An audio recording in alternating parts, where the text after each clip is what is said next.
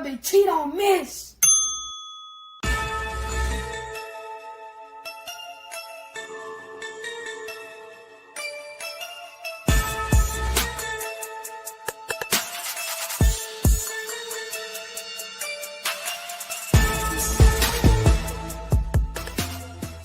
Bang, bang, bang, boy, shit break. On the hard thing, out of Alabama, you can add Nick say.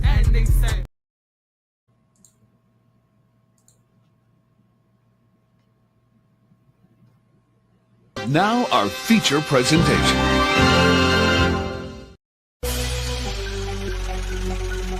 Yo, I done met a lot of niggas in my lifetime. You can't keep it real with everybody, my nigga. Everybody ain't solid, everybody ain't 100. For real. Stick to your motherfucking self. These niggas ain't what they say they is. Know that? Look. I do this shit for my brothers and everybody that done died for us. Niggas saying they gon' ride. When the time came, they ain't ride for us. Hitting licks on some hot shit with the same click, it was 5 of us. Niggas switched up like a bitch, say they'll die for you, but they lied to us. Make room for the real. All that other shit ain't got time for it. Mama still paying bills. Till I get a meal, I'ma grind for it. Record labels all fake and gay, I won't sell my soul, I won't sign for it. Really cut from a different cloth. And new niggas only piss me off. Come around like they really down, but they only around cause they mooching off it. Niggas pussy beat the coochie off it. Listen up when the truth is talking. Real niggas got morals, and the lame niggas don't hate. Rob, who take what? Bitch, I'm riding around with that cake. Riding around with that long K. Fuck a Draco, yeah, it's wartime. We ain't doing no drive-bys. If you try mine, we knocking doors down. I ain't saying I'm the biggest nothing, but if we got a problem, I'ma handle that. Loud talk gon' get crunny smacked. Turn this fat ass to a punching bag. Niggas saying it's on go when they see a nigga. Well, bitch, I'm a luncheon pad. Hot shit for you fuck niggas. All love for the real niggas. Even if a nigga went blind and got paralyzed, I wouldn't feel niggas. See the pain in my city eyes that they traumatized and they still getting it. Forever smoke on Mac bands. Long live smoking bean. But most of all, the one that hurt the most, goddamn nigga to the king. Wake me up, I know it's all a dream, but this real life and I'm stating facts. If I said it, nigga, then I meant it, nigga. If it's out my mouth, I won't take it back. Rap niggas know what's going on. I'm the hottest shit since Tupac. I meant Tupac and I'm too hot. Nigga, you not, I'm a fuse box. Yeah, nigga, I control shit. Y'all ain't better than my old shit. Tell them folks on no shit, on oh shit, this bullshit. I done kept it too real, but never got it in return. It's fucked up how we live. Well, I guess it's what I gotta learn. And they ain't saying that I'm perfect, cause everybody got flaws. And they say the real in the graveyard or they locked up behind walls. Your closest homie can be your biggest hater and I ain't trusting shit, not at all. They laugh at you when you fall, get mad at you when you ball. They come around like they really down, but them niggas sour cut them off. Stand alone on your own team, be a grown man, that's a boss. I'm only here to get it real. If I ain't done it, I ain't speaking on it. Wake them up cause it's real. You can't learn shit cause you sleeping on me. Own homie tried to steal from me. The same one that said he killed for me. I never trust another soul going down that road. I be done killed something. Taking food out my kids' mouth will be the quickest way I catch a bid for something. Understand you gotta live for something, or you gon' die trying to live for nothing. Every dollar ain't meant to be chased, my nigga. Be patient, it's really coming. You don't work, you don't eat. I'm grinding hard, losing sleep. I'm taking drugs to take the pain away, but somehow the shit getting weak. And the fact that niggas so quick to try you in these streets and think it's shit sweet. Niggas fast, they gon' fleet. In the meantime, I found my own grind, I got my own shine, yeah, I spend my money on my own time. Bitch, I done kept it too real, but never got it in return. It's fucked up how we live, well I guess it's what I gotta learn. And they ain't saying that I'm perfect, cause everybody got flaws. And they say the real in the graveyard or they locked up behind walls. Your closest homie can be your biggest hater, they ain't trusting shit, not at all. They laugh at you when you fall, get mad at you when you ball. They come around like they really down, but them niggas sour cut them off. Stand alone on your own team, be a grown man, that's a boss.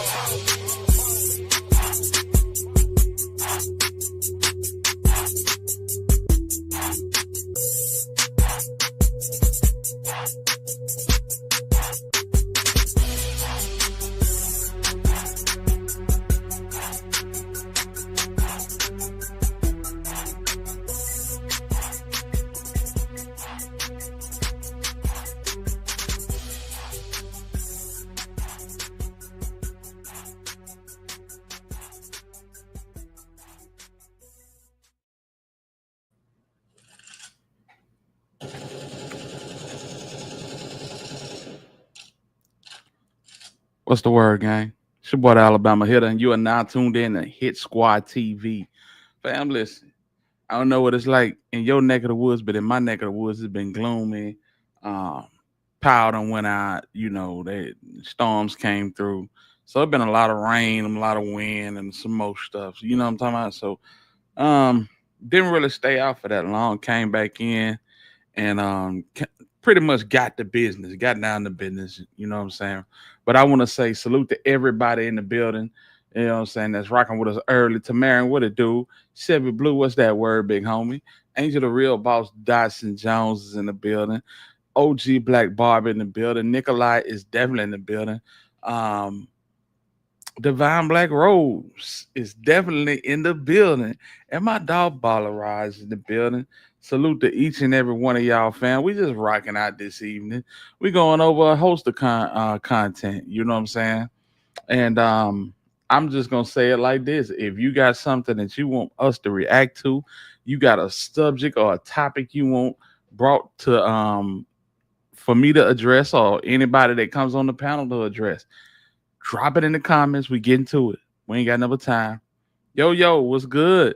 Mildred, what's good? Salute to both of y'all. Yes, indeed. Salute to y'all in the building, fam. Yo, salute. Y'all already know what it is. Yo. I stomped down day one hit squad members, fam. Man, I wanted to go over this. Just for starters, I wanted to go over this, and this is kind of crazy, y'all. I wish these people would leave these good folks alone. I'm just gonna say it like that.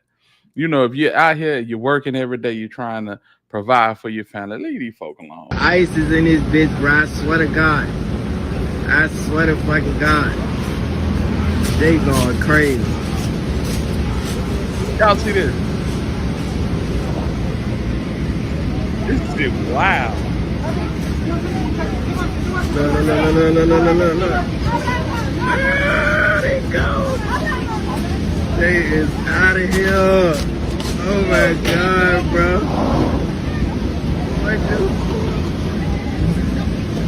That's Ice crazy. is in his. Man, listen, these folk pulling up to middle school graduations. They pulling up to high schools, work sites, everything just crazy. Messing with these folk, man. By Capricorn, salute to you for the super sticker. I appreciate you. You know what I'm saying? They was in my city a couple of days ago, riding heavy. They riding in LA against the ice race. That's crazy, bro. That's crazy.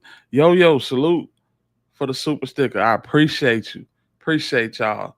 You know what I'm saying? Give it to the channel, donating that. It means a world of difference. It helps. It really helps. I just want to say thank you to both of y'all, fam. For real. Hitter, you got the cool voice. Appreciate you. Appreciate you, fam. Yeah, man. But yeah, these folks, they trying to make a living. They ain't on the corner doing nothing crazy, you know what I'm saying? No, they ain't conning nobody. They ain't on none of that type of timing, right? And lo and behold, these folk pulling up all in their sauce, fam. That's crazy. That's crazy. They raided a local restaurant that had been here for over 25 years. That's wild, fam. That's wild. But it's a lot going on. It's a lot going on. I heard the two top dogs is rap beefing now. I heard DJ T finna drop a mixtape, and you know what I'm saying. Elon waiting to see what that's gonna hit for, because I think he gonna get a couple of features on his. You know what I'm talking about. But yeah, it is crazy in this society, fam. Everybody beefing, everybody going at each other's neck, and the ones that's supposed to be the most stable are the ones that are the most volatile. It's crazy. It's crazy, y'all. Oh man, T Crawford, salute to you, fam. Salute to you. Real talk. Oh man. Yo. Man. Yo. I appreciate you. I appreciate you. Real talk. I appreciate you for the cash out, man. That's crazy, man. I appreciate y'all pulling up, showing love, man. Yeah. Real talk, man. Golly. So let's just get into it, fam. OG Black Barbie she pulled up on me and dropped off some in the inbox. You know what I'm saying? No. Before we even go there, man, let's do this. I gotta stop by the homie. Cause the homie really showed love today, man. Really did. And I just want to say thank you because he ain't have to, because a lot of cats don't. A lot of cats don't. A lot of cats step their hands when, you know what I'm saying, it comes to, you know, just saying salute. Niggas will sit on their hands, y'all. Y'all ain't had nobody in y'all everyday, you know what I'm saying, life that see you grinding, see you out here trying to get it, and a nigga just hate on you, dry hate on you. You know what I'm saying? Yeah. But this ain't about hate. This is about the love. I gotta shout out the homie, man. True results, man. I'm like, fuck, I'm finna ready to go over here right quick. Right. And that shit it's just some coincidental ass shit. Right. You know what I mean? But like I said though, I can't blame nobody but myself, so like and tell me how this age, because everything gotta have an age on it. It's either gonna age like fine wine or it's gonna age like raw bananas. You feel me? Yes, sir. Yo! Raven! Bet you and your mama going to jail, ho. You and your mama and your daddy going to jail. And Skull. All y'all going to jail. And we gonna make sure. They going to jail. Cookie shop going to jail. Them bloggers going to jail. All of them going to jail. All of them had a hand in it. Miss Marvin, last I checked, you the only one that went to jail, bro. Say, I ain't gonna hold you, Hitter. That fool had me wired up too. I ain't gonna lie. Yeah. That fool had me wired up too. That fool had me looking like little Raven, like, yeah, I'm motherfucker going to jail. Yeah, and that's what he did. Now that was funny, y'all. Y'all go please make sure if you True Results family, friends, and supporters, y'all got to go subscribe and support the Alabama Hitter. All this information is on the board that you just seen when it was cracking up on Honan. Y'all make sure y'all go support Alabama Hitter. He's doing big things. He's unbiased. He has a bright future, and he let everybody speak with no force. Support the Alabama Hitter. Shout out to you. That's one of the few people that I rock with, and that's how it's supposed to be. Shout out to the Hitter. True. Right. Now we got some paperwork for y'all, some update. Now I ain't gonna kill True video, but I just wanted to show this. People in the bushes that say, for real, it's gonna be all right. I just wanted to show, you know what I'm saying, that we can spread love. We can give people their flowers. You understand what I'm talking about? And let me get bro off the screen. God damn, nigga just mean for no damn reason. Nigga woke up, the nigga woke up and the nigga whole face chose violence. That's a damn shame. But listen, nigga can really get out here and rock out together, man, and support each other, and you know what I'm saying, without the beef, without the name calling, without the undermining, backdooring, backstabbing type shit. And I appreciate that, man. I appreciate the hell out of that, man. We a small channel squad. You know what I'm saying? True got like 55,000 followers, man, and for him to share his platform for them few seconds with his people, it meant the world to me. So I just want to say salute to True Results. You know what I'm saying? And if y'all ain't rocking with him, y'all need to tap in, because he got that Dolph information on lock right now. And he also got that Paperwork King information on lock.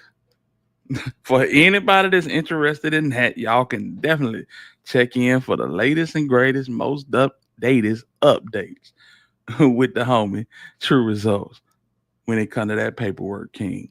Yeah, man. Yeah, man. So it's you're a big deal. Speak. Yeah. No, I speak it into existence, but I just appreciate an alley-oop when I can get one. And that goes to Miss T. That goes to Double Tap. That goes to anybody that Music 101, Bump Low, you know what I'm saying? T3 the Polar Bear, anybody that rock with us, man. Yeah. Yeah, man. True results, man. I rock with True because True, you know what I'm saying? For one, he consistent as hell. And you know what I'm saying? He didn't fold when old boy tried to really bully him over the internet. So I rock with that, bro. Salute to him, man. You know what I'm saying? And he stood up in the face of the rockhead himself and Get said, jammed up, don't mention my name. Give me Lord. No, I ain't living right. Gotta feed the blood, nigga. Starving nigga appetite. that way. He stood up and quit their face like, hey, bro, you get jammed up, don't mention my name. My nigga. Hey, what's up with it, Keita? What's going on? What's going on with you, fam? But this is something OG Black Barbie she had brought to the table. Cause you know what I'm saying, everybody's still talking about the Tory Lane situation and the Diddy situation. The Diddy situation kind of Diddy situation is, I don't want to say it's overkill, but you can see the narrative that, you know, it's a lot of these people going up on that stand with the notion of, girl, you see Cassie got her, you see she got her bag. I know this nigga done did something to you. He had to do something to you. If he ain't did nothing but just, you know what I'm saying, call you a bitch, you better go up there and get that money. That's what this shit looking like. That's what this whole situation looking like with Diddy. I'm not saying Diddy is innocent, not at all. Diddy is a monster of epic proportion, but what I can say, it's a lot of people fabricating a lot. They're not fabricating all of it, but like Rollo said, I gotta make it look juicy for him. You know what I'm saying? It's a lot of people making it juicy on that stand, not realizing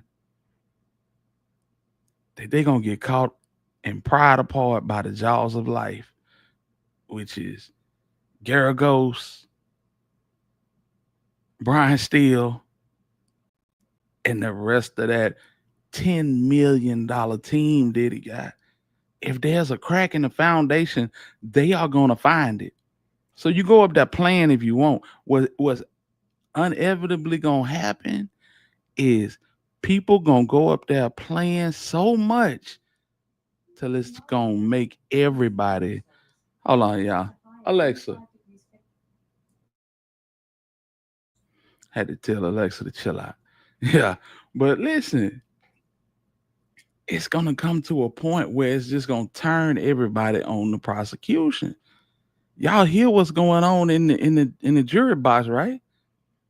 These folk in the jury box, every time Steele or Garagos or any one of them other lawyers, now I'm drawing a blank right now, any other one of them lawyers find a flaw in these folks' story, these folks fist bumping. You know what I'm saying? They fist bumping, they grinning. You know what I'm saying? When one of these girls, you know, get caught up in a lie and they break down crying on the stand, they over there looking crazy. And they making eye contact with Diddy. The judge caught it. The judge said, you look over at them again with any type of signals, I'm banning you from the courtroom. Yes, this is the type of time that's going on right now. And I'm telling y'all, he might not beat every charge, but he gonna beat more than you think he gonna beat. I don't think that he's going away for 30, 40 years like a lot of people believe. Only way they do it is if they, you know, how can I say this? If they recuse the jury and bring in a whole nother jury because this jury looks like it's pro Diddy, y'all. It's what it is. They looking like they pro Diddy right now, fam. Yeah. So that man gonna get probation. Hey, they done put all this shit out here on Diddy. He gonna walk out of there with an ankle monitor on. That's crazy, bro. That's crazy. This is a must said Epstein files won't believe it. Yeah, man, they beefing hard, bro. They beefing hard. When I seen that the other day, I'm like, what's going on? You know what I'm saying? Is bro hacked? You know, but yeah, they got a whole lot going on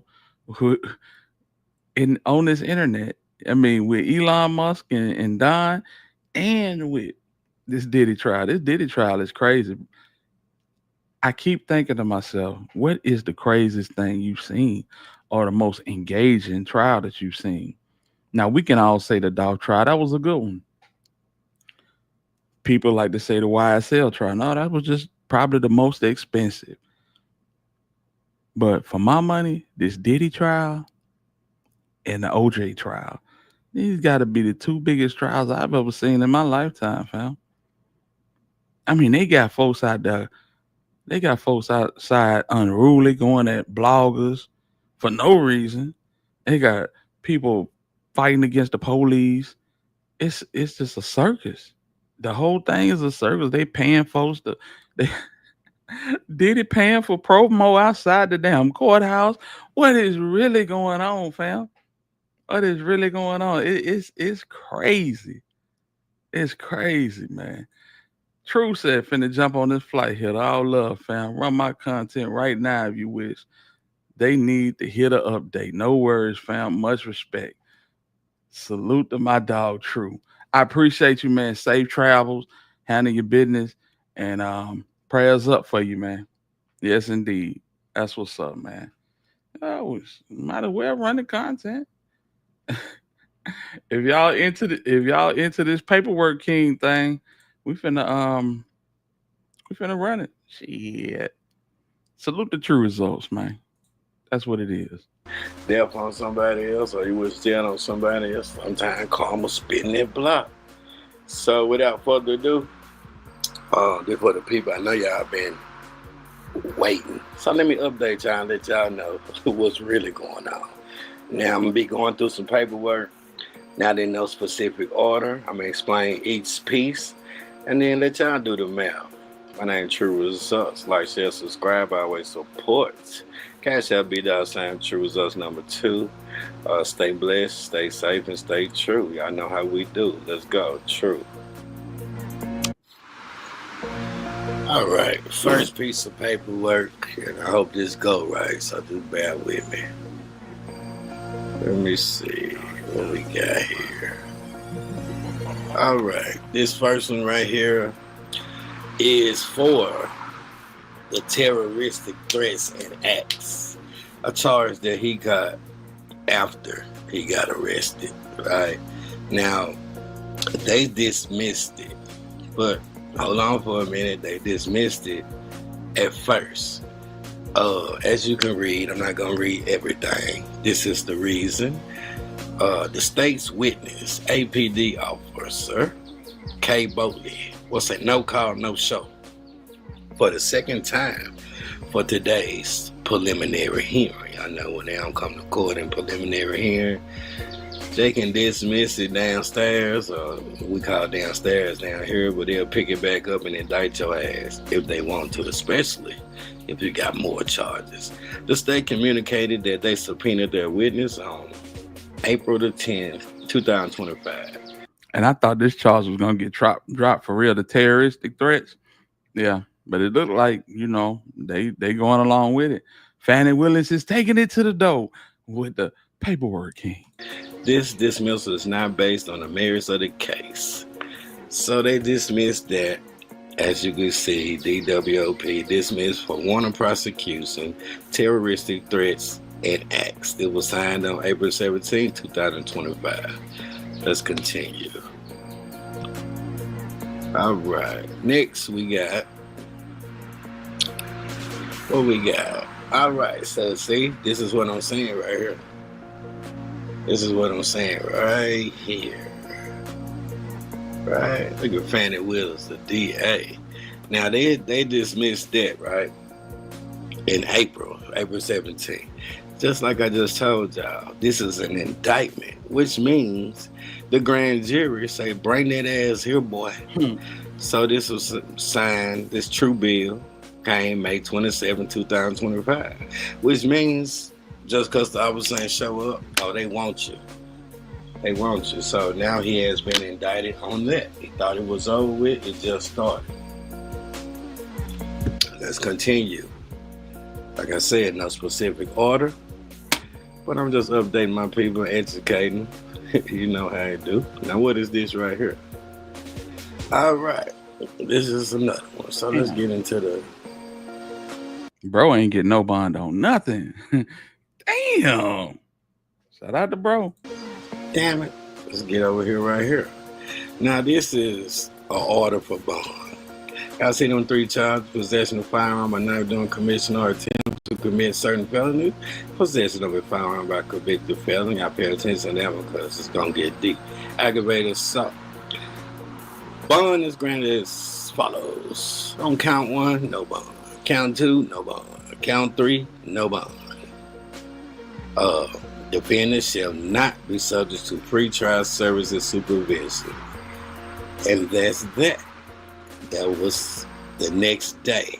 All right, we already knew that one. So let's continue. What else we got here, True? What we got right here? He waived this preliminary hearing on... Check this out. They got that too. They picked that up too. Shit. Get your... Man, don't start tripping. They Craig. said, man, wait the preliminary hearing and everything. Craig and Day. I let Truth tell it. There you go. All right. Now this one, check this out. This one is for that charge that he caught while y'all was sending him out them cash out. Possession of... Nah, this is not that. My bad. This is on them. So, what is this? He waived the preliminary hearing because he knew all them witnesses, all them people he shot were going to show up to the preliminary hearing. So, he waived it. Smart move. But this is over with. Let's go. True. What else we got? Cybers, what it do? What's happening, fella? We're good. Man, ain't nothing, bro. Going through this paperwork. Gotti, what it do? Shout out to Truth Up. Yeah, yes, indeed. So this is so. Well, before you go with the father, let me be known. So the terroristic. I'm listening to you. I'm listening to you. Okay, the terroristic threats are those new charges? Nah, that's one of the oldest ones, man. He had the terroristic threats a week before he got hit with the Cascade incident. Oh yeah, he done. Yeah, man. Texas Bama boy, what they talking about, baby? Let's go. True. What's next over here? What is this right here? All right. Love muffin. Right. How many times have you tried? The folks is not giving you no bond. Now, this is an order denying motion for bond modification. The above style case came before the court on the defendant's motion to modify the bond imposed upon him. Upon careful consideration of the arguments presented by the state and the defendant's attorney, and upon review of the defendant's criminal history, the court finds that the current bond set for the defendant is reasonable and shall remain the same. Accordingly, the defendant's motion is denied. April 17th, 2025. Remember, he got arrested March the 3rd. So this is like updates. Yeah, so he got arrested March the 3rd. He got hit with that terrorist threats charge like on the 25th of February. So yeah, man, it's crazy work, bro. Every you gotta lay low, man. But some people just can't help themselves. And I'm not here to bash bro, even though bro done bashed a good bit of us. But sometimes people just can't help themselves, fam. You know what I'm saying? Then they don't have no governor on their shit when it comes to controlling their emotions and what they do. You know what I'm saying? So, and we could see that with bro. And this is the fruits of it. And this is the fruits of it. At every turn, no bond modification, no bond period. You know what I'm saying? And he in there basically scratching and scraping, trying to get his paperwork. Yeah, let's keep going. Let's go. See what else we got over here. True. Go true. He done wrote something. What he wrote? He done wrote something. What he wrote? Yeah, he wrote. To the clerk, this is handwriting. To the clerk of the Superior Court, will you please send me all copies of my arrest warrants and any documents for the following cases? I would like all booking reports, incident reports, arrest affidavits, all documents pertaining to my open cases. This was filed on April 21st, 2025. What's going on, Miss Tam? Let's go, y'all. Yeah, what's going on? Ain't nothing. Just doing my due diligence. Finding people want to know, so sure going so. What we got next? What do we have next? Another motion. Boy, you trying to get that bond? Ain't gonna happen. It ain't gonna happen. And wait till y'all see. This is just him filing another motion. Talking about the defendant previously appeared for a bond hearing, at which time the court denied said bond. During the bond hearing, factual information was not disclosed to the court. It's just a generic motion for Man, that's crazy. to get a bond. What do we have here? Here comes something that Yeah, so these are the updated charges for the homie. I think y'all need to know. Now this is indictment. What that is? 4? May 5 ag assaults? Damn. 27, 2025. Damn, it's just not June, right? It was a few days ago. Boy, his state of Georgia Hit that like button, y'all. upgraded his charges. Look, 1, 2, 3, 4. Now he has 5 aggravated assaults, possession of a firearm during the commission of a felony. Now I notice one charge is missing from this that he was originally charged with, right? Somebody tell me what that charge is when the Fed come knocking at your door and you already did 51 months for the same thing without shooting nobody. That is the possession, convicted felon in possession of a handgun. Now when you shoot somebody and you had already did fair time for not shooting nobody, you ain't supposed to carry no gun. So they left that out the state. So that means the feds picked up, as they should, that convicted felon in possession of a handgun. And now he has 5 aggravated assaults, and this is true bill. Fannie Willis, right? So that's an update for your ass. Tell him about that gun line boss. Damn, this nigga going down. So be it. There you go right there. So it's getting boy. Let's go. What is this? Take this off. All right, this one right here, order to transfer. That means his old cases that he had. Now this is June the 2nd, 2025. What today is, June the 6th or 7th? Now that was like 4 or 5 days ago. So they putting all his old cases that he had, the possession of cocaine, all that y'all paying him for. So they putting them to transfer them into one courtroom. That's all this saying. He been indicted on them too because he was out on pre-trial release and then he violated. So you will not be getting no bond on nothing. Let's keep going. Now this. But they didn't turn that boy whole situation into a pot of gumbo, ain't it? They didn't put all these charges in one pot. So he was out on pretrial release, and he already did 51 on the possession charge with that. Absolutely. And then you come back and get 5 ag assaults and possession of a firearm, the convicted. Mm-hmm. You ain't moving, pal. You might well sit there. I ain't gonna come back on this bitch looking like goddamn cussing pastor. And nigga. I'm just saying. This is this for free right here. This is a throwback.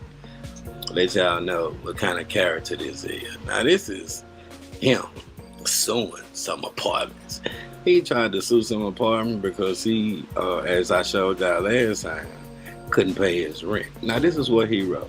My apartment complex refuses to fix leaks in my ceiling. So basically what bro did, bro was finna get the boot, you know what I'm saying, when they put the little paperwork on your door. They put the paperwork on his door and he ran and got a lawyer and said he's suing because his roof was leaking. I was back in 2020. That's crazy. Bro, a different kind. That's been there over 1 year. I have made multiple attempts and requests for this matter to be resolved. Also, they are trying to make me sign a 1-year lease after agreeing on 6 months. He's suing for $15,000. That was a 2002, right before he came online. That's why he got y'all. Woo. Let's keep going. What do we have here?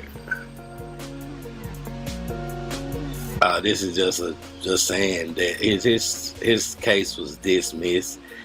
Yeah, cause bro didn't come online until like February 2022. 2022. Yeah, that's right. Them folk for a leak because you didn't pay your rent. Defendant is not indebted to plaintiff in any amount. They're just some free stuff right there. Let's keep going. What we got? What do we have here? That's just another thing. They wanted to schedule him for a mediation. In the long term, short term, this is just for free. Eventually, he didn't show, and they dismissed his frivolous lawsuits. And that's that. I don't know why I put that in there, but I did. This. What is this? Yeah, that's the same thing. Dang, I shouldn't even put that in there. That's about this civil case. Let's get right that boy here. True got everything, Jack. Damn, I put 2 minutes in damn civil. That's the same thing I already told you. Oh, what's up with it, Steve O? What it do? Man, I watched this earlier, dog. Man. I'm just listening. Go and keep playing it, man. This song was funny. Steve O, what poppin'? Hey, shut up, son. Let's get right here. Here's another letter. Another letter that he wrote. To whom it may concern. I, Andrew Trotter, am currently being held at the Fulton County Jail. I am requesting that the clerk of court send me out copies of my pending charges, affidavits, warrant, police report, supplemental reports, and booking reports for the following charges: aggravated assault, possession of firearm, terroristic threats. Can you please send my packet for all 4 charges and any other pending? Booking number, date of birth. That's the only way I have to request these documents. Enclosed will be an envelope so that you can send this information directly back to me at the county jail. Please send me these documents as soon as possible. I have a court date April 17th, 2025. Yeah, so that's that. Now let's go. We almost done, y'all, and we're going to talk about it. We is through. All right, let me end this one right here. Let's wrap it up. True. Hey, welcome back to 11 Alive Midday. In just the last 2 hours, police have identified a suspect in a shooting that happened at the Cascade Family Skate Rink on MLK Drive. 11 Alive's Karis Belger has been following this for us this morning. She has this update. Yes, they are in custody. Police confirming that 45-year-old Andrew Trotter has been taken into custody in connection with the shooting at Cascade Family Skate Rink. And Atlanta police say they were called to Cascade late yesterday, about 11:20 p.m. in response to a fight. That's how all of this started. Now, police say they helped break up the fight when they arrived, but about 20 minutes later, officers say a man who appeared to know a few of the people who were involved in the original fight approached a group of people. They say because of this incident, Fannie Willis gonna push to get this legendary landmark shut down. Let's let True tell it. People and multiple shots were fired. Now, Atlanta police say they managed to take Trotter into custody. A 20-year-old woman was shot multiple times, but police did confirm that she was alert and conscious and breathing when she was put in an ambulance and taken to a nearby hospital for treatment. Now, Trotter is charged with aggravated assault, possession of a firearm while committing a felony, and also possession of a firearm by a convicted felon. At APD headquarters. All right, y'all. There go y'all little update on Onan. You know, to be African American, black, everybody got choices. That's why I dropped that E40 the other night, because everybody got choices. You don't have to do, especially at your age of being 45. Ain't nobody tell you to go be taking these people money, going skate with these young girls. Yes, taking these folk money, putting it on these young girls. PIMP on that, like I used to say, snouting them lumps of that scarf face. And then scamming. Now, what I found interesting is that I already showed y'all that they have updated his charges, right? To 5 ag assaults, right? Now, one charge that carries that federal, right under the federal statute, is that the state did not indict him on that one charge, because that tells y'all that the feds come hollering at him. And if you don't believe it, you gotta believe it. He already did 51 months for having a pistol, so he already in the federal system, right? Oh, they come and get that, especially when you used it this time. I'm saying, this is the crazy part. This the nigga that said the feds was coming for CMG. Who would have ever thought that the feds would be coming for this nigga before they came for CMG? Damn. Blowing that damn Scarface. Big lumps. You thought you did 51 for having a... Go ahead. I honestly can think of a lot of people who thought the feds were coming to CMG for the Well, you hold that thought, because I got the bulldog on the panel. I'm gonna let him handle it. The first time, shit, boy, I don't know too much about the federal guidelines and all that, but that sounds like that's gonna be enhanced this time for real, right? So just like this video started, be careful about that karma that you put out, because people, when you gone and they get a chance to breathe and look back and reflect, they want their money back, but you don't never give it to them. How many people have you blocked when they ain't see stuff your way, right? It's a lot of them. Oh yeah, they in the bushes. They playing in the new homes. Time will always tell. And just like I was saying, like the man I am, some people just put out negative energy and they get it right back. OG, what they do? Can be a bad bitch or a sweet old lady. It depends on how you carry her groceries across the street or call her a bitch. That's what's up with that. Some of that ain't true results. I just can't update y'all because, you know, get our journalism on and let y'all know I'm paying attention to everything. And as I should. All you gotta do is ask yourself, if it was anybody else, he'll be making content. I ain't trying to make content. I'm trying to keep my head on a swivel, long live the flipper man, because I do that for real. So when it's over with, then I can breathe and move on. I put in that work so that everybody else that's still here. Shout out to the Alabama hitter. Y'all make sure y'all go subscribe to him and support that brother. One of my true dogs. And without anything else to say, I'm gonna get on out of here. Got other things to talk about. So, Cash Up $, True Results #2. But before I go, check this out. All right, did y'all know that this very same skating rink is where the movie ATL, y'all remember the movie ATL with T.I.? Yeah, it was filmed at Cascade. Now it's become a nuisance. So Fannie Willis, the DA, really could have used him as target practice, as an example, because he waited. That's what I was going to say. You hear what the newscast, rewind it a little bit and listen to this news report. They say 20 minutes after the fight was broke up, this dude was lurking. Did he go home, get the pistols, had them in the whip? He waited till everybody stepped outside and just opened fire on a family. Hit 2 people, 20-year-old. I mean, we seen him skating with all the 20-year-old females, not a damn grown woman on site. Wow. Mm-hmm. Don't support that kind of BS. Because in the biblical days, women and children first.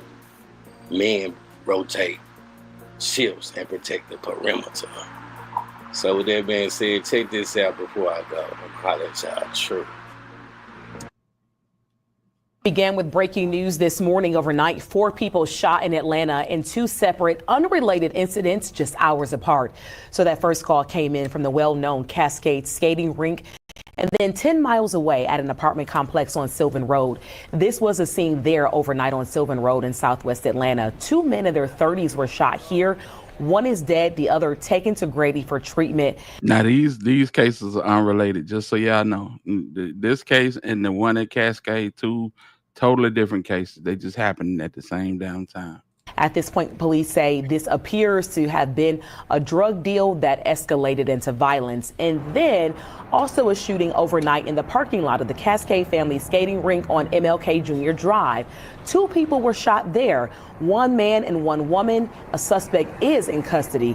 We have covered several shootings over the years here, including one that killed a teenage boy. We're going to have much more on that coming up at 5:30.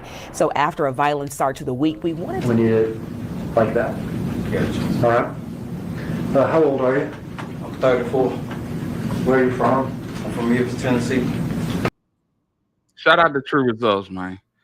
Shout out to True Results for showing love, being a stand-up guy. Can't do nothing but respect it, man. Can't do nothing but respect it, man. Steve, what it do, man? What it do? What's going on with everybody?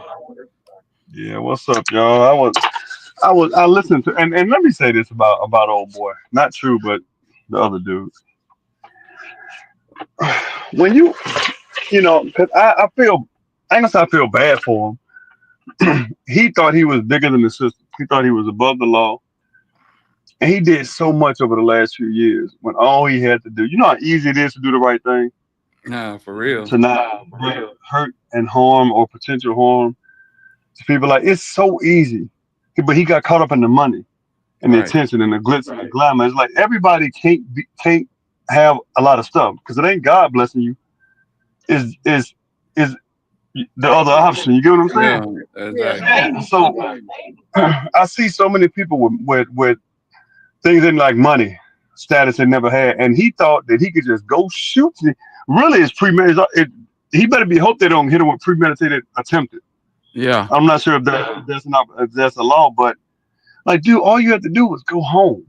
Yeah, just go home. Yeah. You know what I'm saying? You 45, I'm 44. He 40. Like, with age doesn't come wisdom. With wisdom comes wisdom, and he just thought he was bigger than the system, and now he's being made an example of. Everything he said about others is coming back to him. See, the Bible don't lie. The Bible don't lie, y'all. And this is the perfect example. He ain't never getting out. Based on what I'm hearing. So, I mean, if you listen to Mr. Trotter, you know, you reap what you sow. That's life. Sorry, dude. You did it to yourself. Yeah, it's kind of crazy how it unfolded, bro. Somebody got an echo, but yeah, it's real crazy how it unfolded, man. Dude, and listen, let me say this first and foremost. Everybody that held a membership, whether you joined the Patreon, whether you was in the clubhouse, whether you know what I'm saying, was a mod or whatever, listen, I get it. I supported bro at one point in time, you know, very charismatic, very, you know what I'm saying, smooth fella, you know what I'm saying. But once you get in there and you realize what it is, you got to know what it is, fam. This nigga just putting cases on people, you know what I'm saying, laughing at dead children. You know, J Money and D Money, them little niggas was kids, bro. You know what I'm saying? And regardless to what they did in the streets, they did not do anything to Dolph. There's a lot of stuff that people laughed at in that chat box, just because this nigga was laughing at it and following suit, So, you got to understand what you're dealing with and the type of energy that type of behavior brings. And I'm going to tell y'all something, fam. YouTube is like a dog whistle. You know what I'm saying? If you got a good person, a genuine person on a channel running content, you usually gonna get good, genuine people in the chat box. You're gonna always have a couple of snakes, but if you get a scoundrel running a channel, whatever they spewing out of their mouth is what they gonna draw in. So you're gonna have a chat full of them type of people. So at some time you gotta ask yourself, am I that type of person? You know what I'm saying? This is real talk, fam. I don't care what channel you go to. If they doing live streams on the regular, what come out of the person that's hosting, whatever come out their mouth is what's gonna draw in the people in the comment box, and they there because they share a common goal. You ever notice how people on Bro channel when he used to do his shit and was at his heyday, when he went live, they would pop out on other people's channel and they be on that same type of energy, and you could tell where the hell they came from. That's what I'm talking about. When a nigga hop in your chat box and go to talking in all caps, all offensive, y'all done seen this shit a million times before. Yeah, because that's the type of energy he command, fam. And it came back to hunt him. But it ain't like I ain't know it was coming back. You know what I'm saying? Nigga like that, just to be they perfect. Right. Nigga like that, just to be honest with y'all, YouTube was the best thing that happened to Bro. The best thing. I don't give a damn what nobody tell you. I know this for a fact. YouTube was the best thing that happened to Bro. It actually saved his life. And he flushed that shit. Yeah. And let me say this too, because initially, I didn't really watch him until I think I came into contact with Tamara first. But when he was just putting out paperwork and letting the paperwork speak, he was telling the truth. It's when he started doing that other stuff, started lying. Like the paperwork ain't gonna lie, but all the extra stuff. Like I was like, dude, like what are you doing? You can steal narrative with paperwork too. Well, now this is what he was doing. He was letting the paperwork. He was reading the paperwork, explaining to people what it meant. Because see, a lot BICAP taught him how to look the paperwork up and taught him what stuff meant, like the legalese. BICAP taught him this stuff. What people don't know about Capricorn. Well, don't implicate her. Don't implicate her. Well, no, that's not what I'm saying. I'm saying she taught him like paperwork. She taught him how to look it up. Everything else is him. She taught him how to look it. So, and she'll tell you this. So I'm not saying BICAP told him to be a jackass, but she reached out, like he reached out to her, and it was like he was bringing up the paperwork, explaining what it meant. He understood the legalese for the most part. He wasn't just lying. It got to a point where his ego got in the way and he started lying. He pulled the paperwork up, but he would manipulate the system. He would say stuff, and I'm like, that's not what that means. But you got people over there, yeah, you're right, you the king and all this, and I'm like, what really? But what turned me off to him is when they got a conviction, and he went on Jamia's page, and he and his followers were just like, man, we did it. You know, me and Jay, you owe this dude some gratitude, and I'm like, they owe you nothing. This is the federal, bro. The feds been on. Like, what are you talking about? Memphis police didn't need your help. The feds don't need your help. So it's all this other stuff, bro. Just be humble. And if you wanted justice for Dolph, it should have been justice for Dolph. But as soon as he got justice for Dolph, not even a month later, he was talking about straight job deserve a second. Like, bro, what? Yeah. That's why I was like, come on, man. Like that. Like that's when I knew then. He was in this for the money. I could have told you that way back in the gap. You know, everybody is guilty of something. Let me say this. Key Glock. Key Glock is a snitch because Key Glock got caught doing some dumb shit in his mid-teens and admitted to it. That's manipulation, fam. Key Glock is not a snitch, fam. Black youngster got caught selling weed at a gas station, and he pleaded no contest, so that made him a snitch. You know, all this crazy type manipulative talk, bruh, that people then, you know, just listen to and, you know, forgot about. A lot of people ain't forget about it. People didn't forget about when you had a voice. I'm not saying who the person was, but it was a voice on your channel that said that they were related to Cornelia Smith and that you were gonna drum up a petition to get people to sign this petition because we know for a fact Cornelius went out there on that day. Needless to say, it didn't need to be nobody but Cornelius because Cornelius did 90% of the work. What we really talking about, fam? Yeah. What are we really talking about, man? It's like niggas be tripping. And you know what? If you rocking like that, then hey, salute to you. Salute to you. But just know what it is when you see it. Just know what it is when you see it.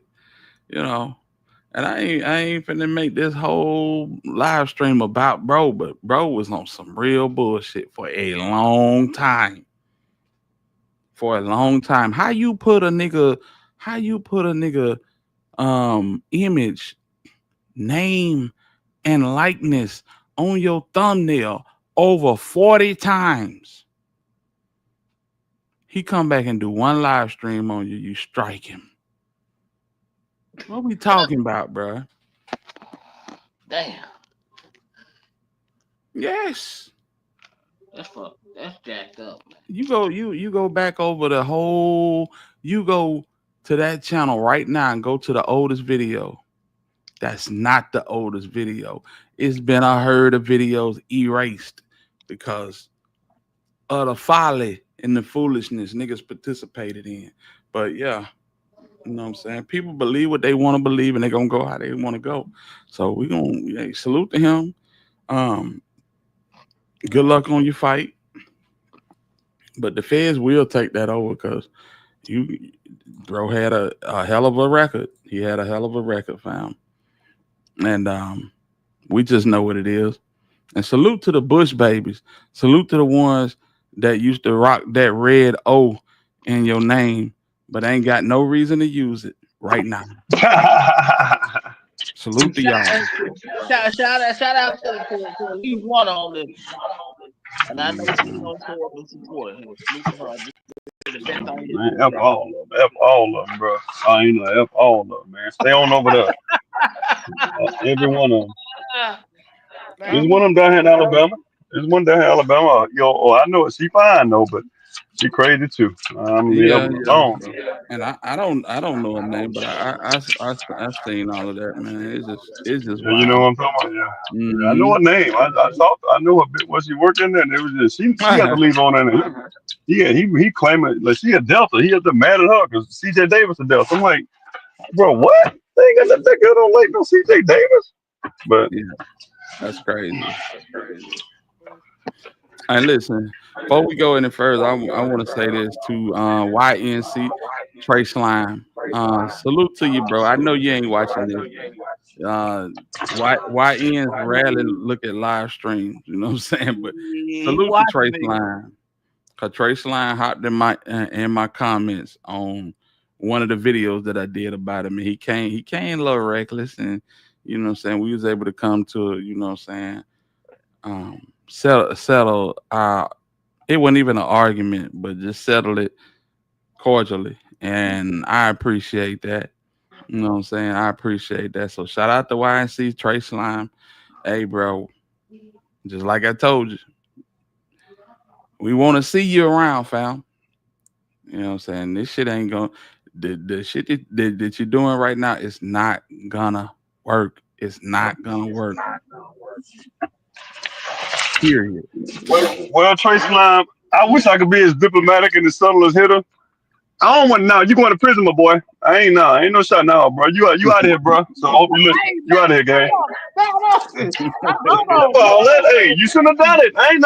Ain't some little. Hey, y'all can do that. No, you out of here, bro. You out of here, my boy. You, Robert, you got good. You got A's in high school. I know about you, bro. You ain't no gangster. You got all A's in high school, bro.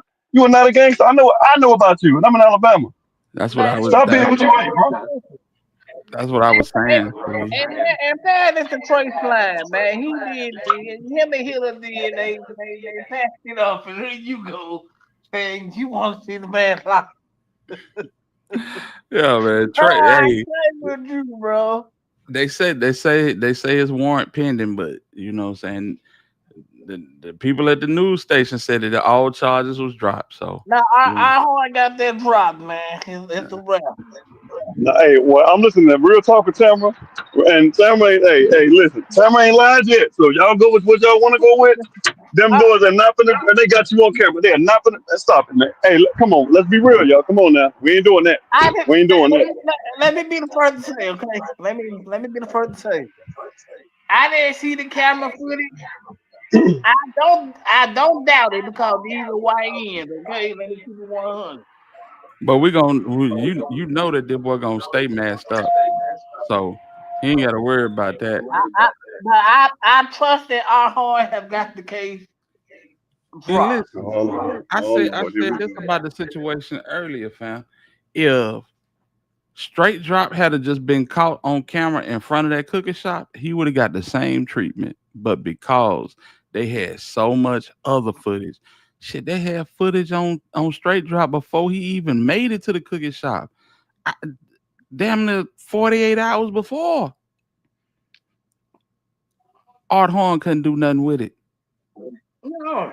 You think so? You think Cornelius wasn't gonna tell anyway? You think they would have, if they would just got him in the cookie shop? You think they would have, like he would have walked without Cornelius testify? You really think that? I blame Straight Drop for all of it. Man, they could have took the junkie aspect on it and everything, fam. They could have went the junkie route. But with all of that footage, they didn't need nothing. You got your your iPods in, Steven. Yeah, I'm on mute though. Okay. But yeah, it's a lot of footage that couldn't be denied, fam. They didn't even need no lawyer. That's why Luther Evans was ruled null and void, man. He couldn't fight that. This man was on camera everywhere he went. The gas station, Dodge's Chicken. You know what I'm saying? This nigga was on camera all over Memphis. You know, so it was sad. A lot of YouTubers have gotten caught up with running shorts for view counts and slacking on actual content. Yeah, man. And listen, bro. I shout out to the ones that dropped them shorts, man. I'm cool on the shorts though, because shorts was one of the reasons why I couldn't get monetized in the beginning, because they can deem your shorts as reused content, and so that's just a gem for up and coming YouTubers. If you're running a lot of shorts, you gonna have to edit the hell out of them shorts to make them yours, or they're gonna jam you up on reused content. Just real talk. We talking about Memphis, they probably have. We talking about Memphis, they probably have. And Cypress, really, you trust Art Horn? He a damn criminal himself. Hey, he get criminals off. Hey man, I rock with all the criminals, man. From Memphis, man. Shout out to the criminals. Of course you do, Cypress. Of course you do. They know how to get away with the crime. Shout out to the criminals. Yeah, Goldie, he left a digital trail out this world, man. He left a digital trail out this world, fam. You know what's the name of them apartments they was at right after it happened? I forget the name of them. Like Gospel Gardens or something like that. Yeah, something like that. Something like that. But yeah, you can't, and it's like, damn. It's like Cornelia said, hey, park right there where that camera at. So they can get us real good. What the hell, bro? Everywhere y'all went, it was a camera. Everywhere. That's crazy, fam. I ain't never seen nothing like it. Yeah. So it was missing. Ain't It no was way. Ain't no way I'm going on a drill with Cornelius and leave him alive. He gonna be dead in the next traffic light. doesn't matter, bro. Cornelius didn't go get the car. Oh, Cornelius didn't go get the car, fam. Tulane. There we go. There we go. There we go. Yeah, I don't give a damn. He ain't gonna live to get on no stand. I don't give a damn whatever they say. You jammed up though. You jammed up regardless. It don't What's matter. up with it, G Money? Long as he did, he'll come my only concern. Yeah, I feel you. Like I said, bro, it was too much evidence pointing straight to it, bro. Steve, Well, hit up. We what's also, happening? my bad, I'm leaving over. I'm outside. My bad. I got the headphones on. Work with me. Hit 'em. You sound good. You sound real good. Sound like you're in the Third Avenue package store. Man, you still shut up, man. But no, but even with that though, y'all remember, like, this is why I think Straight Drop was caught regardless. All them people knew it. Like, too many people in Memphis knew about this, bro. Like, Yeah. what they say, 1-800-TIPS or whatever. All them hits they got that night, man. Yeah. Them boys are caught. And you know, Paper Route knew off the button. They were shooting at this dude though, like the same night. Right. And they was all in the comments of the live. G Money, what's happening, bro? Hey, y'all hit that like button for me, man. Can y'all run them lights up just a tad bit? Just a tad bit. G Money, salute to you. Nicola, what's up? Nikolai, what's up? Yeah, man. They was all in the comments of the live that he did. This nigga wasn't saying nothing. They like, man, why you unalived off, bruh? Yeah. I'm talking about like yep. Everybody. And then they like tagging MPD in the live. It was over with. But they were tagging Double R. They were tagging anybody affiliated with dog. They said, shoot, come get him before the cops do. Like CEO Jizzle. They were like, hey, Jizzle, he talking about you? Like, okay. Yeah, that was crazy. That was a crazy time, fam. What's up with it, Maddie? What's up with it, fam? Yeah. But that was a crazy time to, you know what I'm saying, see all of that in live action. You know what I'm saying? And whatever happened to bro, that said Dolph walked in the Empire and put down a stack of money and said, yeah, how much it cost to buy this bitch? Clout chasing like a motherfucker, man. Yep. Hey, I feel like this, man. Maybe they shouldn't have decided to do that. Say it again, Sipe. I feel like maybe they should have decided just not to do that altogether, man. Right, I agree. Because most importantly, man, they messed the city up. They divided the city in the worst way, fam. But who messed it up, Cypher? Who messed it up, Cypher? Well, the killers. Who the killers? You mean the shooters or everybody involved? The shooters most definitely. Man, Cyber boy. Cyber, Cornelius and Straight Drop, they some flunkies, man.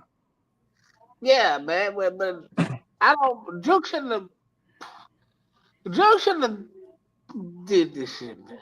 Juke and who else? Quit, man. Who else? Who else? That's it.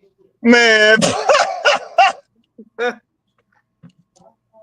Hey, who is this Tay Rax nigga, bro? Tay Rax, he's from the crib. He's from the Tay Rax from the crib. I made that much hot.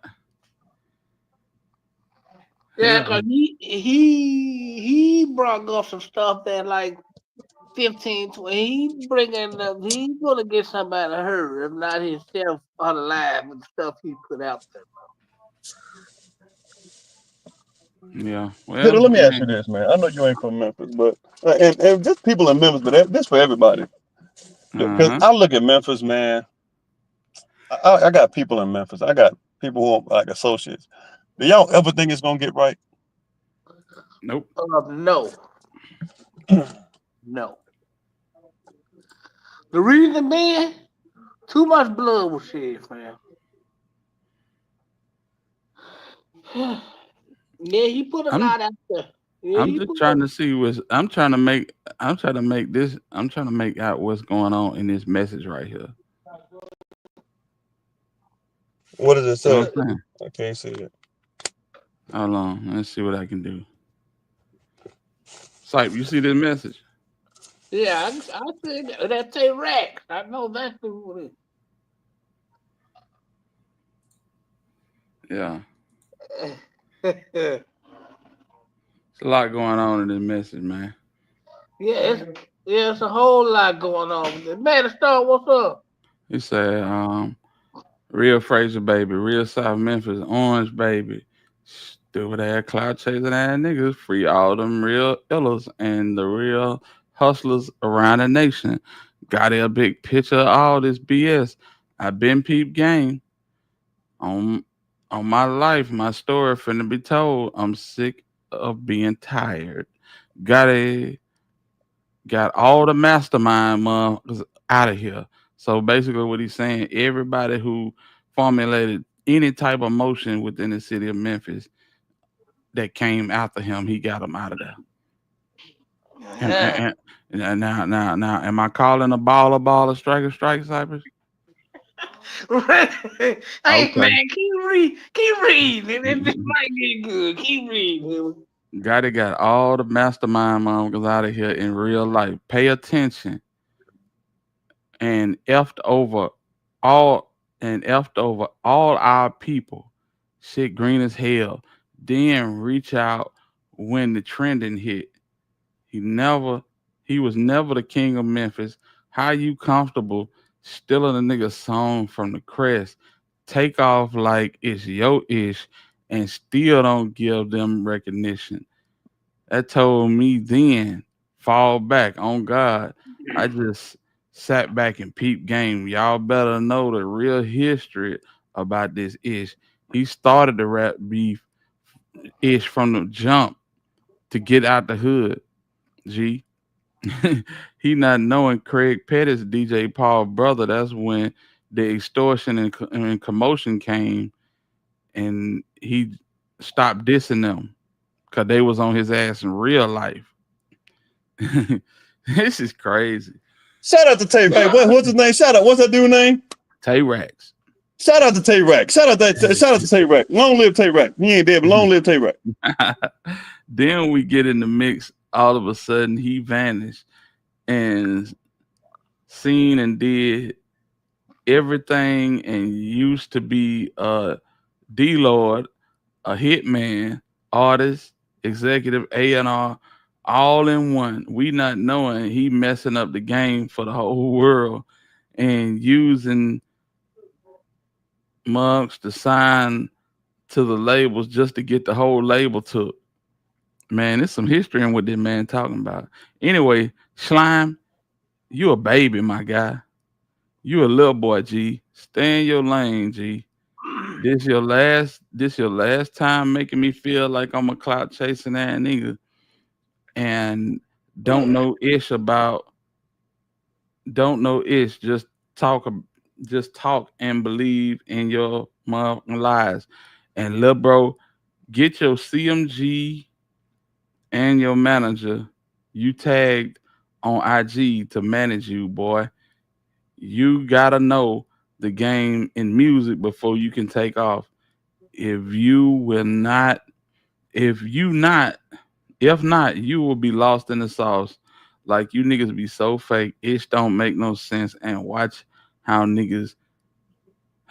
all these old niggas finna vouch for him. That's where it go out. But yeah, Buddy going at everybody. What up with it, Lucky Me? He went at everybody like who? Dolph? He went to Dolph too? No, he went at everybody from that area. Oh, okay. So Cypress. So is he lying? So he lying too, Cypress? Well, No stuttering. It's a yes or no question. Let me answer it. I can't say he lied because he's from the real crib. Some of the shit he said got some truth. Let me be the first to say it. Some of the shit he said got some truth to it. So what? Let's start with what he lying about. Let's start there. Legit money. I don't think you read that part, but. I didn't read it, I ain't even gonna touch it. Wait. I don't think you read that part. Yeah, he read the whole thing, Cypress. No, it's actually longer than that, but I'm okay. not gonna, Tell us what he lied about eventually, Cypress. Tell us. No, I can't speak on that because they're too deep. That man ain't lied about nothing. Shut up, Cypress. But I will tell you this though. But like he from the crib, so he did turn a lot of them people against each other that was over there in the crib. This goes back to what I was telling people when he was paying for all the funerals because he turned people against and people started going against each other. And people could deduce that all of it came from. Yeah. That's what I'm talking about, man. So Cypress, in what we read, what did he lie about? In what we read? Well, it's a part in there that he didn't bring it. What is it? Okay, no. What part? What part, Cypress? I can't speak on that because that's too deep, man. Like, Cypress, you be lying so much, man. Bro, you can't speak on it. Just we're not asking you to speak on it. Just show us the part where he lying. Well, he ain't lying when he said. So what? Oh Lord! When he said, you heard him right.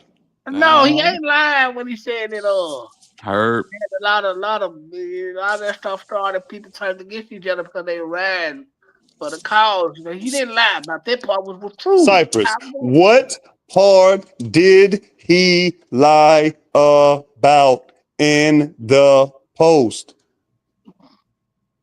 Oh, it ain't in there. It ain't in there. But I ain't gonna touch it. Listen to the question again. Bro, I'm not gonna touch it, bro. So he didn't lie. You just don't want to admit it because you will CMG slap you. That's all you gotta say, bro. Listen, Steve. Listen, bro. I'm not saying that he lied about everything he's saying, but the part that I feel like is untrue is not. Hitler ain't got it in there. So Cypress, that's not. Let's try it again. That's not what I asked you. I said in the post, meaning based on what we can visually see.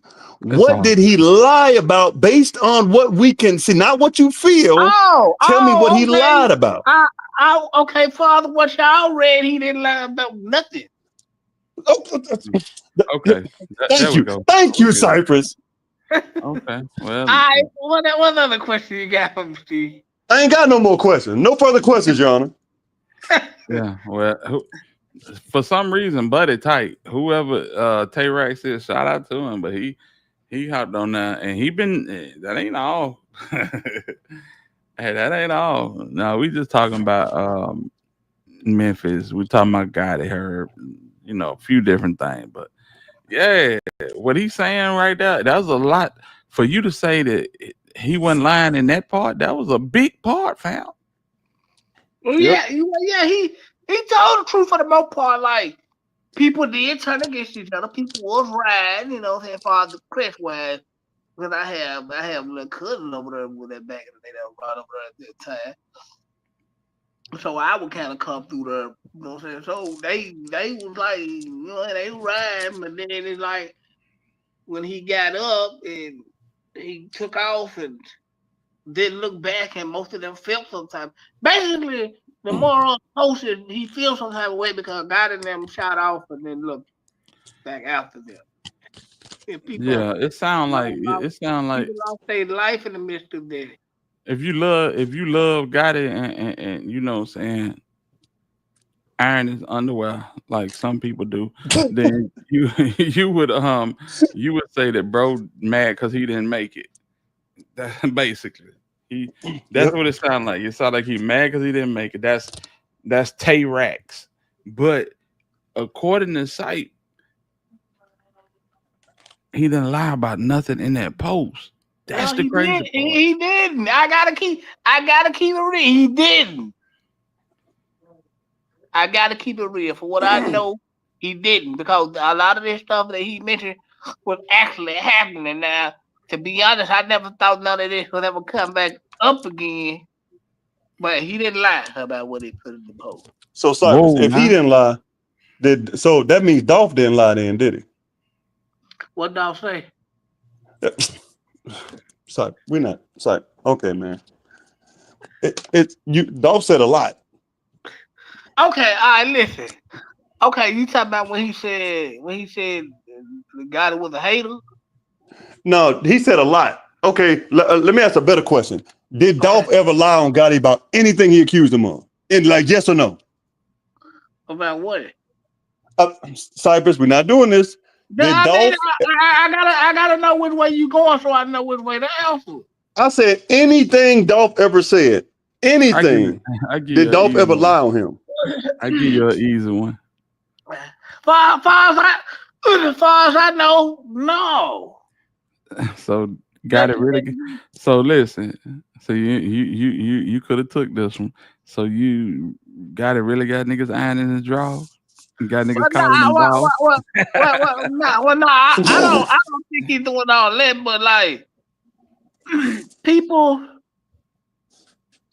really, you know what I'm saying? Like Dolph didn't lie about a lot of shit he said, but no, he can't. He was being correct. It was just he came correct. It was just like the truth hurt, and the truth make people do things. I mean, I gotta call the ball strike. Like Dolph didn't lie about a lot of shit he said, because a lot of shit he said, people that was around him and they associate with him been saying for years. Okay, what did he lie about then? You said a lot of stuff. So that means some stuff he lied about then. What did Dolph lie about? Well, I can't say Dolph lied. For what I heard, Dolph said the truth. Cypress, you just said he lied about, he told the truth about a lot of stuff. It's either all or none. But for what I know, he told the truth, because a lot of people that was associated with Gotti said the same shit when they wasn't around him no more. Okay. Yeah. You feel what I'm saying? Like V-Slang said it felt the same way about him when she went around him more. And that's my homegirl. Shout out to V-Slang. Yeah, man. Hey, speaking of shout outs. So why you ride so hard for Gotti then? That's my nigga. All right, man. All right, sorry.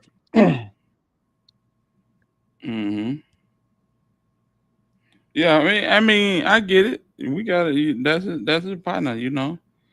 Hey, man, y'all gotta understand, man. I rock with the criminals, man. Yep. I don't know why. I mean, but that's so Hitter. You know, you heard of Big Yavo, right? Yeah, I know Yavo. Yavo from my hood. Man. Yeah, see, I was at the Key Glock concert, so Glock brought him out.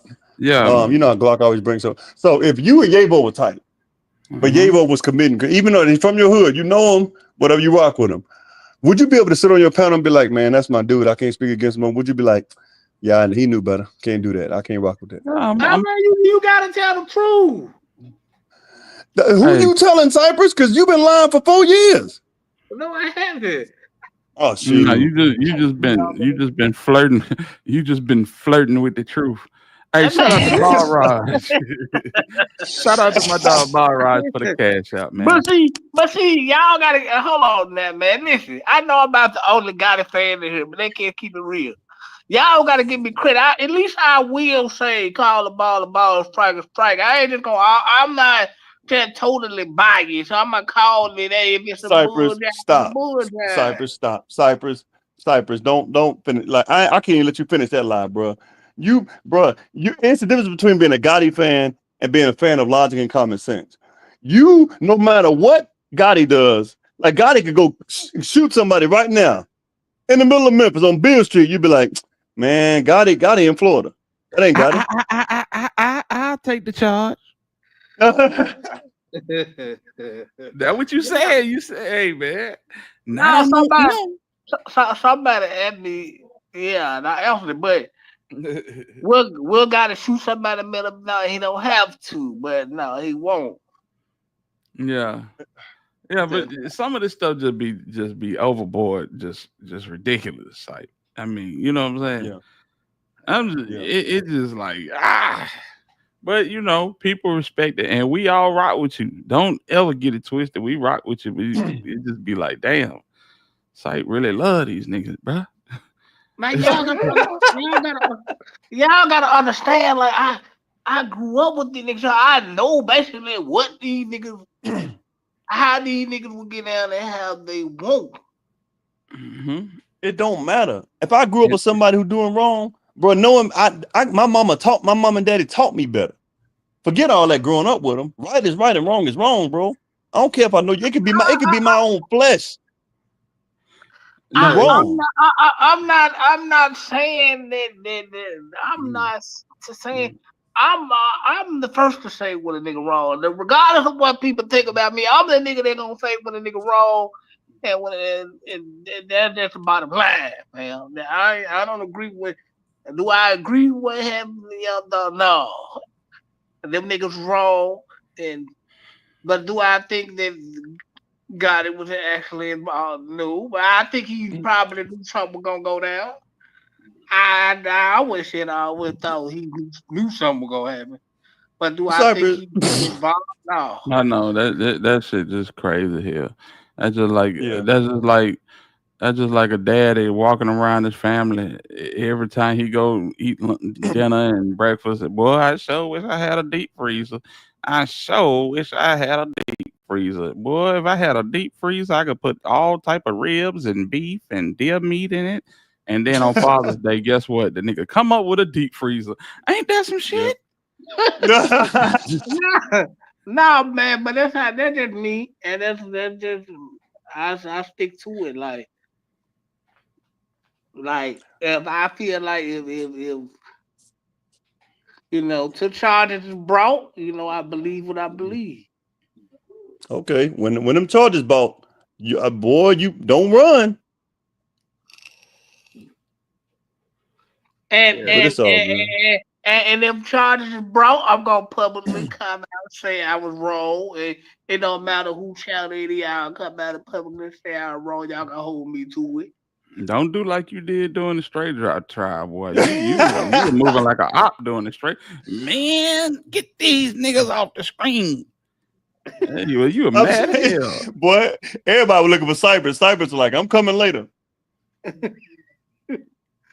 Boy, you ran so quick. Tamara couldn't find you. Hitter couldn't find you. Rest in peace, Young Dolphin looking for you. Great Face, me, Tito, Marlon, Jermaine. He was stuck in the tree like Zacchaeus. He was hanging in the tree. Come down there. Come down on board channel.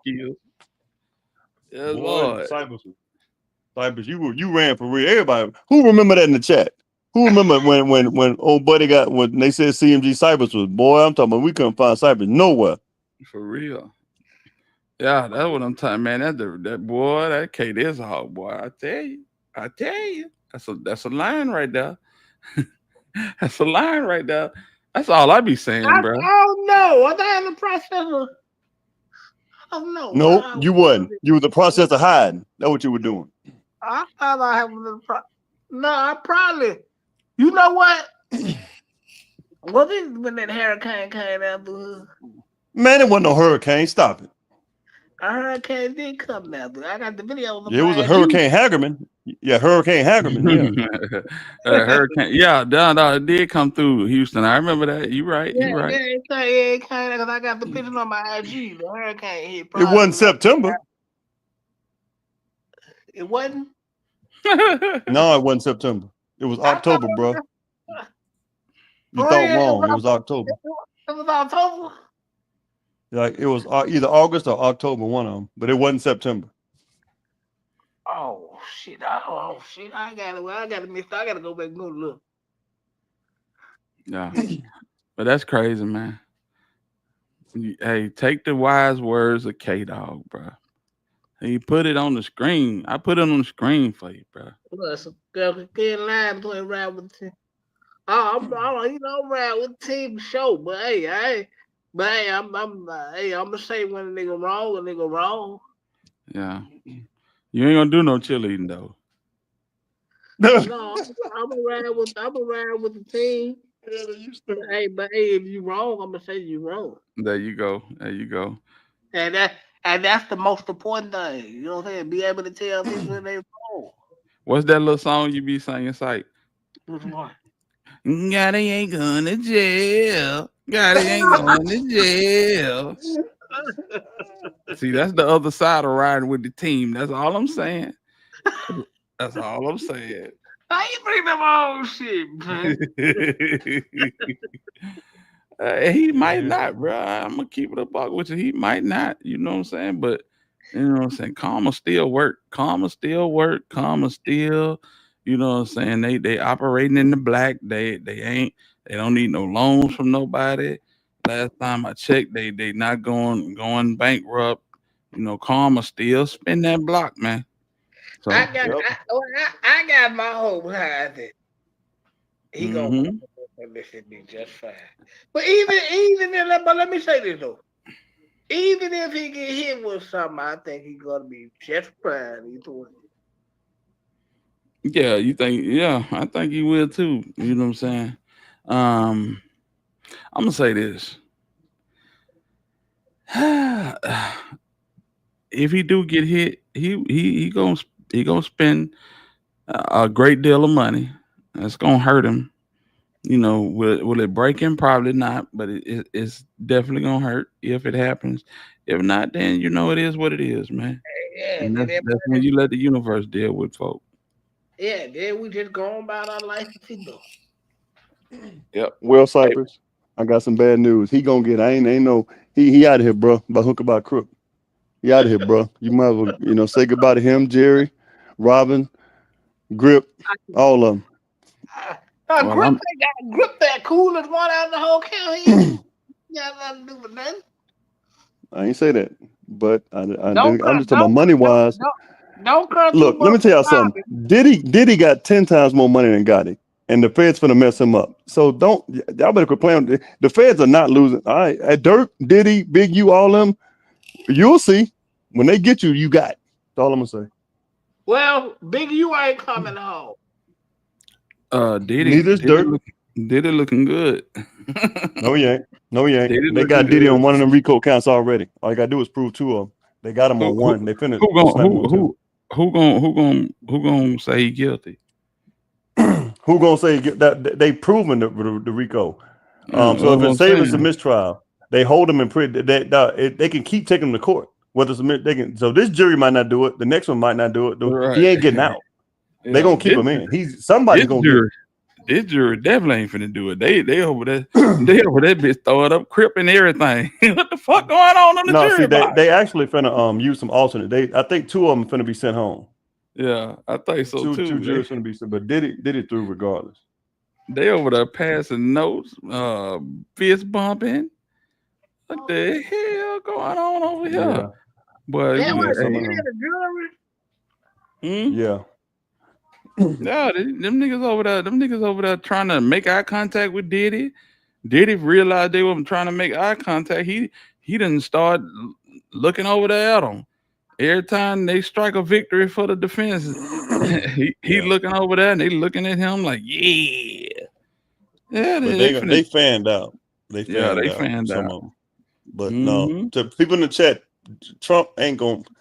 Like, come on, y'all just hear that stuff and just say it. Trump ain't pointing. Like, y'all say Trump will. So when did Trump say that? Just stop. Like, y'all being fans now. Like, he's not pardoning Diddy. Just stop, please. No, just stop. Cypress, it ain't happening. Yeah, Trump ain't pardoning Diddy. Trump got his own problem. He looking for features. He might pardon Diddy just to get a verse for this new mixtape he's finna drop against Elon. Man, you still. And these niggas fight like some 22-year-olds. Hey, hit the like button. If you ain't hit the like button, hit the like button, man. And if you donate to the channel, I appreciate it. Show some love. You know what I'm saying? If it ain't nothing but a tip, every little bit count, man. Please donate to the channel. I appreciate y'all in advance. Salute to the squad. up in here always, early and often. So salute to everybody, man. But yeah, Herb said Herb don't believe Trump gonna get number like 5 years.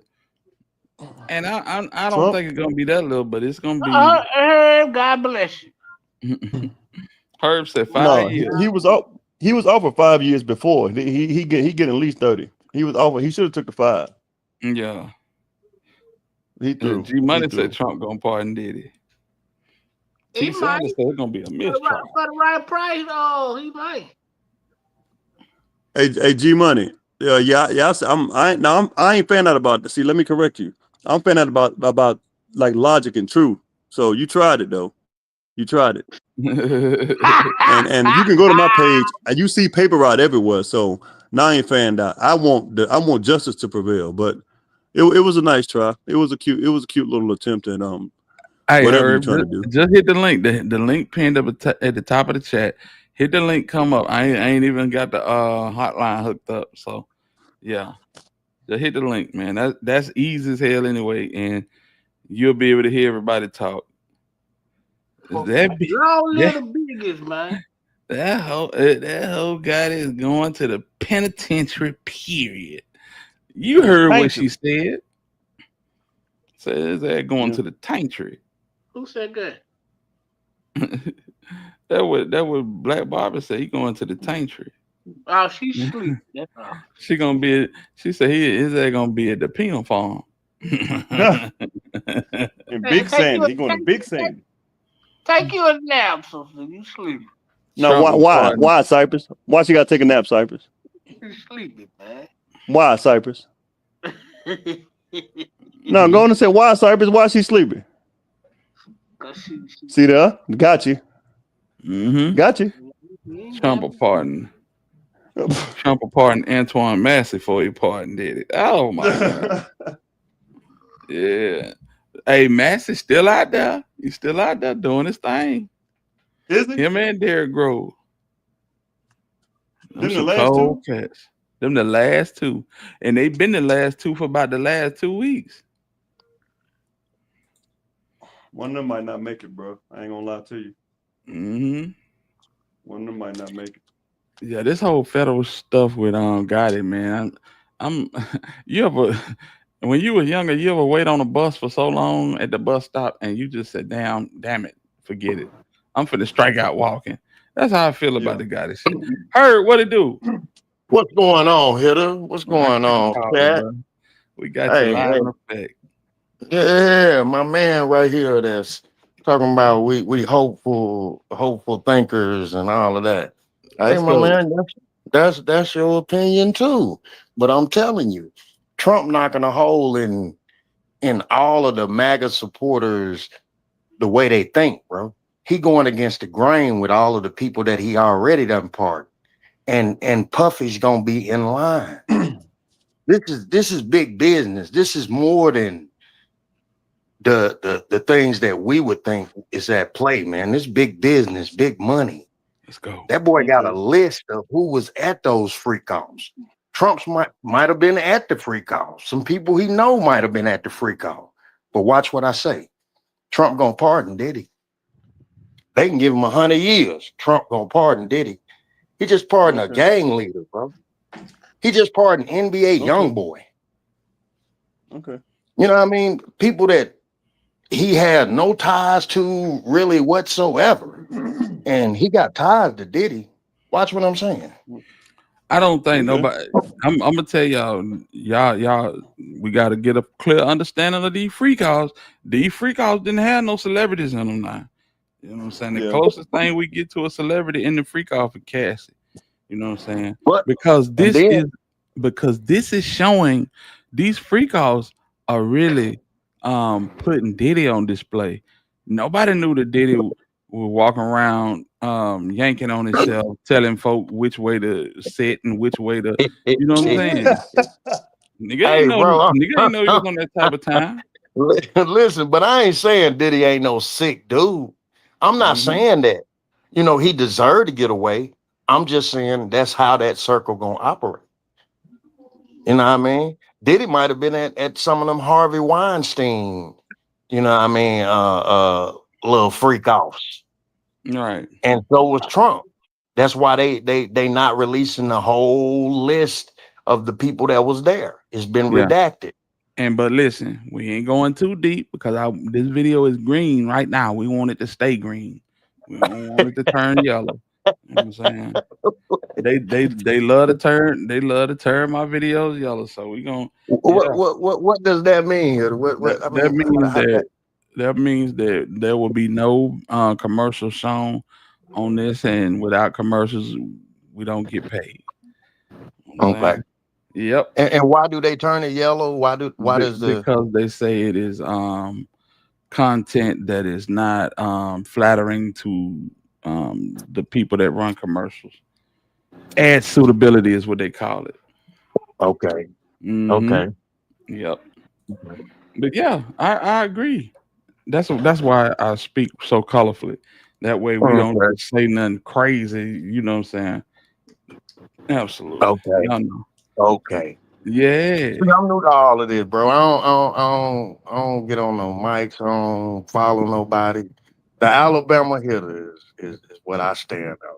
That's what's So up. And I appreciate you. For real. But yeah, and who knows? Who knows? He brought it up. So once everything is run its course, everything got to run its course. Puff got to be found guilty and sentenced, I believe, for him to even start to even think about pardoning. We gonna see. We definitely gonna see. $1 But billion go a long way. but I'm gonna say this, and loyalty. Trump holds no loyalty to nobody. I'll say that first and foremost. But Diddy had a few choice words for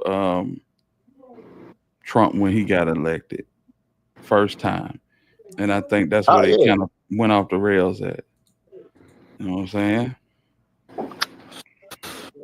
Hey, man, all I know is the boy is a sick character, man.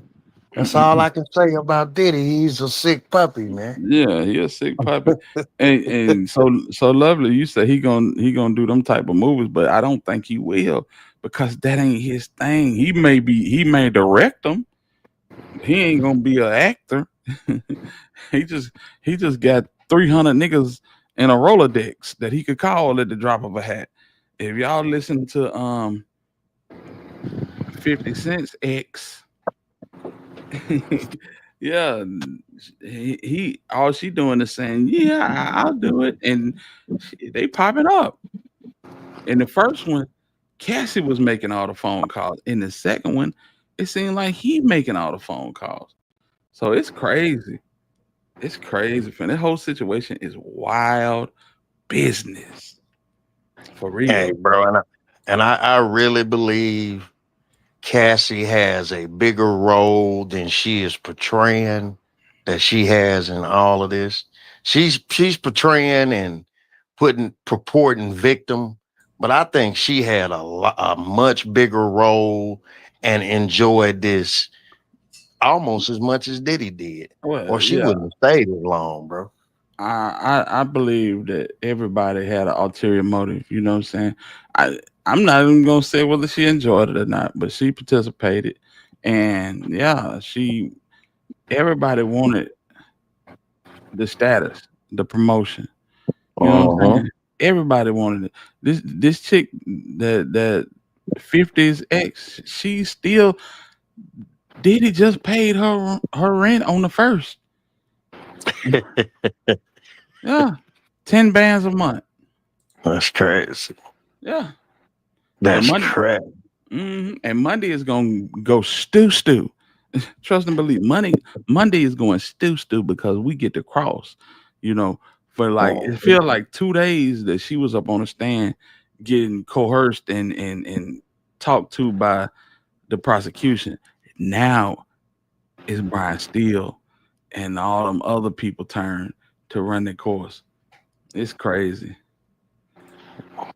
Though freaky and abusive, seems Diddy can't be charged with anything. Right. Well, I'm gonna tell you that video shows a little bit of that KID napping because it shows him dragging her down the hall, and she didn't want to be drugged down the hall. What you think about it, Steve-O? Button with a hard little tootsie roll. Yeah, man, like a grain of rice, boy. She got it going on. She got it going on. Cassie chose to be there and stay in that situation. Fam, listen, I'm listening to the whole testimony with Kid Cudi. L. Kid Cudi got mad at Cassie because she went back. She was with Kid Cudi for like a year. That's what I'm saying, fine.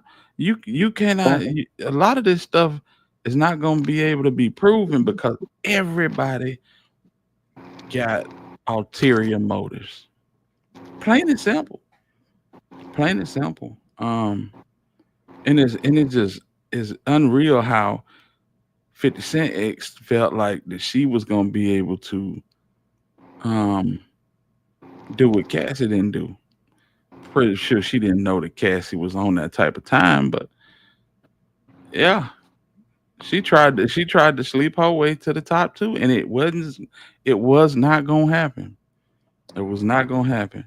But see, she got trapped in because she needed that bag. She don't have no career. She didn't do nothing. She was, you know what I'm saying, an influencer. Yeah. So when you get used to that lifestyle, what you gonna do? You gonna go get your apartment for 1,500 a month? Nah, you ain't finna do that. No. How many I gotta go through? You said three? Okay, line them up. Let's go. Yeah. I mean, just being real. Just being real. It's a bad situation, and Diddy is one of the weirdest people that I've. We don't know everybody vices and kinks. This is a where all my Illuminati folks at? This is a humiliation ritual of the worst kind. That's why I feel like there's a way of escape for Diddy because I feel like that these folk really just want to humiliate Diddy. That's how I feel. That's how I feel. I need y'all in the chat to comment back on this.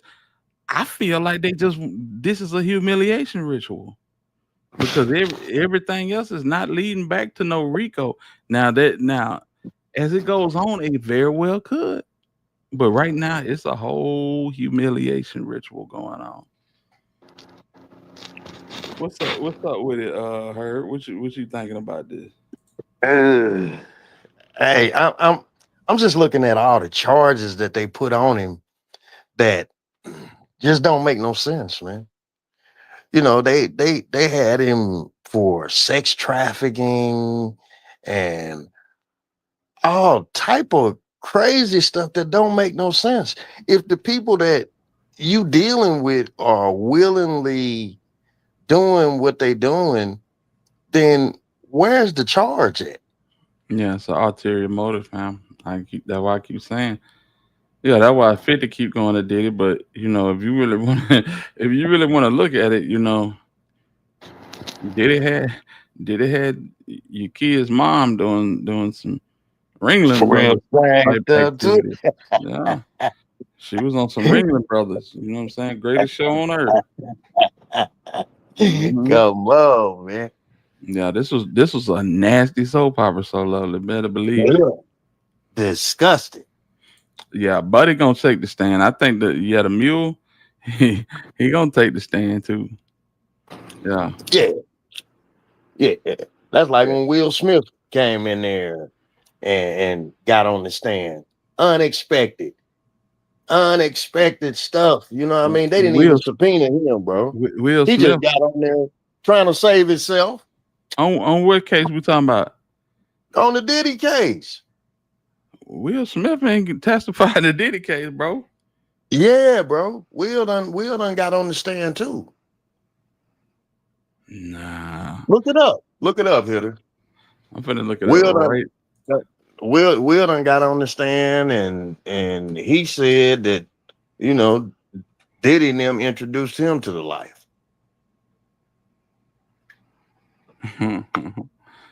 It's crazy.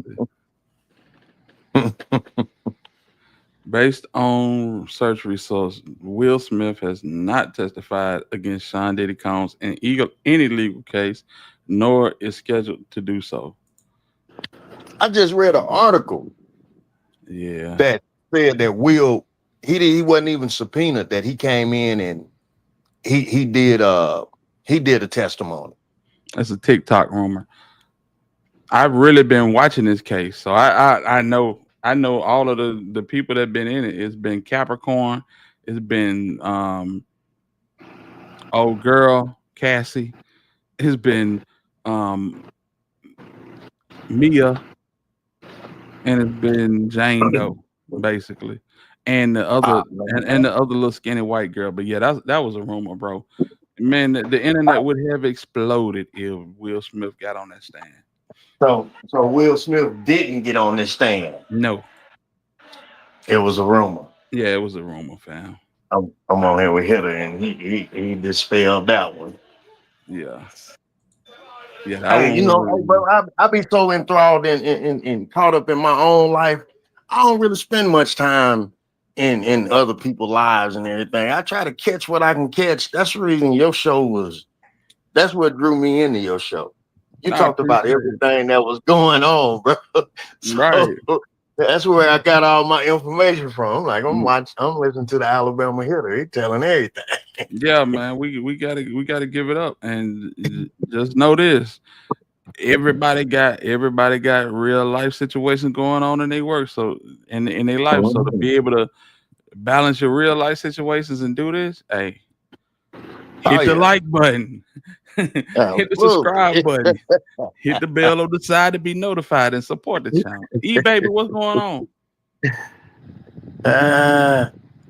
What's good, Hitter? I hit the like, salute Cypress and the entire panel, mods and chat. I pray. What's up with it? JB, home of the velvet room. JB. Yeah. Yeah, the velvet room coming soon. Let's go. Yeah, that was the whole thing about this case, man. We thought it was a bunch of like Grady on Fred Sanford said, he thought it was a bunch of orgies with a bunch of celebrities. No, that's not what it was. It was an absolute. This was a way for Diddy to get his personal excursions off. You know, watching a DVD or watching a videotape wasn't good enough. This brother had to be live there and directing it while it happened. That's crazy. BDSM and all that. You know what I'm saying? I appreciate you, eBay. I appreciate you. Yeah, it was different, fam. It was different. And the fact that you know what I'm saying, everybody says that he like sloppy seconds. And yeah, that's different, bro. That's something I have never heard of before. I ain't never heard that one either. Yeah. You know, that's something that and not all, you know what I mean, not for people that look like us anyway. Yeah. You feel me? I ain't heard that. But okay, Diddy, whatever you like, bro. Wow. K Dog, you still in the building? Well, my dog K Dizal got. I need K Dizal. We finna take him back with this one, K Dizal. Cause when I think about Diddy and the whole situation with with Cassie and yeah. What y'all know about this? Yeah.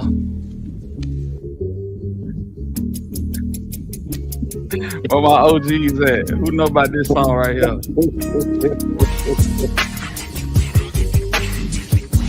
What y'all know about that?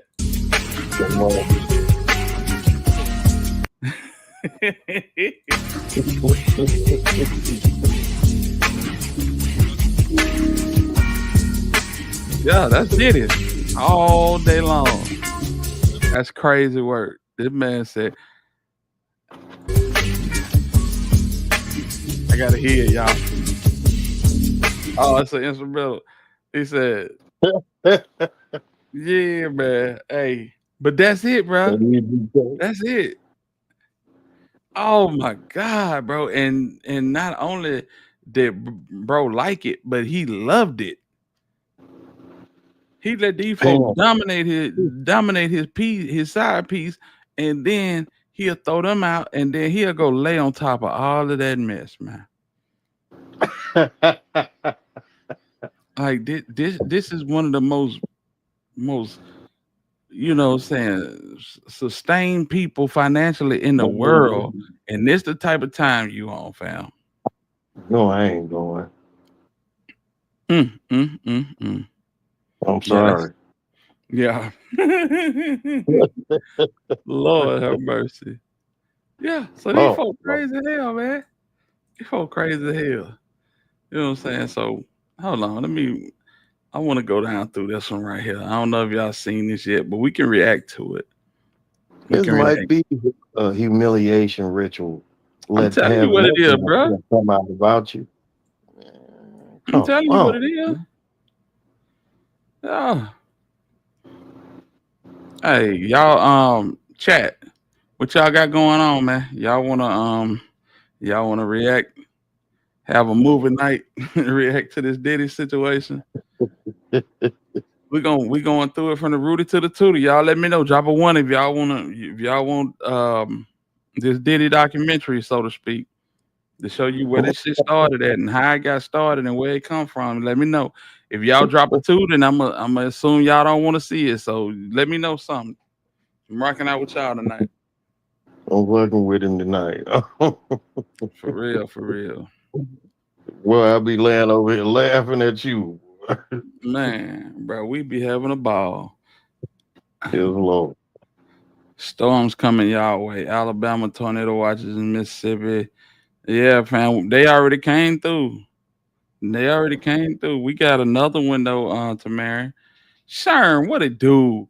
Salute to you, Fred. I appreciate you, man. That's one of my Titties villains in here. Tittisville in the building. Yes.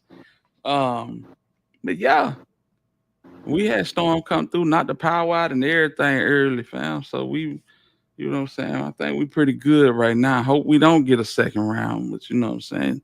You never know this time of year. You know when that happened last night? No, that happened today. Okay. Man, listen, Lil T, before we go into the documentary, we going through this Cypress. Where are you, sir? Cyber Garden. Live from the Bay. North. Well, yeah, Cype done put the phone down. he didn't went to the Circle K, grab some Coca-Colas. Got it talking to him. He out there smoking. He out there smoking a cigarette on one of the corners, talking to the bros. Y'all be hard on sight, man. I come back to the phone in a minute. They ain't saying nothing. They ain't talking about nothing. No, this boy said they ain't listen to 8 Ball and MJG in Memphis because they were blackballed by Gotti. Blackballed by 666. I said, ain't nowhere in the hell. No. Boy, we were listening to Ball and G in 93. And that shit ain't never come on the radio. That shit was live. It was word of mouth from the street. So yes, you Lord. Can't blame no blackball on that site. Come on now. Yeah. They came out of school. So Memphis didn't support 8 Ball and MJG? No, man. According to Cypress, the world did. The world did, yes. Yes, the Better world believe that. Yeah, man. That man talking about something. That man said it. They didn't bump at 8 Ball and no damn MJG in Memphis because they were blackball. We ain't know nothing about them. Come on, fam. Cut it out. Yeah. I guarantee, I'm gonna tell you, this is the vibe. And shout out to the Rashid brothers and Mr. Rashid from Music and Mo, Birmingham, Alabama. Man, I walked in the store and they were like, "Big man, you gotta listen to this." I'm like, listen to what? Man, they showed me this mixtape. They showed me this album, and these boys was on a freeway and a Lexus, and and the artwork was horrible. Made the Lexus look like it was going super fast, and both of these boys had Jerry curl coming down to their shoulders. I said, I ain't finna listen to this shit, man. Boy, they played Pimps in the store. When they played Pimps, I was like, let me get that. Sherm, you already know what it is, bro. Right up there in the Heritage Center on the west side, southwest side. Man, went and got them down. Went and got them Ball and G tapes, man. Came back to the crib, and that shit never came out the player. And we were so late to it, it felt like 3-4 months later.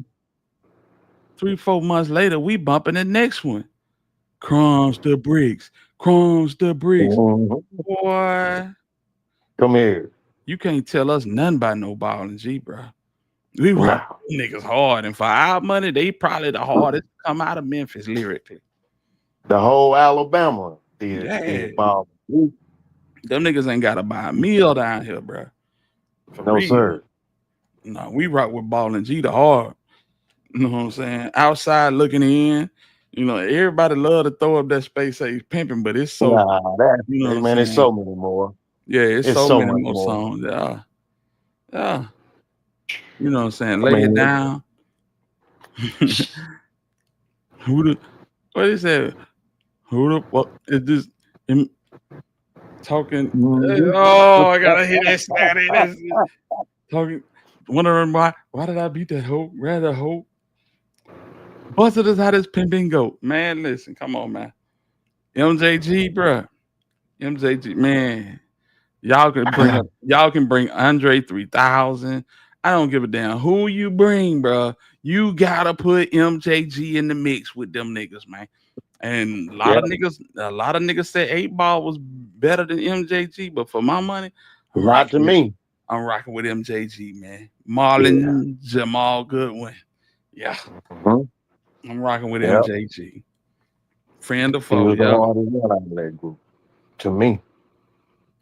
In this game of life, I'm the target. I duck and I dodge shit. Yeah, man.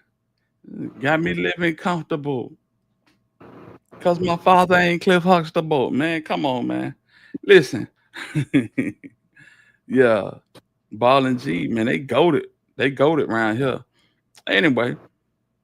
I thought they was goated in Memphis. Nah, bro. Well, I can't say that they ain't goated in Memphis because I just seen, and shout out to Eddie Valero, Independent Jimmy, right out Orange Mound, just shot a video with 8 Ball. And that show you the niggas do respect them. We got, you got to look at it like this. Cypress, and that's my brother. Cypress got a skewed standpoint of how he see things. You know what I'm saying? And he see things from a North Memphis, South Memphis perspective.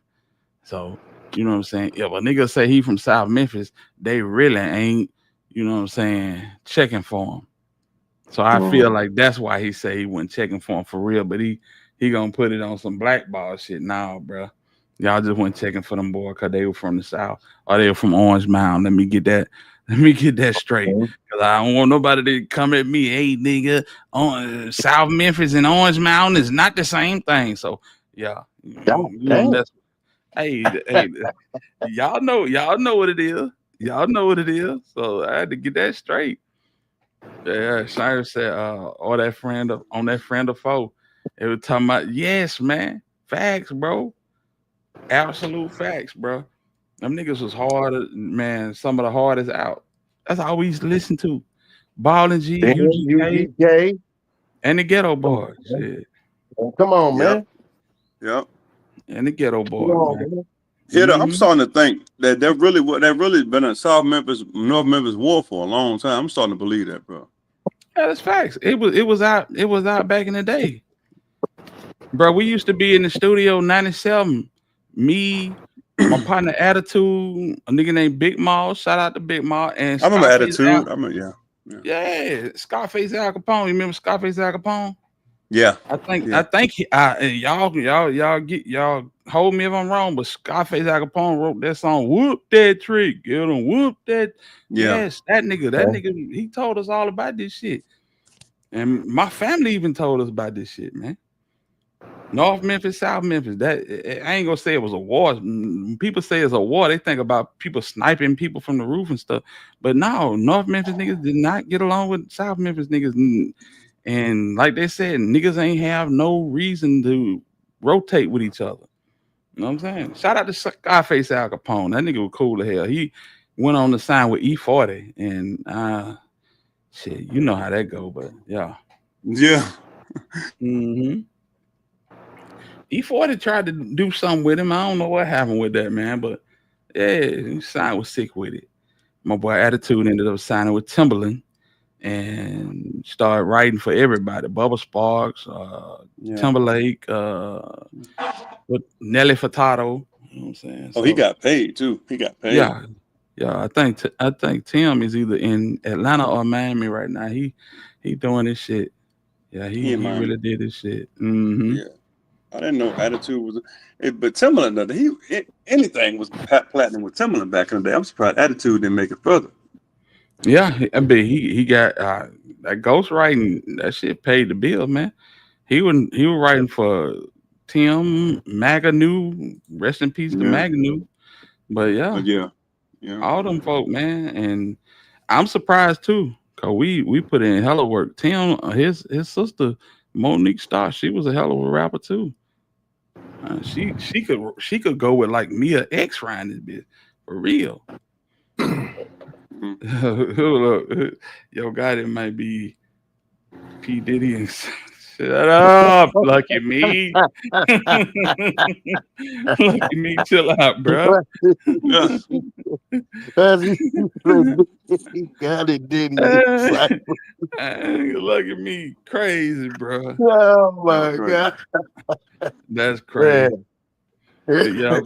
Not Diddy and Cypress. Don't do it, Cypress.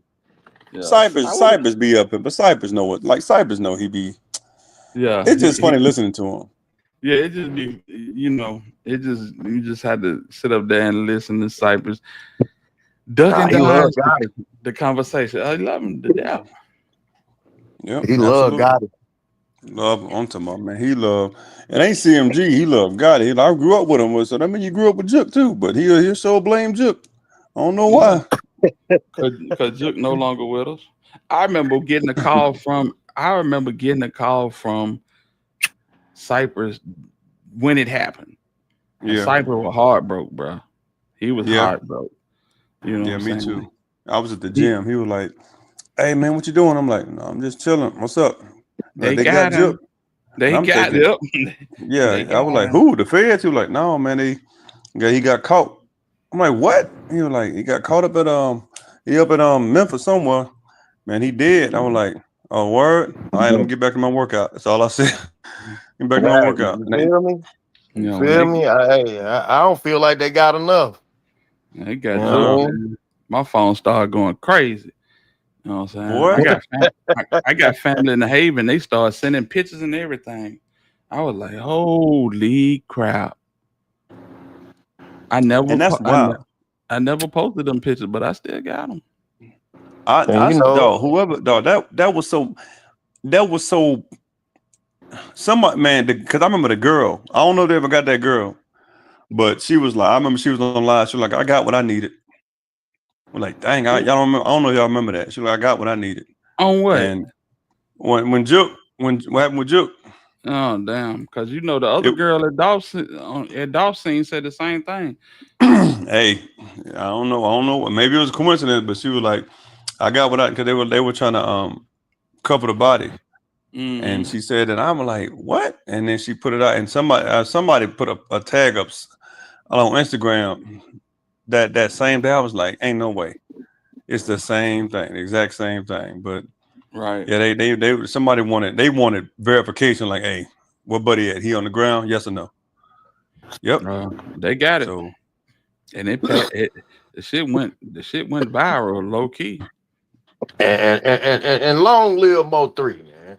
Well, let us not. Yeah. Them cats. That start next week, don't it? That trial. And I hope they knock their heads off. It started. They getting them. Yeah. It started. I think Wednesday. Yeah. So no, it's who is it? Is it Yellow on the? Is it Yellow first or is it Devin Brown? No, it's Yellow. It's Yellow. They having some type of hearing on the 12th. Oh yeah. Yeah. The 12th Wednesday. Oh yeah. So is. Mm-hmm. Yeah, Yellow. They got him. They got him dead. They got so much stuff on him, man. It ain't even funny. Right. Oh, the 12th is Thursday. Okay. Yeah. They need to get him through that. There he is. He finally back. What's up, Sight? Yeah. Man, I had to dip for him. I had to go do something. We already know. Of course you went to buy some scratch offs, some Coca-Cola. You smoked the blunt with the white ends on the corner. What's good, everybody? He came back. Hey, Cypress, how Gotti doing? How you doing, live? I know you know. I know you know. Yeah, but they said they're trying to introduce a bunch of shit into this Mo 3 trial, into this Yellow Beezy trial. He getting information from Secures, which is the phone people. I don't know why, but we just gonna be on standby watching for it. But that's next Thursday. Y'all already know what that's finna be like. We finna turn this motherfucker all the way up. For real. Hitter, listen. They got man. Hey, Yellow Bees, if you listening, boy, you better start talking. Cause they got y'all. Belt to ass. Mm-hmm. They got y'all. That Texas ain't finna play with you. That Texas ain't gonna play with you at all. Belt to ass. And I'm glad. Yeah. I'm glad. And I ain't even no dirty dude like that. I don't run around hoping nothing bad happen to nobody. You know what I mean? I pray that everybody get out of their bad situation. Except them cats. Right. That's a lot of man. They hurt me when they took Mo 3. I don't listen to no whole lot of this new music and these new cats, period. Cause you know what I mean, all their music is filled with nothing but drama. But Mo 3, why everybody so sympathetic for Mo 3? Scott Alex, salute to you, fam. Why everybody why everybody so sympathetic to Mo 3? Because hey Cypress, this is me now. I respect a man that'll do his own work. If you got dirty work and you want it done, you man enough to do it for yourself, I respect that across the board. But I don't pay. Wait a minute. You asked, now I'm telling you. Mm-hmm. These other cats running around here getting 20, 50K and putting it on a cat head. Hey, bro, anybody can get some money and pay another cat to do the work for them. Anybody can do that. It take a real man to have some business and stand on it.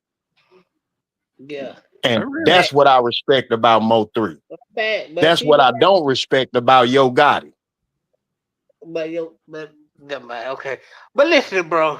Yo Gotti too important to do his own work. Listen, I'm the nigga that's gonna tell you Yo Gotti ain't never did his own work. Mm-hmm. Well, I'll say, Cypress, I'm gonna answer that question. Now, I'm not Mo wasn't no angel. Mo wasn't no. Nobody ever said he was. Nope. But here's the thing, and just like with any M for hire, forget all that. I'm gonna look like a snitch. I'm gonna look, bro. If somebody's attempting on your life, tell the cops. Because you know why? I would rather people look at me as a snitch, but I'm a civilian, than to be respected with 80 years in prison. How does that look? Because you can say what you want. Well, ain't nobody gonna listen to your record. I'll give you two examples: Tekashi 6ix9ine and Gunna. They gonna listen to your music, bro. People can say what they want. People ain't gonna stop listening to your music. That ain't gonna happen. Hey, let me say this. Salute to V. I'm just gonna say V. Salute to V for the cash out. I appreciate everybody in the bushes that's watching and everybody in the chat box. Y'all know what it is. Hit the like button, subscribe if you ain't subscribed, and donate to the channel if you can, man. Let's get back to the work. I'm gonna say this, rest in peace to Mo 3, but let's just keep it trill, man. Yeah, okay, I respect the fact you did, I get it. But man, I ain't got sympathy for niggas to play in the streets and get whacked, man. That's just on you, homie. You gotta take that. But Cypress, we were just talking. When Juke died, you know how you felt? I felt I you knew remember it was that? coming because I said it was coming. But you said you ain't got sympathy for dudes who play in the street, but you had sympathy that day. They got him, man. They got him, man. Yeah. They got You him. remember that, Cypress? Who was on timeline, right? No. You called me on Instagram. Yeah, you hit me up too. They got him, man. I'm like, what? They said you had a balloon release for him. Huh? They said they had They said you had a balloon release for him. No, that ain't true. I wasn't when I They said what? I think I left right before that shit happened, man. Yeah, I was gone right before that happened. But you see, you just contradicted yourself, Cyber. You said you don't have sympathy for guys like, but you had sympathy that day. So which one was it? I felt some type of way because I know it, but outside of that, man, when you play in the streets, you play in the streets. Like, okay, But yeah, you I had know sympathy though. But you that ain't what you said, Cypress. No, exactly. You contradicted yourself. Okay, that's still sympathy. Oh, okay, y'all got me. Okay. Hold on, but the only reason why I'm saying it because I do personally, I don't know the other cats, like so. It don't matter, Cypress. That's selective. That's called selective sympathy. Yeah, you know what I mean. Yeah, that's it. Yeah, and so you got sympathy for the people that you know what I mean you deal with, and the people that you know what I mean you like. And personally, I liked Mo 3 music. I felt like, you know what I mean, regardless to what he did out here in the street, that was some other stuff. When he came in there and got in that booth, hey man, he could help some brothers through something. That's a fact. Let me say something. Shout out to my dog Lebo 205, man, for the cash app. I appreciate you. Yeah, man, people in the bushes, man, I appreciate y'all, man, for real. You know what I'm saying? You ain't got to always pop down in the comment box, but if you see something and you want to salute. I appreciate y'all, man. And 3, listen, bro, 3 handle his business. He put that work in, and these niggas ain't he wasn't no angel, but these niggas weren't no angels either. They absolutely weren't no angels. But do y'all think they got enough on? Yep. They got more. Yep. They got more than enough. More than enough. I hope they knock the scalp off. I keep on telling. I keep on saying it, bro. And let me find it because I don't think I do a lot of cleaning. You know what I'm saying? Let's look at this line at nigga till we can find it. Hold on. Check out this line at nigga. I ain't go to college, but I turned it down. Oh man, I turned it down just to do this, just to grind from the rap. So you had an opportunity to do the drumming thing, a scholarship and everything. Where at? I think it was like in Jacksonville. Yeah, a big band in Jacksonville. It was a big college though, and they offered me like 15, some shit like 10 million or something like that, 5 million, something like that. What lying like a man? Scholarship. Okay, but not $5 million. They offered you $5 million to play the drum. Yeah. What the fuck are we doing here? Like, what the fuck y'all, like, you know what I'm saying? But I was so younger, like, wait. I didn't know what it was. Are you sure they offered you $5 million? I turned it down. It was a scholarship, like, I had to go to school for this decade. What is he talking about? Nothing. What he said, bro? He said this in was Jacksonville. before the name, image and likeness deal. So What college was paying out $5 million to beat the drum? Niggas just lying. For 10 years? I think he's trying to say it was Florida A&M. No, he was trying to he wasn't. He said in Jackson. Hey, They Florida don't do A&M that is at not in Florida Jacksonville. Hold A&M. on, y'all. He was trying to say Jackson State. That's what he was trying to say. Yeah, okay. but they don't pay you to come down there and play in the band. Bro, you know how poor Jackson State is? Jackson State ain't got $10 million right now. They probably got 10 mil, fam. They probably got 10 mil. But No, the they ain't thing got is, 10 million to give no nigga to play trombone. no, they ain't got to give nobody. They in there dividing that up amongst the, come on now. No, man. I thought, ain't no way you taking turning down $5 million just to go rap for some fraud. To go play in the band. Like, he think he Devin from Drumline? Man, come on, man. Like, dude, that was an exotic really lie. hate the internet sometimes, man, because, the internet has become a tool to even give the dumbest motherfuckers a stage.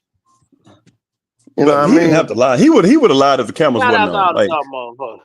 no, man, no. This dude sat up there and Hey, then why you he put changed. that shit up there, man? Mm-hmm. For your Why you entertainment. even bring that shit up there, man? That was for entertainment funny. purposes only. Mm-hmm. To satisfy all my CMG people. Hey man, that wasn't satisfied, man. We don't support this ass shaking ass nigga. The nigga shaking ass way. No, you like no. Don't be. No, see, if you gonna support CMG, support the whole label. Don't do that. Don't do that. Oh, yeah. Glorilla, all of them. Don't I be. ain't fucking with none of that. All the fuck with all of CMG, all the fuck with Bag and Gotti for sure. Bag Gotti, Man. Juke and Grip. Juke and Group. Well, you got 3 of them, right? But you don't mess with Glorilla. No, I don't fuck with Glorilla. Oh man, you a lie. You were playing that the other day. No, I wasn't. Glory. You were, yeah. You weren't playing that last night at 7 p.m. No, I was in bed sleeping. You a Cypress. You a lie. Man. God, let's say CMG now.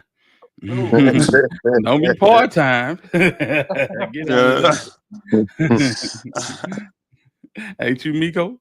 Oh, yeah, y'all somebody. I didn't think about they just CMG, but I didn't think about I didn't think about Well, it's the reason why I didn't bring up So who Young's assigned to? Oh, you signed with CMG. With who? Well, I'll say it like this. You started out with a different lawyer and you ended up with the lawyer you have now, right? No, sir. No, sir. He was never hired. Okay, well, you got paid. No, he did not get paid. He didn't get paid? No, He didn't get $50,000? He did not. He ain't signed my jacket saying he represented. That's not what I'm asking I you. just talked to him. That's not what I'm asking you. Right. You asked He me. got You said I $50,000. had The original lawyer in your case got $50,000 to represent you. Did he not? I don't know exactly how much you get. I don't know. I Okay. can't say. All right. And you knew that, just we're all clear here, that money came from CMG. That money came from CMG. Right? Yes. I don't know Look at exactly. the judge. All right. So you talked today. You got paid for what you just testified to, didn't you? After I was locked up, You got paid, my right? lawyer was paid. You got $50,000 to pay a lawyer, right? I didn't get it in my hand. Correct. I don't know how much it was, but correct. My lawyer got paid. Okay. And there's no question that that money was for services rendered. Killing dog. Basically. Damn. You said basically. In the words of old boy, not Juke. Cypress, not Juke. CMG, not Juke. Not Juke. Built the ass. Built the ass for Gotti too. Yeah, buddy. Rolling like a big shot. Chevy tuned up like a NASCAR pit stop. Fresh paint job, fresh inside check. Man, we better leave. They're You gonna gonna free your dog. They better free your dog. You might break him out, like Cone say. Hey man, they've got to get past this. Well, Cypress, I got some bad. I got some worse. What Jamie Foxx say? I got some worser news. And speaking He ain't, bro. speaking of them niggas in Dallas, Niggas on this. So let me ask you this, Yellow, and I know we didn't talk about this yesterday. Have you ever been questioned about the Mo3 shit by authorities? Hold up. Wait a minute. Something ain't right. Like they ain't try to like bring you in or anything?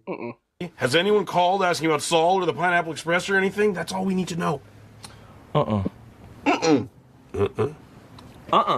Is it or It's There it is, man. Cleared. Like none of that. So it's just basically this shit is all internet. All the speculations are coming from the internet. Like it was never nothing that. Yeah, but I ain't gonna lie. I got a call the day before I even walked in this motherfucker. And people checking on me. So I guess one of the YouTube video people be putting out like nigga that got arrested. Like, I seen it. I damn near clicked on it. They damn near got me with it. I said, man, I'm gonna see them all. They damn near got me with it. Yeah, they damn near got me with it. I didn't even click on it. Bro, that shit be crazy, bro. So you never got questioned for it? Okay. Because a lot of people like to say that you know the baby daddy who did it. You wear the same chain and y'all are friends and shit like that. Hey, bro, this shit is make believe out here. Yeah. Shit is make believe out here, bro.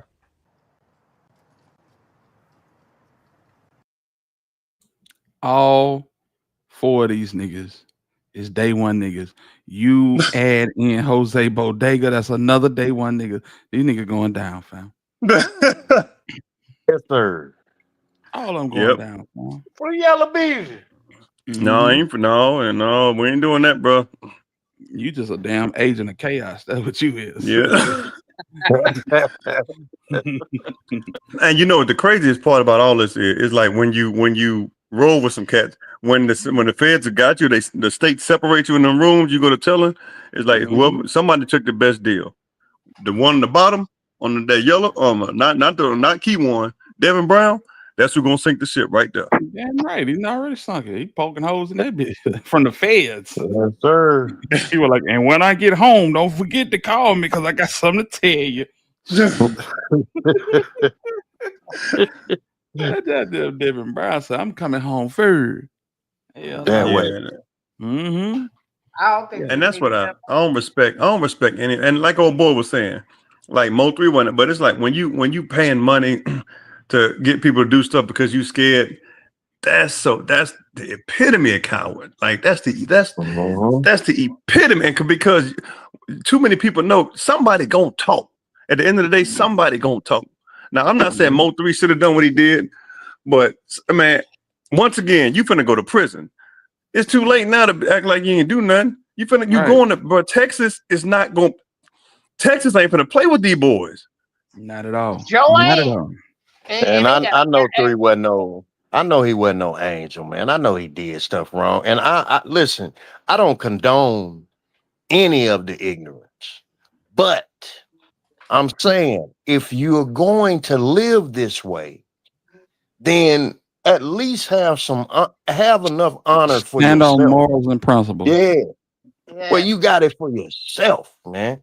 You know what I mean? How can you get into bed at night with a woman and feel like any type of man, and you done paid to get a man off your ass? If you a man, why you ain't get him off your own ass? Hey, as soon as it go bad, she gonna say, you ain't told that little fat big head nigga that shit. You ain't tell 3 that shit. It's all about a time for what you say? you ain't tell that little fat big head nigga that shit. You didn't talk to 3 like that. You know everything. Don't stand on your neck. And that's what Alpha month to go get them once the women get saying shit like that. That would get them I gotta scratch this nigga because she playing with me too, motherfucker. Yeah. But they weren't gonna. Hey, they didn't.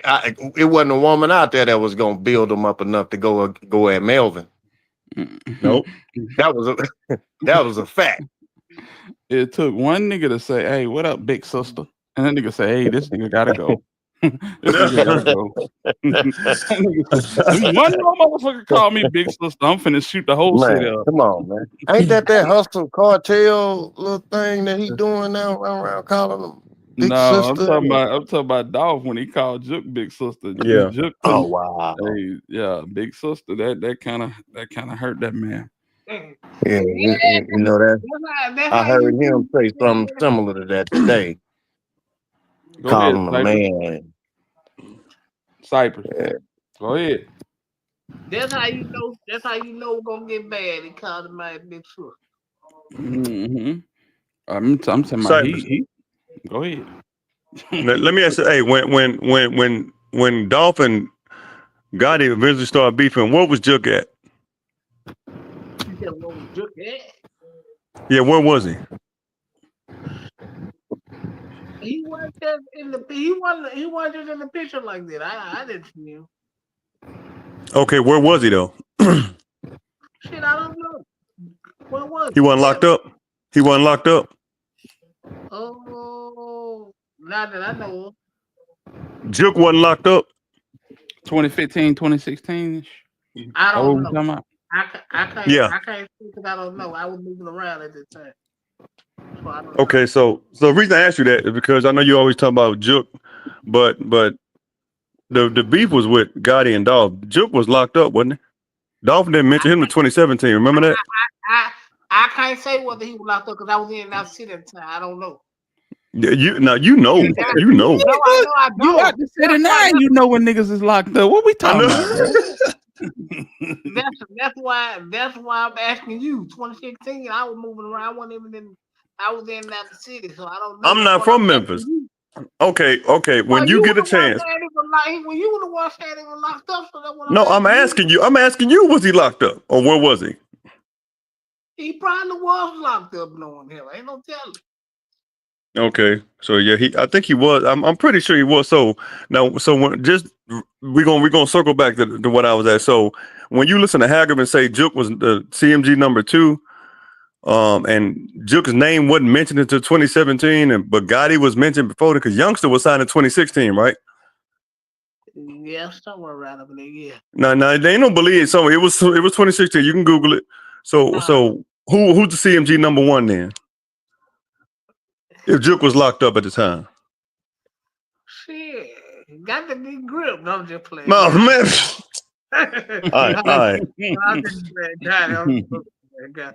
I got with number 1 at the time. Okay, shout out to grip too. But yeah, go ahead. You got any more questions? He was number 1 at the time. Who number 1 now? Well, Gotti number 1 now. Okay, so Gotti been number 1.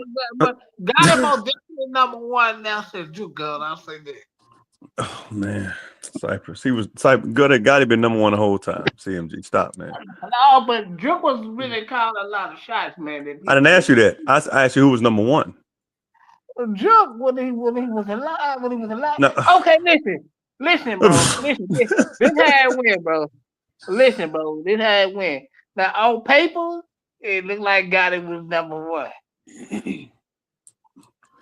Who do you think that the Memphis Police Department believes was number 1? I think they believe Yo Gotti was number 1. I think the fans believe Yo Gotti was number 1. Okay, but in court you heard CMG number 2 when it referred to Juke, right? Yeah. Okay, I'm just we're gonna come back to that in a few weeks, all right? Just making sure. They say Dolph dead, y'all.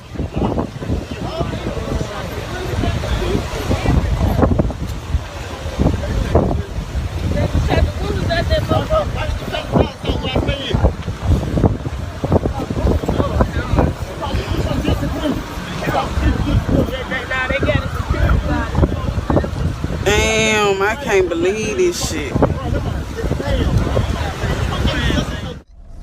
Hey y'all, I'm finna start a GoFundMe, man, cause I know a lot of you rap niggas fucked up out here, man. Can't do no shows, ain't save no money. So guess what? I'ma come say today. I'ma come pay you niggas rent if y'all got somewhere to stay. I'll pay your car note. I'll pay your jury note so you won't get repoed. You feel me? Whatever else you renting or leasing, I'm gonna pay this shit. But when this shit break back over, I want 10% of what you make, nigga. I'm saving you in a crucial time, so don't think I'm trying to get over on you. Cause you don't want to get put out. That'll ruin your career. So just hit my DM, man. We ain't gonna put niggas' business out there. We ain't that tight. You feel me? We can put it in contract. This will never be talked about. You feel me? I'll be so far out the way that won't nobody even know the deal we made. You feel me? So I got up to, I think me and bro gonna put together up to about an M. So whoever trying to say their career, man, need to shoot some videos while the label budgets is cut off. Labels, they cut off right now. No budgets, no money. We still open. CMG still open. Budgets never closed. You feel me? But y'all can pawn some of that jewelry. If it's real, y'all can come and pawn it. You ain't gotta go to the pawn shop. Come to me. Hey, this real shit. Don't go to Cash Advance. Come to CMG Advance. We got some money for you niggas, man. Right now. You feel me? We got money. Right now, man. Pull up. Don't make this shit happen. Yo Gotti confirmed the man killed outside a Hickory Hill event center is Gotti's brother. Memphis police identified him as 47-year-old Anthony Mims, also known as Big Jook. Mims was shot in the parking lot of Pernon's Restaurant and Event Center. Another man who was shot is still alive but in the hospital. Tonight, police are looking for a white Ford Explorer SUV in connection with the shooting. It has dark tinted windows and black wheels. A witness told police they saw suspects in the SUV speeding away, and surveillance video also shows this. If you recognize this vehicle or have any information, call Crime Stoppers at 901-528-CASH. Damn shame, boy. That truck looks familiar. That truck 47 years old, still acting like he's 20. 47 years old, didn't learn nothing. Man, we got some money for you niggas, man. Glenn Gray, what's the word, man? What he Hear what he said, though? He said, me and bro gonna put up about We're gonna $1 million. put something together about a We're gonna put about an a M. So I mean, how if Gotti didn't know that this was going on, how is they already putting together No, that's a whole plan different for it? circumstance. That's all we ain't gonna put that on them. That's a whole different circumstance. I think that was during COVID time. Yeah, that's why he was talking about ain't nobody got no deals and nothing. Yeah. So don't y'all go twisting it, talking about that's for the hit. Oh, you were quick to defend that though, Cypher. You quick to defend that. Hey, Cypher, my bad. My bad. Now You know. because somebody asked me about that video when I was explaining, like they was doing COVID. They like, no, I'm like, man, they was doing COVID. And see, hey, I didn't know that. I saw this video before, but I didn't know that they had made that video. And because when I saw it, it was after Dolph had got killed. Right. That was about COVID. Well, you gotta understand, a lot of people came into the equation after Dolph got killed, so it only made sense.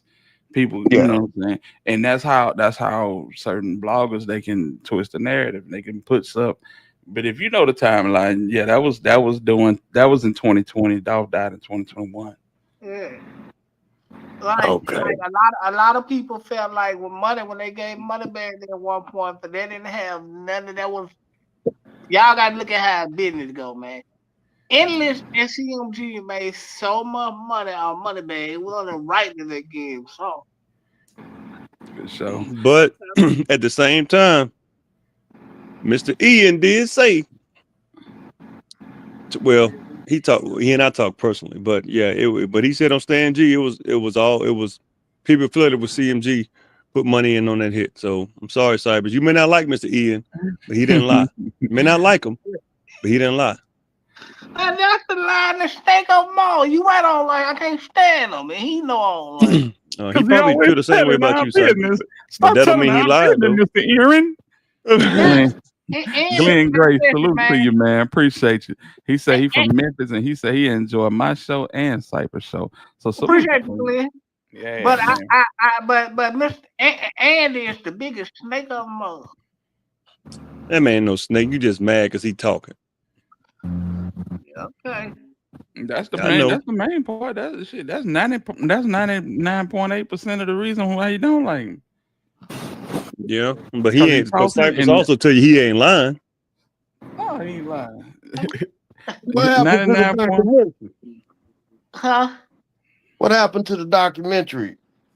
What documentary? The Puffy documentary where we was about to We indulge. got locked in on this dog stuff, and I Yeah. still got it. Yeah. Man, rest in peace, to young dog. Rest in peace to What's his name? Yeah, Big Good.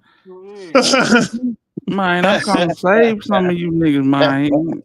And you ain't got to pawn that jury. You can bring that jury over here, man. You ain't no need to go to cash advance. You can come over here to CMG advance. You know, we're gonna put me and bro, you know, we're gonna put together about it, you know. Bro ain't got no money, and Juke ain't had. Juke was broke, man. Juke. We were talking about Juke and put the money together. To hit, man. Juke ain't had no money like that. Juke ain't had no money like that, bro. Not for what they actually paid. How you know, Cypress? Juke had some paper, man. Juke didn't have money. Juke didn't have what was actually paid for the hit. Juke didn't have that kind of money, bro. I'm sorry, he didn't.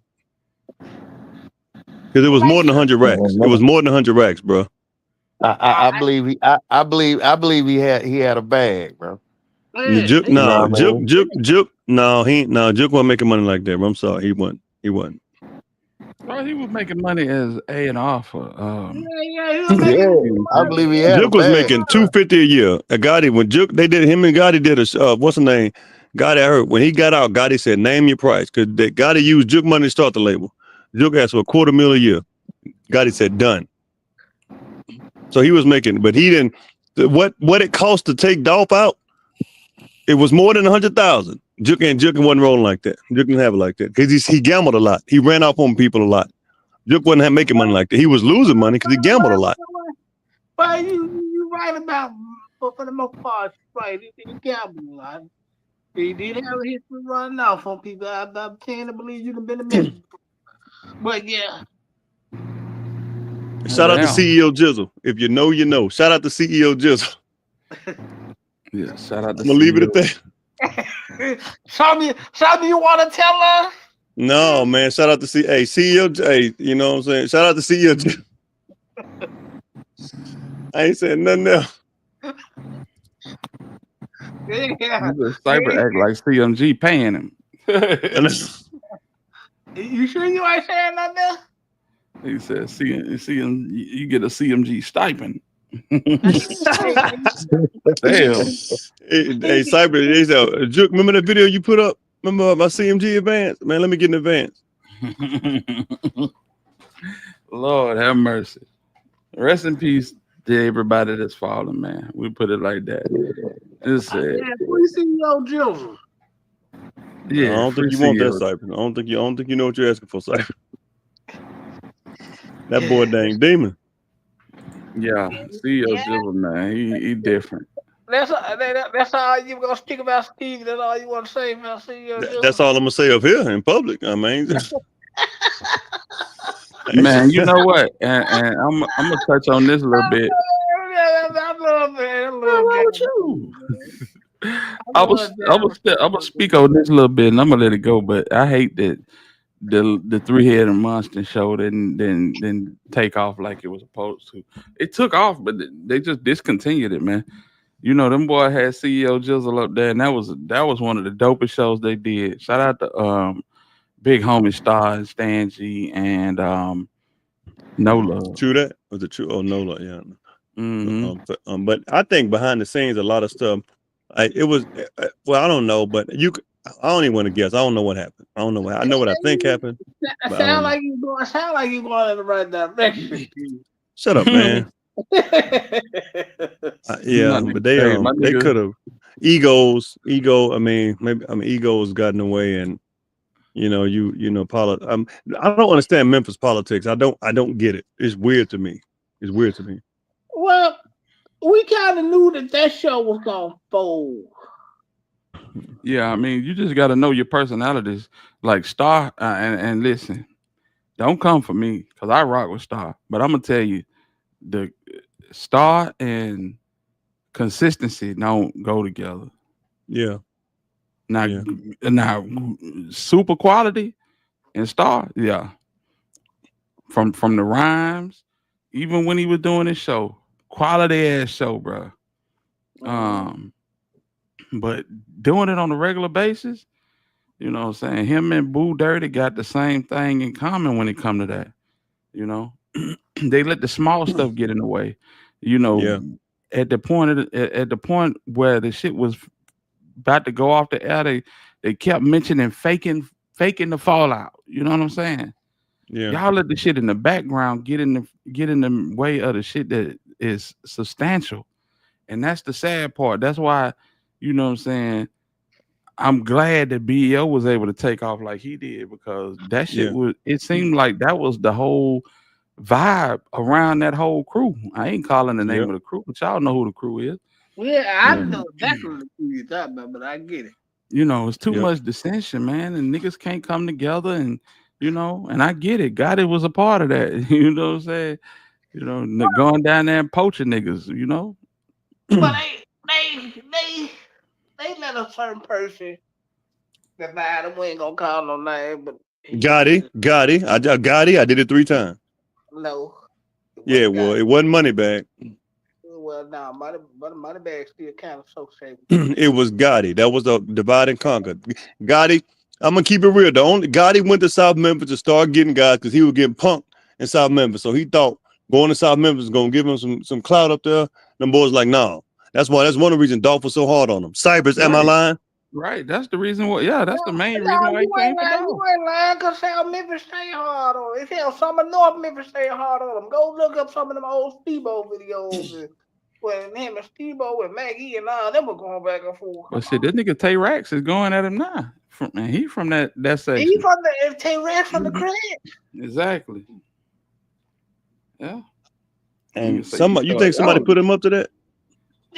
No, I think he in the loop. He know. So why come out with that now, though? I'm kind of curious. Because he called the.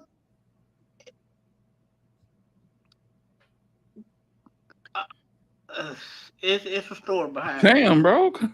You alright? It's a story behind it, man. But like a lot of people feel some type of way, man, because they feel like they were left behind and he used the people. You don't think he used people and left them behind? Yeah, he had a history of doing that. I ain't gonna lie and say he did. I ain't gonna lie and say he didn't. But that's what made him so great, right? Because he used people and left the carnage behind. That's what all the greats. That's what all the greats got. Hey man, that's the Memphis way.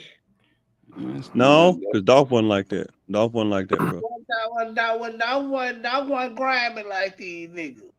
Dolph, yeah, you're right. He wasn't. He brought people with him, and they brought people. That's why it's over 400 paper route chains out there. They took care of people. They still are taking care of people. Yeah. Dolph could have ended up just like them. That's good if they take care of people because people need it, especially in Memphis. Hitter, I'm gonna have to read that because that was real interesting, bro. That was that dude. That you said Tay who? I can bring him back up if you want. Okay. Let's see here. While I'm grabbing this content, y'all hit the like button. Hit the like button, man. And donate to the channel, fam. Come on, free. Man. The donation ain't free, but hell, buy a subscription, something.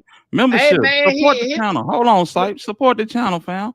You know what I'm saying? We work hard. And a lot of times when I come up here and I do these streams, I be coming straight off work to come and do live streams, fam. Y'all support the squad, man. Real talk. You know what I'm saying? I ain't begging, but I'm just saying, We good over here. We do good work. We don't be on no hater shit. We don't be on no, you know what I'm saying, steering the narrative and putting 10 on 2. None of that. Let's go. All right. Let's see if we can get this in a bigger. Shout out to Nikolai. You right, Nikolai. Shout out to you, brother. So I'm gonna bring this down. Real Fraser, baby. Real South Memphis, Orange, baby. I think you wanted to say Orange Mound, but stupid ass, clout chasing ass nigga. Free all them real illers and all the real hustlers around the nation.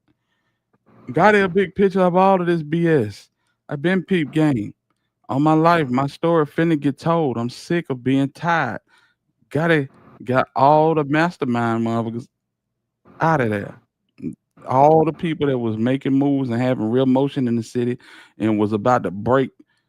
You know what I'm saying? That's who he calling the mastermind.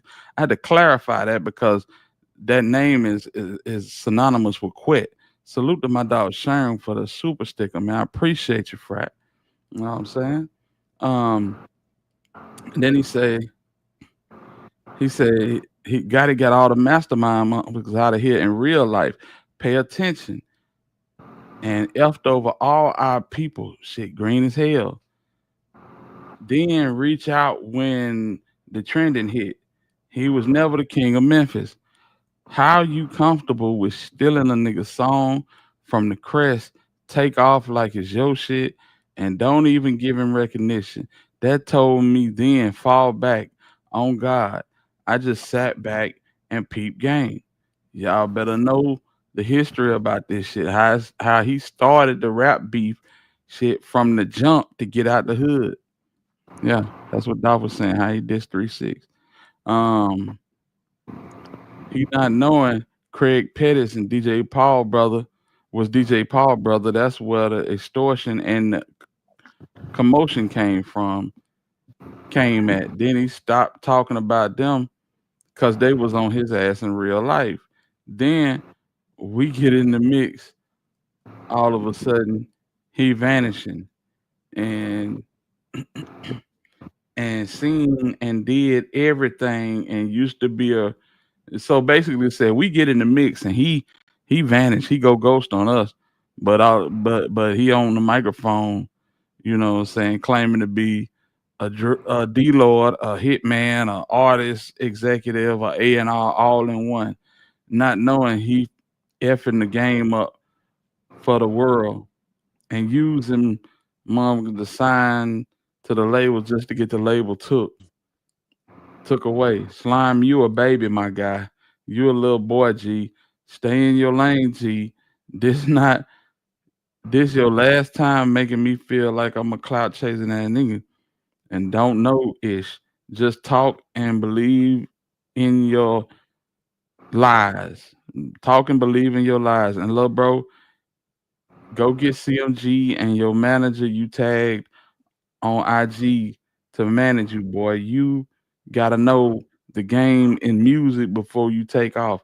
If you don't, you'll be lost in the sauce like you niggas be so fake. Don't make sense and watch how the old niggas finna vouch. Kimberly, salute for the super sticker. For real, for real. So basically, he just basically venting on Gotti. Like he really fed with the way Gotti, you know what I'm saying, coming or have came over the years. You know what I'm saying? And this is the sentiments of a lot of people. That's why Gotti is so hard to touch, because Gotti know he done messed over a lot of people. You know what I'm saying? Yeah. Salute to Kimberly once again for the super sticker. I appreciate it. I appreciate the love for real. Memphis native, what it do, big homie? Speak on why these guys who own these rap labels, especially the black ones, why aren't they pooling 20-25 million and thinking about starting a black owned distribution company? Because they feel like that the government will come after them like they did with Jay Prince and Suge Knight and Irv Gotti. Rest in peace to Irv Gotti. Any black companies that tried to unite? Mm-hmm. Jury is nice, but come on, black people. Think of a distribution company. A lot of people have. Memphis Yeah. Negative. What's up with it, big homie? A lot of them That was have, part of bro. why they got Bill. That's part of why they locked Bill Cosby up. Because he was trying to get that little him, Oprah, and somebody trying to get them to form their own production and start their own television, everything. Right. Glenn, appreciate the super sticker, fam. I appreciate you, homie. For real. Give y'all a little. Oh, Sherman Sawyer too. He sent you one. Who that? Sherman Yeah, Sawyer. Sherm. Appreciate you, Sherm. You already know what it is, Fred. That one of my day ones. I'm talking about like day ones. For real. Salute to the homie, man. But all in all, I just think like the people, like you know how people say like if something happens in Alabama, me and Hilda can be like, well, people in Alabama know what's up, or people in Birmingham, like people in Memphis know what's up, and they like I think slowly but surely I ain't gonna say they turning on CMG, but they starting to say, hey man, yeah, this dude he done messed up with people pretty much all over the city, and everybody ain't lying. Everybody ain't lying. Right. You know what I'm saying? People ain't just picking on Gotti. And this like it catches up with you, man. When you do so many people wrong, eventually, like I don't believe in karma. Like life is life. Like stuff is gonna happen. You can't have so much money to where you think you can do people wrong and it's never gonna catch up with you. No, that ain't the way life works. Absolutely. You got to get yours. I'm just saying though, you know,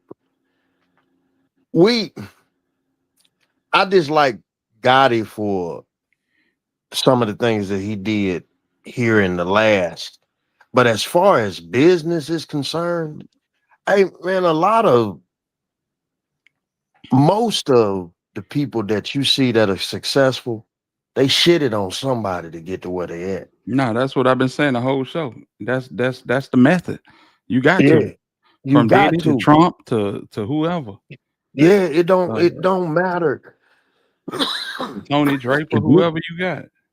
If you're gonna be really successful at anything, there has to be some people beneath you holding you up. Yeah. So that means you gotta shit on some people to get to the next level.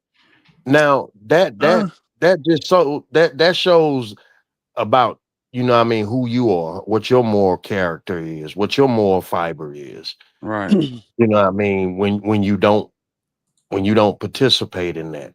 But you know, you can't really be mad at him about going to get his money, man. We live inside of a machine that pushes having more. This is the thing, bro. Everybody got they methods to get money. It's niggas out here that they feel like they got to throw an oil can out in the racetrack just so other niggas can't catch up, and that's the problem. Yeah, that's the problem. You know what I'm saying? Niggas is running interference. You know what I'm saying?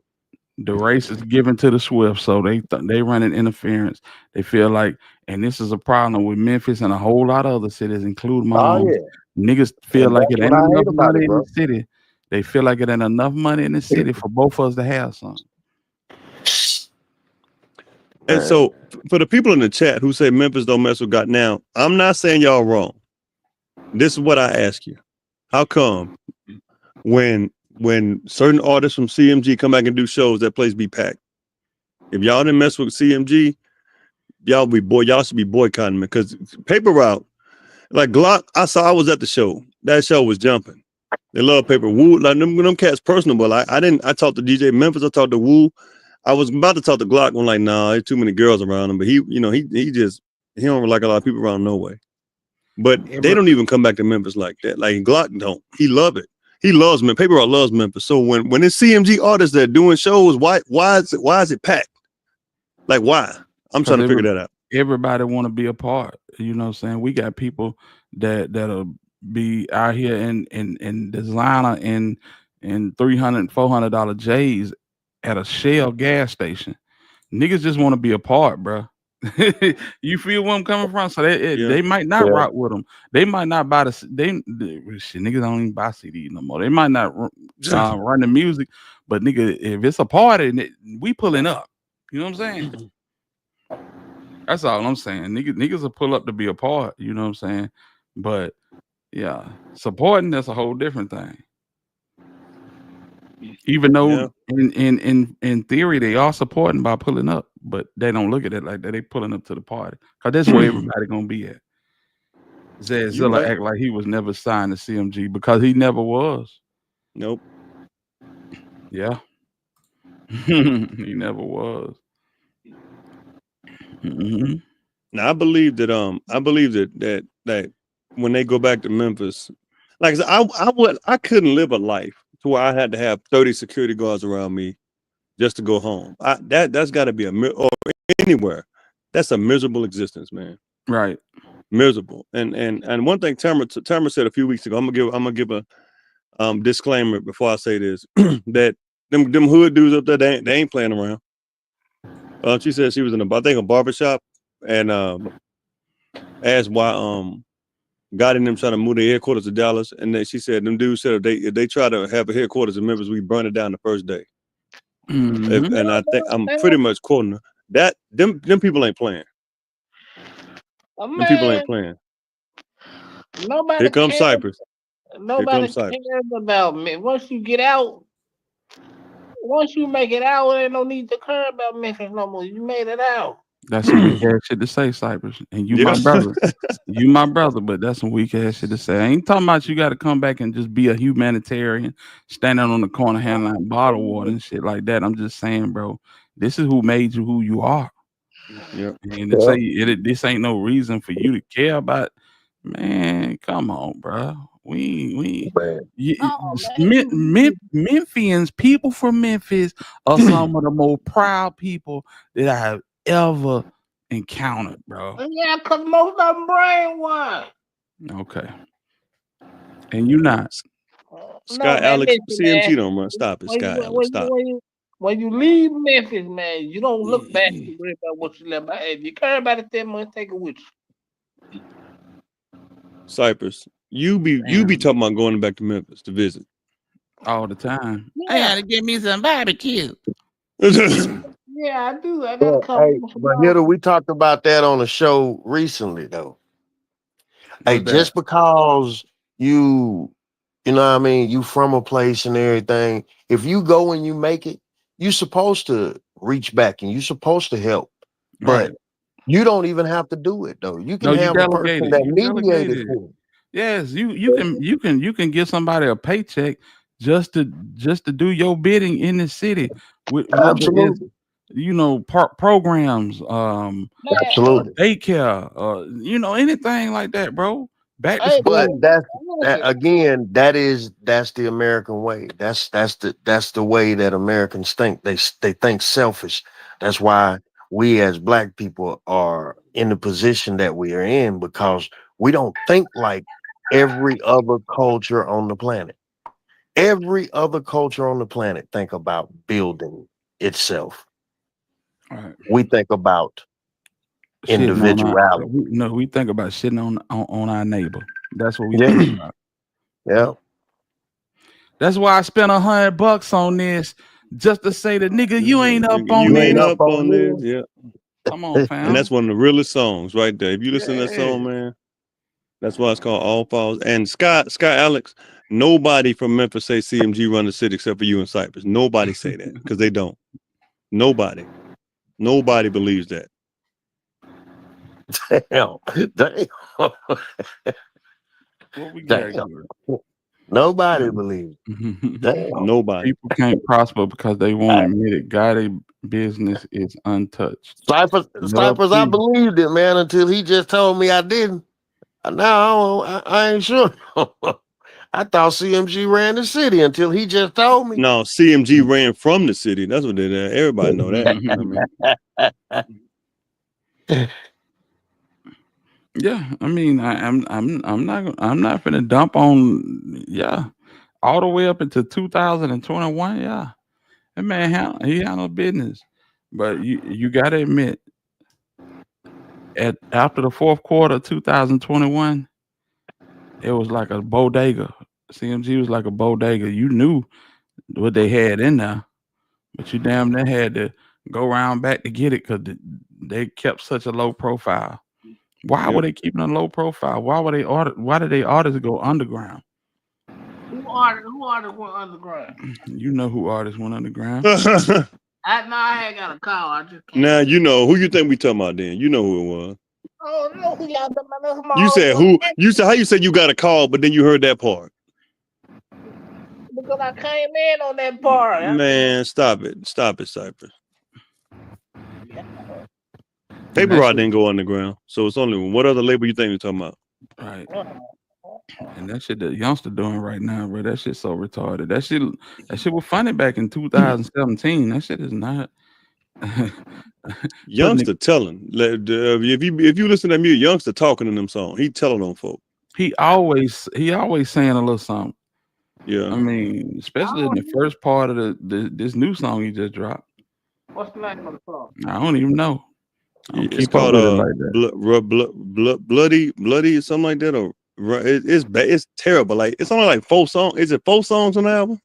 Mm-hmm. It ain't that many, but it's whack. It's like this dude. Well, Youngster never could rap. He never could rap. Let's be real. The boy he have slow. I heard like when he was in school, I guarantee they watched The Lion King all day and drank chocolate milk, and somebody had they zipped all the way up like to their neck for no reason.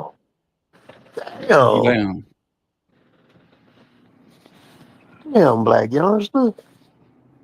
Yeah, Glenn Gray. Yeah, Youngster can't rap. If anybody think Youngster can rap, power to you. But that man, like, listen to the dude. Just listen. Now he might have been a comedian on the mic, but Youngster can't rap. He can't rap a Christmas gift, man. He definitely can't rap on the mic. Dude, it's terrible.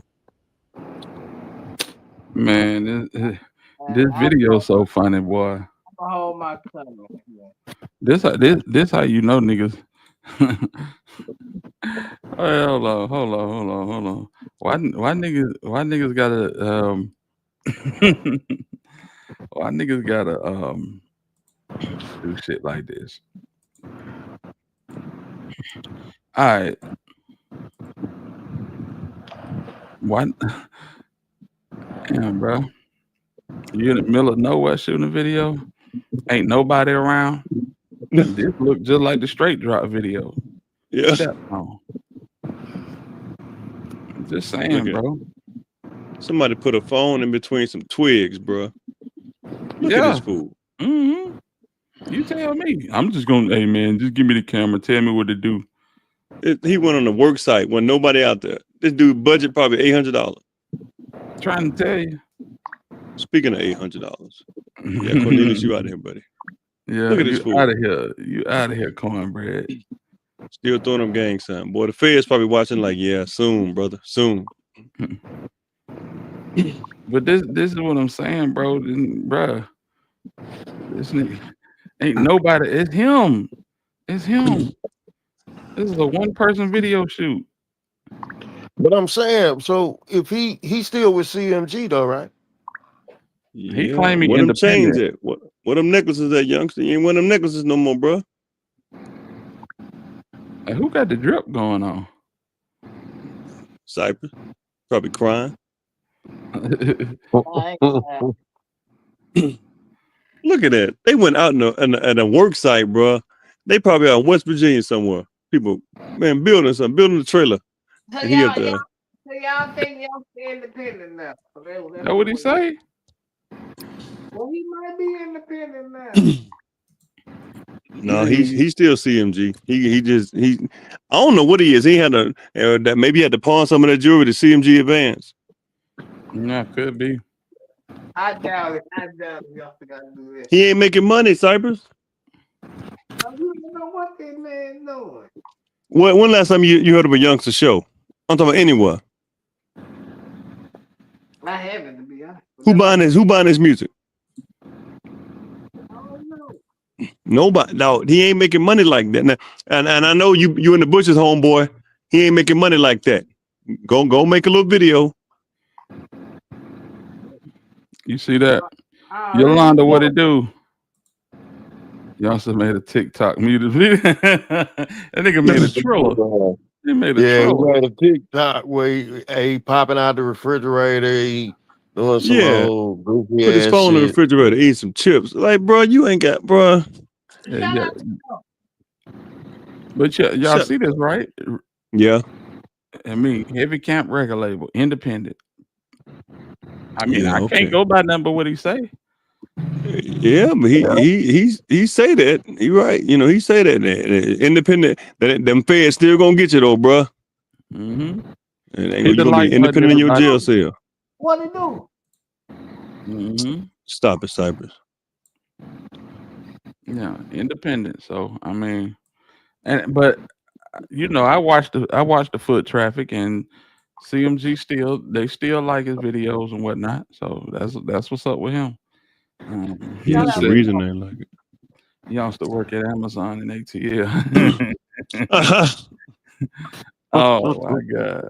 Yeah, but here all them cats stay in. I think Glorilla say independent too. Yeah. Or she don't say CMG. Last time I checked, you can check it. A lot of them cats. I think Big Boogie is the only one that had that. Like 42 Doug didn't have it. Lil Papa, I'm 10%. Layla Samia, all them cats. Mozzie, ESTG. Yeah, this nigga ESTG walking around with a patch on like he's Slick Rick now. Yeah. You know his hour going bad. Yeah. Mm-hmm. He better not go back to Louisville. I know that much. That's all I'm gonna say. Yeah, he know better. Them cats, I don't care how much security he got. Them cats not playing with him. Look at that boy. Said hey, so yeah. No, ain't nobody saying that they're part of CMG. You know what I'm saying? Yeah, but behind the scene, they like, yeah, man, we just gonna like Gotti show it for an innocent man, Cypress. He moving kind of funny. How he moving, brother? What he do? But I'm gonna stop. I guess you think you talking to somebody who ain't been around the block. Cypress, what didn't he do? We can think he did a lot. And that ain't no, that's not an answer. I said, what didn't he do? Ain't no thinking. I don't know what he didn't do. Yeah, you know. It's all good. I'm gonna let Hagerman tell you when they get in state court. Cause we ain't gonna be able to see the federal trial. Them all CMG artists right there. Yeah. Mm-hmm. None of them got it. Mm-hmm. I ain't finna hate on though. They making it. Then he making it look like shit. It ain't no that way. It ain't no Rico. Ain't no gang when they come at him with all the other. Yep. Too late for that though. It's way too late for that, bro. The feds got you. Like these fools thought they were gonna get away. So they trying to probably wipe their phones, get new numbers. Like the feds don't know what they doing, talking and moving money around. Like the feds don't know what they doing. Yeah, okay. You ain't smarter than the feds. I think they probably laughing at these fools. Like, yeah, let them do it. They just taking notes, recording their social media messages, tapping their phone, tapping their mama's phone, daddy's phone. They got agents following them everywhere when they go out the country. Agents following them. They come back, agents following them. The feds don't play. They building that case up. Claiming CMG right here. Yep, that's what I was thinking. The only one. This nigga here with that over exaggerated ass jury on. Yeah. That's crazy as hell. We get that same shit from the Bessemer flea market, man. Come on. What now? We get that same shit. You get you a pair of J's and one of them damn chains that Big Boogie got around the neck at the Bessemer flea market. Here you talking about? Absolutely, bro. We Nikolai, you already right. know. Absolutely, ain't been no good CMG yet. Now I'm gonna say this. Glorilla, her song got some nice beats, but all that stuff that's getting played. Like when this is what I think gonna happen when they get Gotti, when the label probably becomes defunct or the Thorntons take it over. Who gonna want to sign any of them artists when they attach to CMG? That's probably what I think he's doing. Just separating them from the CMG label now, so when he go down, they can at least the Interscope ain't gonna mess with him. I can tell you that much right now. So who gonna sign him? And that when see who? Shit, I called on the scope. I asked him. You doing right out there. Made sure of that, bro. Yes, indeed. Behind the scenes, a lot of stuff. A lot of people getting away from CMG, and in Atlanta, Gucci Mane is making sure they don't mess with CMG. I mean, it's crazy. It's so much stuff going on y'all don't know about, man. Hitter, you might know, but it's a lot going on. Yeah, I tell you. Man, they probably can get a Glow probably can get a Rock Nation deal. Rock Nation can't, man. Look, but and I'm glad you brought that up. Hey man, don't be we fooled don't by call, Rock Nation. Listen. We call them people, Pebble City. Okay, Pebble City. Yeah, cause we don't. Yeah. Them folk they're coming for folk. Oh yeah, they not start. They can't touch the Fed. Like I don't know what people think about Desiree Perez. Listen, the Feds ain't stunned her. Feds ain't Spare stunned her. hitter, y'all. To the power that be. Spare hitter. Whatever you want to call them, they can't save him against the Feds. They do, but it's like with old Govan. Govan, he played his role. It's over now. You expendable. They don't need you no more. They don't need Desiree Perez no more. And there's some people in Mexico looking for her. A lot of people looking for her. So they cannot save CMG. They can't. Jay-Z can't save him. They can't save nobody. Epstein can't save him. They can't. Damn, please don't think that. Damn. Epstein. Yes, sir. Wow. Yeah, that's crazy. That's a crazy situation. That whole little setup with Desiree Perez. Fam, I'm telling you, I ain't never seen none. Shit, I called her a woman name. Yeah, with her and her daughter. That's crazy. Yeah, that's crazy. I put that video on members only. I said I don't want to take it down, but shit, you're gonna have to get behind the wall to see that one. Yeah, man. Cause she did some just insane stuff, bro. Yep. For real. Absolutely. And she knows she know because like I said, her son-in-law was one instance. Now, I'm not saying he was right, but it was one instance on camera. They got his daughter. That lady daughter ain't gonna lie on her husband. She like they did that one time. That's it. Yep. So I mean, she just some people think they're above the law until the law get a hold of them and let them know, no, you ain't above us. Right. So she better. Hey, like I said, some people in Mexico looking for her. They want her bad. I will say this. Man, what was I finna say? Hypnotized minds. Nikolai said hypnotized minds. Shout out to the Hypnotized Camp Posse. Boy, they ran a play on Memphis and the South that, one day we're gonna have to have that conversation.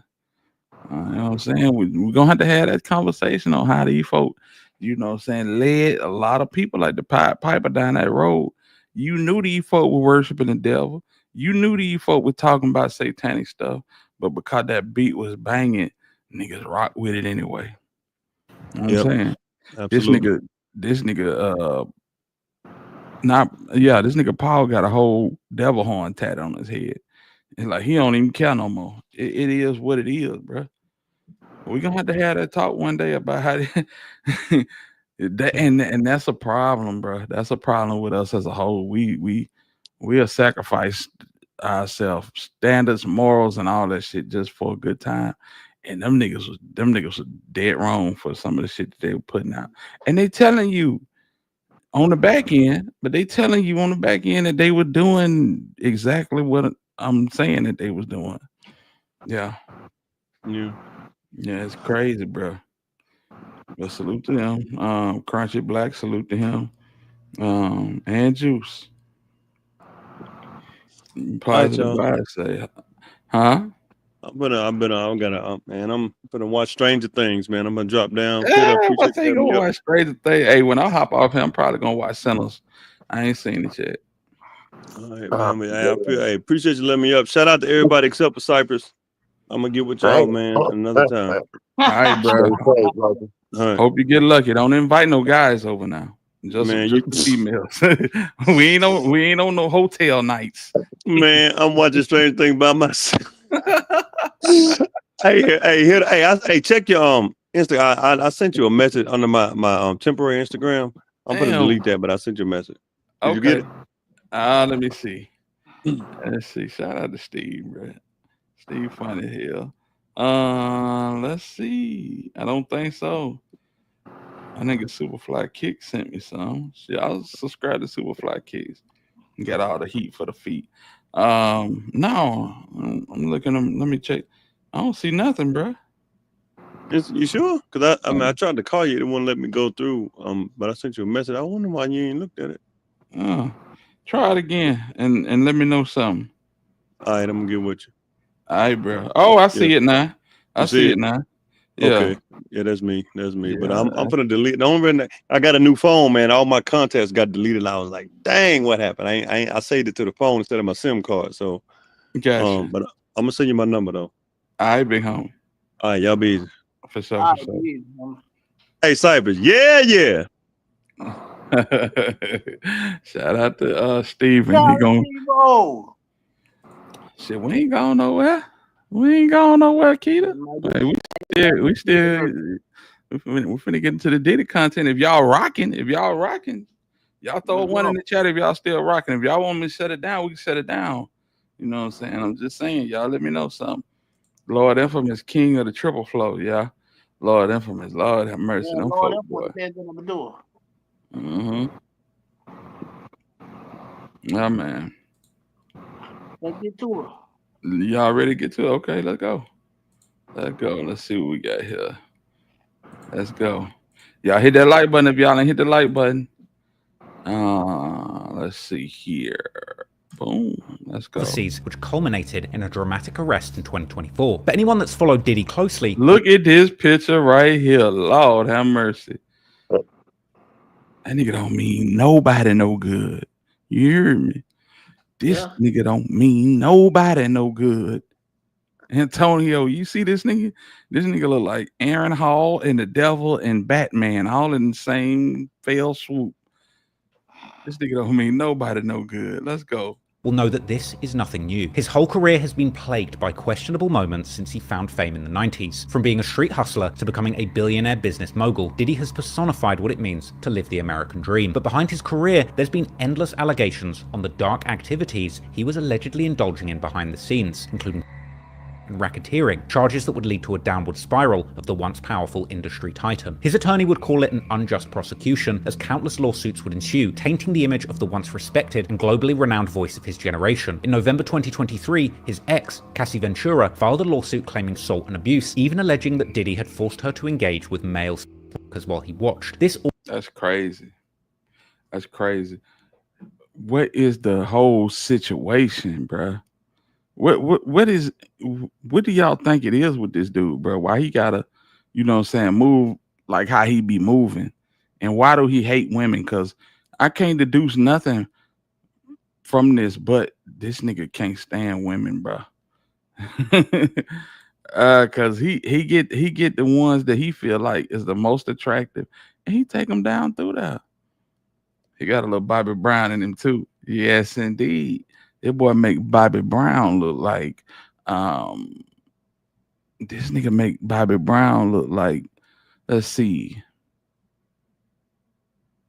I ain't gonna say that. Let's go. All-encompassing lawsuit revealed some of the sordid details about Diddy's private life to the public for the first time ever, though he's never been convicted of crimes yet. Hey, Cyber, come back if you want to come back, man. Diddy's history is riddled with violent allegations from various victims, exes, and industry figures. Diddy's attorney vehemently denies Cassie's claims, framing her lawsuit as an attempt to blackmail over $30 million from him. And while the ex-couple reached a settlement in November last year, the wave of lawsuits didn't stop. It was only the beginning of a stream of suits and cases that continues to this day with no end in sight. As we explore Diddy's timeline of controversies, one thing is clear: his legacy will be forever altered and tainted by the drama, no matter what the jury decides. But finding himself in court is nothing new to the diddler. In fact, ever since his career started in the 90s, he's been in and out of court constantly, in a revolving door of allegations which he impeccably has managed to dodge and finesse his way out of for over 3 decades. Perhaps this case in 2024 will be the one that seals Diddy's fate and takes him off the streets for good. But in this video, we'll be exploring the dozens of times that Diddy has found himself in court to build up a picture of how this bulletproof bad boy inexplicably has managed to dodge justice time and time again in over 20 court cases, and how he shamelessly bragged about using his finances to pervert the course of justice at the expense of his accusers. But before we get to the endless court battles, to understand Diddy's journey truly, man, you got Heavy D, then he rocking with Big. This man that had the cast of characters around Puff and changed so much that lets you know when a nigga just downright evil and will use any and everybody to get to where they want to go. We need to go back to where it all began, exploring his early childhood and the challenges that shaped him, as well as the pivotal events that set him on a path towards fame and controversy, including the very first lawsuits that would ultimately come to define the rest of his life. Sean John Combs was born in 1969 and spent much of his early childhood in the gritty streets of 1970s Harlem, New York, a backdrop that he described vividly in a throwback interview with Vlad TV. I'm a Harlem boy, no disrespect to anybody. That's where my mom was from. That's where my father's from. That's where my father died at. That's where I was born. That's what I represent. That's my swag. That's my tenacity. I just love being from there. That's where my soul comes from. That hustler mentality has a lot to do with why I am who I am and why I am where I'm at today. Diddy's mother, Janice Combs, juggled work as a model and a teacher to support her family, displaying a dedication. This lady here is, yeah, she different. She different. She on that same type of time, and you know what I'm saying? We got to keep it a whole stack, Puff. Had to learn it from somebody.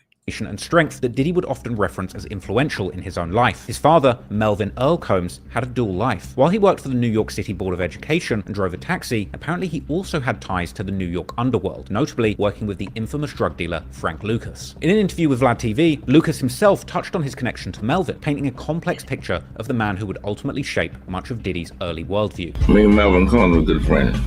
We were good friends. We did a lot of business together. Of course, it was not a legal business, but we did a lot of business together. And I know Melvin used to come to your club. He said it wasn't illegal business. They did a lot of business together, though. Hey, man, shout out to Vlad. You see the interviews this nigga getting? And I know, I know, but damn, you got to be putting in that work to get these type of interviews. Or you plugged in a plant, you know what I'm saying? But anyway, yeah. You got Diddy up on here. You got Frank Lucas. Come on, fam. Yeah, them some crazy interviews, bro. The turntable a lot.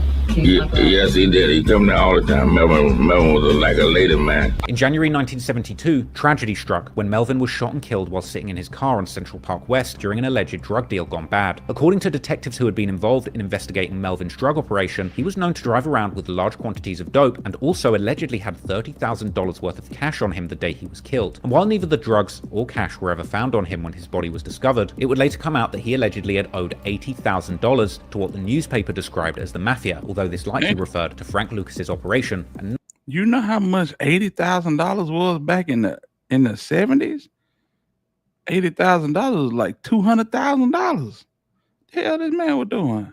not the Italian-American Cosa Nostra. Moreover, earlier in January, Combs had allegedly been arrested in his home in Yonkers, where the police would discover $75,000 worth of cocaine and $10,000 in cash, along with a stolen revolver. All these factors giving possible motives for people to take him out, but nevertheless, even after his death, a wiretap on Melvin's phone, which had also led to his arrest shortly before his murder, would ultimately take down a large drug operation worth millions. Initially, Diddy was told that his father died in a car accident, but later on, as he grew older, he sensed gaps in this story. Digging through newspaper archives, he would learn the truth that his father's death was actually connected to the drug trade. And in a video uploaded on Diddy's Revolt TV channel on YouTube, he would share how this early loss of his father had profoundly impacted him. Hey, Vince, you still in here. Salute to you for that cash out, man. For real. I appreciate you, man. Driving him to succeed and escape the cycle of violence that claimed his father's life. My father was a hustler. You know, he was a drug dealer. He was a hustler. And so I learned early in life that there's only two ways out of that: dead and in jail. At the time, though the murder left 3-year-old Diddy and his sister, Keisha, to be raised solely by women, his mother, who would work 3 jobs to provide for the family, and his grandmother, who would take the charge in looking after the children as the family would move to her apartment in the Esplanade Gardens. I wonder where his sister at. She just went undercover, you know what I'm saying, off the grid, or is she still alive? You think she'll be in there with his mom, but it ain't nobody but Justin and Christian and, you know what I'm saying, Al B. Sure's son, you know? That's crazy.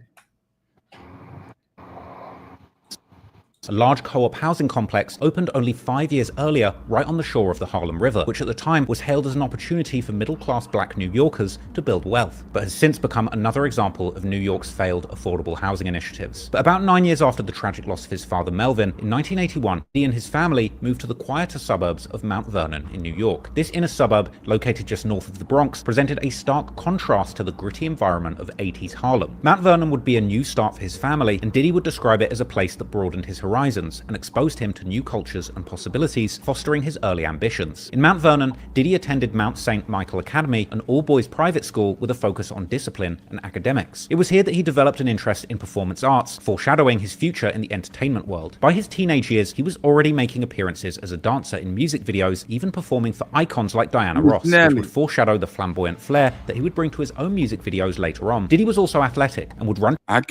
I can't imagine Puff playing no damn football, but you know what I'm saying, they play a different brand of football than we play down here. Track and play in the high school's football team, even reportedly dreaming of making it to the NFL one day, until he would unfortunately break his leg, which forced him to reconsider his career choice. After high school, Diddy pursued a business degree in Howard University in Washington, D.C., and it was during his college years that his knack for organizing events and promoting himself truly emerged. Known for throwing massive parties, Diddy quickly gained a reputation on campus. These events were monumental, drawing hundreds and later thousands of attendees, including celebrities. One of Diddy's most memorable events. Hey fam, I ain't gonna lie, bro. Diddy ugly hell, fool. Diddy ugly hell, fool. You know what I'm saying? And, That's some bullshit. real, Diddy ugly hell, man. Listen, this nigga, if you listen to what he's saying, he's telling you that, bro, Diddy came up in an all-boys school. So take into that what you will. Yeah. You know, take into that what you will. Let's keep it going. According to a close friend, DJ Derek Angeletti, took place at the Masonic Temple and attracted over 4,500 people. His charisma and business-minded approach made him immensely popular, and he used his newfound connections to spread his name, even distributing business cards engraved with Puff, a nickname that he had allegedly gotten during his high school years while playing football, often puffing out his chest to make himself look bigger. Although on other occasions, he's reportedly claimed that he got the nickname from when he was a child, often huffing and puffing as a kid when he got angry. Now, these different versions of the story kind of raise a question as to whether any of them are actually true, or simply just different stories that he's told the media over the years. And as you learn over the course of this story, you really can't trust anything Diddy says. But it was in 1989, during his freshman year, that he reconnected with his childhood friend, rapper Dwight Myers, better known as Heavy D. Heavy D, a seasoned figure in hip-hop, had recently signed to Uptown Records in New York. And over the summer of 1989, he introduced Diddy to Uptown's founder, a flamboyant music executive named Andre Harrell. Impressed by Diddy's energy and potential, Harrell offered him an internship at Uptown Records. While still a freshman in college, Diddy began working at Uptown, quickly making a mark with his relentless work ethic and eye for talent, and in no time he was promoted to an A&R executive, responsible for discovering and nurturing new talent. By the age of 20, Diddy was already finding extraordinary success in the music industry, reportedly playing a pivotal role in developing the R&B quartet Jodeci, changing their clothing style from the glitchy glamour of 80s pop to the gritty world of hip-hop, leading the release of their 1991 hit album Forever My Lady, which would end up selling over 8 million copies worldwide. Diddy's career trajectory had been nothing short of amazing, rising from intern to A&R with a chart-topping record under his belt in just a few years' time. But just as quickly as he would gain access to the music industry, he would also begin to face controversies. His first one, in fact, being such a major tragedy that it could have and perhaps should have ended his career before it truly even started.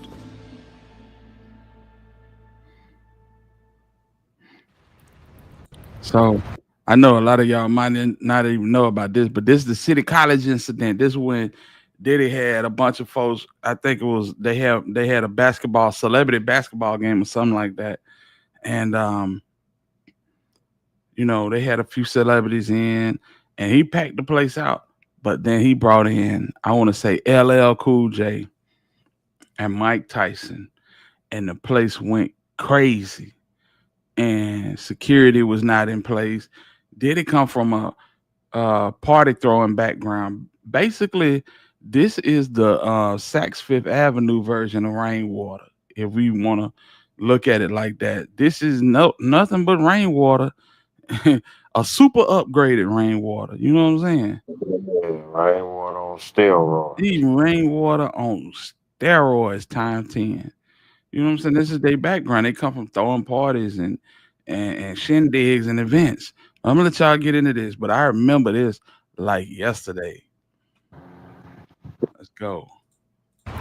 In November 1991, the basketball legend Magic Johnson would shock the sporting world by announcing that he was retiring from the NBA due to having tested positive for AIDS. Following this shock announcement, Diddy would reportedly get an idea to organize a charity event to raise money for the fight against the virus, which was becoming a major epidemic in the US during the early 90s. Diddy would ask a good friend, Heavy D, real name Dwight Myers, to participate in the event, which would be a celebrity basketball game and a concert that would include names like Boyz II Men, Run DMC, and Big Daddy Kane, all major names in New York's bustling rap scene at the time. The event would be held in the gymnasium of the City College of New York, located in Harlem, which at the time had a capacity for about 2,700 people. For the event, Diddy would authorize the printing of 2,000 tickets to be sold in advance, which according to the flyer for the event could be purchased at 2 locations. A clothing store called Boss Emporium, which was owned by infamous Harlem drug kingpin Kevin Childs, and the famous Apollo Theater in the heart of Harlem. Now the first problem would arise from the fact that Diddy had seemingly added the Apollo Theater as a purchase location without first asking the theater. They would apparently decline the offer, as it was in fact owned by a company that was a competitor of the Kiss FM radio station, whom Diddy had retained in order to advertise the event. This relatively minor plunder would become exemplary of the rather nonchalant and negligent attitude that the organizers as a whole seemingly had towards this event. Another such example being the fact that Diddy would later admit that he had not read in depth the promotion contract that he had actually signed, and wasn't seemingly aware that he was actually in charge of buying insurance for the event, or the fact that there was seemingly no organization to whom part of the proceeds would be donated to, as the organization that was mentioned on the event's flyer could not legally accept this kind of donation, nor had they even allegedly been asked if such a donation would be possible. There was also seemingly confusion amongst the different parties as to who would be in charge of the security and how many guards would be attending the event, the actual number in the end being seriously undersized in relation to the size of the crowd that would turn up. On the day of the planned celebrity game,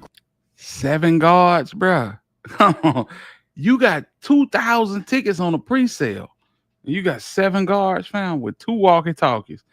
Ooh, this shit is a disaster waiting to happen. You gotta know this is calamity waiting to happen, man.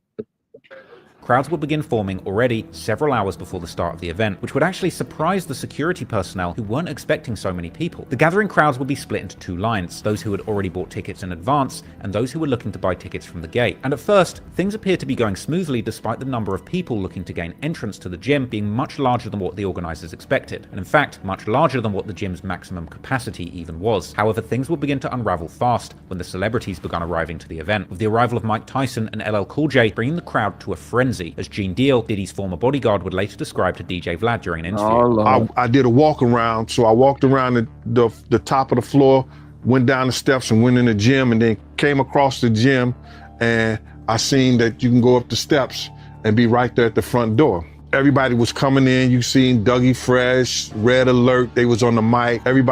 People started coming in and everything, it was cool.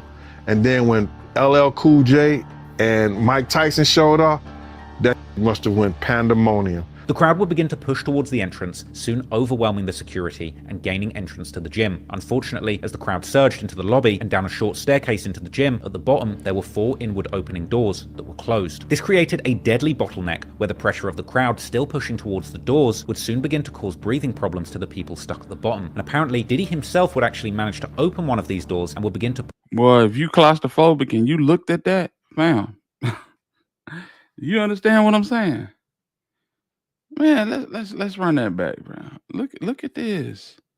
The gym. Unfortunately, as the crowd surged into the lobby and down a short staircase into the gym, at the bottom there were 4 inward opening doors. All of them damn people in them 4 doors, fam. Recipe for disaster. Over 2,000 people, fam. That were closed. This created a deadly bottleneck where the pressure of the crowd still pushing towards the doors would soon begin to cause breathing problems to the people stuck at the bottom. And apparently, Diddy himself would actually manage to open one of these doors and would begin to pull incapacitated people onto the gym floor. Diddy would later apparently describe some of these events to a reporter, explaining that he had to overcome his initial revulsion towards a passed out man with vomit in his mouth. Diddy would apparently wipe the vomit away and begin to administer CPR, saying how he felt the person's death going inside of him. In the end, this tragic event would result in 9 people losing their their lives and 29 people getting injured. The following day, the horror of the event became front-page news all over the country. And in the coming days and weeks, the New York newspapers would make several pages-long special reports on the events that led up to this tragedy, with the headline of one of these reports asking, "Where's the money?" as the journalists weren't able to find the donation for the alleged AIDS nonprofit that was supposed to be receiving part of the event's proceeds. Also, Diddy from the beginning would be under major scrutiny, as journalists begun digging into matters like who was responsible for the undersized security detail, the oversized crowds, and the missing charity money. And they would even interview people from New York's rap promoter scene who were familiar with Diddy's past events, with one promoter describing the situation as dangerous and unruly. This will be the first time that many New York— So this nigga robbed the AIDS Foundation, bro. That is crazy work. Damn. Oh, man, Yeah, me neither, bro. Me neither. Yeah, but I do remember this. I remember the little lady, Sister Soldier. I don't know if you remember her. She was speaking out on this. Yeah, this was big, bro. I was young, dude, but I still remember this, bro. This was all on Yo MTV Raps and everything, man. Talking about, yeah, because there's a lot of people. A lot of people lost their life. Yeah. I think they said 9 people. But this is only one of the incidents. This is the first one. This is how we get introduced to Puff Daddy, because before this, niggas ain't really know who Puff Daddy was. They knew who Jodeci and Father MC and Heavy D and all them niggas was. We didn't know about Puff Daddy. Nope. You know what I'm saying? Familiar with Diddy's face, as he and Heavy D would do their own damage control, attempting to explain how things could have gone so terribly wrong. Diddy would seemingly attempt to push the blame on the police, who had been apparently incredibly slow to respond to the events of that evening, and some had even refused to enter the gym after there were already reports of people passed out, as the gym, according to the police, was actually the city college's responsibility. One article would even point out how this tragedy had derailed Diddy's rocket-like rise to the top of the rap industry, whilst describing Diddy as a classic overachiever, not shy about stepping on other people's toes to get what he wants. In the aftermath, then New York City Mayor David Dinkins' administration would release a comprehensive 67-page report titled "A Failure of Responsibility," which would actually place blame on all of the parties involved in the tragedy, including Diddy, who the report would criticize directly for delegating all of the work to his inexperienced assistants, employing an inadequate number of security personnel, failing to inform the crowd that only those with advance tickets would actually be permitted onto the premises, and creating inappropriate marketing by mentioning a charity cause without actually making specific arrangements to donate towards such a cause. However, as soon as Diddy had been placed under the scrutiny for what happened, he would also seemingly be let off the hook, and already— Ugly hell, boy. Listen, so everybody who bought tickets on the pre-sale, they was the ones that was actually getting in. That was 2,000 people. Everybody, the walk-up crowd wasn't getting nothing. Yeah, the walk-up crowd wasn't getting nothing. This is crazy, bro. But this is the type of con artist type activity that Diddy did throughout his whole career. It just got worse and worse and worse. Just a few years later, the media would begin putting out what seemed like puff pieces, where Diddy was presented as somebody who had vindicated himself of all wrongdoing, and his career behind the scenes of the rap industry would actually continue to prosper. I'm famous for like the kid in their minds who threw the tragic City College, man, and that's kind of hard for me sometimes to live with. In the first couple of days when it happened, there was nobody to really answer for what was going on, you know what I'm saying? So I think the media and everybody was trying to figure out why this happened. In 1999, the families of some of the victims would at least get some vindication, as the promoters of the event were actually found negligent and 50% responsible for the tragedy that unfolded, while the City College were found to be responsible for the other half, and both parties were ordered to pay for the damages to the families of the victims. However, for Diddy, who was already a millionaire at this point, paying a few $100,000 hardly seemed like a real punishment for the loss of 9 lives, and meanwhile, he would continue causing havoc in the industry. By autumn 1992, Diddy was riding high after signing his latest talent, the notorious B.I.G., aka Biggie Smalls, whose debut album Ready to Die was nearing completion, but there was a problem. Uptown's distributor MCA Records deemed the album's lyrics to be too explicit and refused to release it. Frustrated and disheartened, both Diddy and Biggie voiced their disappointment, which according to the Uptown Records founder Andre Harrell was the real issue that ultimately led to Diddy leaving Uptown Records in late 1992, as Harrell didn't want to be the one to tell the new generation what was acceptable and what was not. And the final straw for me was when MCA wanted me to not Rest in peace to Andre Harrell, but that nigga look like he didn't had a few. put out the Biggie Smalls album because they didn't like the subject matter, and they wanted me to tell him he's got to change his tone. And it wasn't up to me, I felt, to tell a generation what they could and could not do artistically. Determined to keep pushing forward, however, Diddy channeled his ambition into launching his own label, the now iconic Bad Boy Entertainment, in early 1993. Wasting no time, he built up an impressive lineup of artists, and by September 1994, Bad Boy had released Ready to Die. Biggie's groundbreaking album resonated deeply with hip-hop fans, solidifying itself as a rap classic and receiving perfect reviews from some of the industry's most respected outlets. This marked the beginning of a meteoric rise for Bad Boy, which quickly became one of the biggest labels in hip-hop throughout the 90s, with a roster that included Craig Mack, Biggie Smalls, Lil' Kim, and The Lox. Bad Boy amassed a catalogue of hit singles and critically acclaimed albums that would dominate the charts, and Diddy's influence extended well beyond music, establishing him as a celebrity and prominent figure in the New York social scene. But unfortunately, in the early 90s, a fierce rivalry also erupted between Death Row Records and Bad Boy Records, due to their association with two of hip-hop's biggest stars at the time, Tupac Shakur on Death Row and Biggie on Bad Boy. The rivalry between Death Row and Bad Boy escalated significantly following the tragic shooting of Jake Robles, aka Big Jake, in 1995.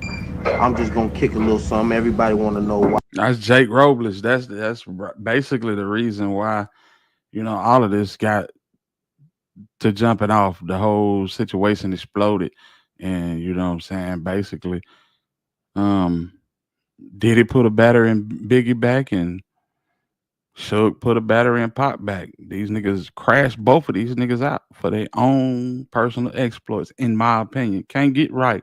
What it do, man? Salute to you. Yeah, they put batteries in these niggas back and crashed them out, man. Like Absolutely. rock'em sock'em robots. You know what I'm saying? Absolutely. Yeah. So let's get back to Kevin Robles, man. Why people bang, why people kill, why people do this, sell dope, and you can't just look at the individuals, because you have to look at the environment that they're set in that creates these conditions for them to have to live and do the things that they do, and so we just kicking it like that. We ain't out here essing on our chest, but it's like everybody out here want to be a tough guy, killer, a gangster, you understand? But most of the killers and gangsters I know either got all day or dead. So everybody out here just living. So, we kicking it from that perspective. At one time they were friends, but ultimately after this, Diddy and Death Row co-founder Marion Suge Knight found themselves on opposite sides after Big Jake, Knight's friend and security guard, was killed outside an Atlanta nightclub following a confrontation with the Bad Boy entourage. The incident unfolded at the Platinum City Club, where both camps were celebrating musician Jermaine Dupri's.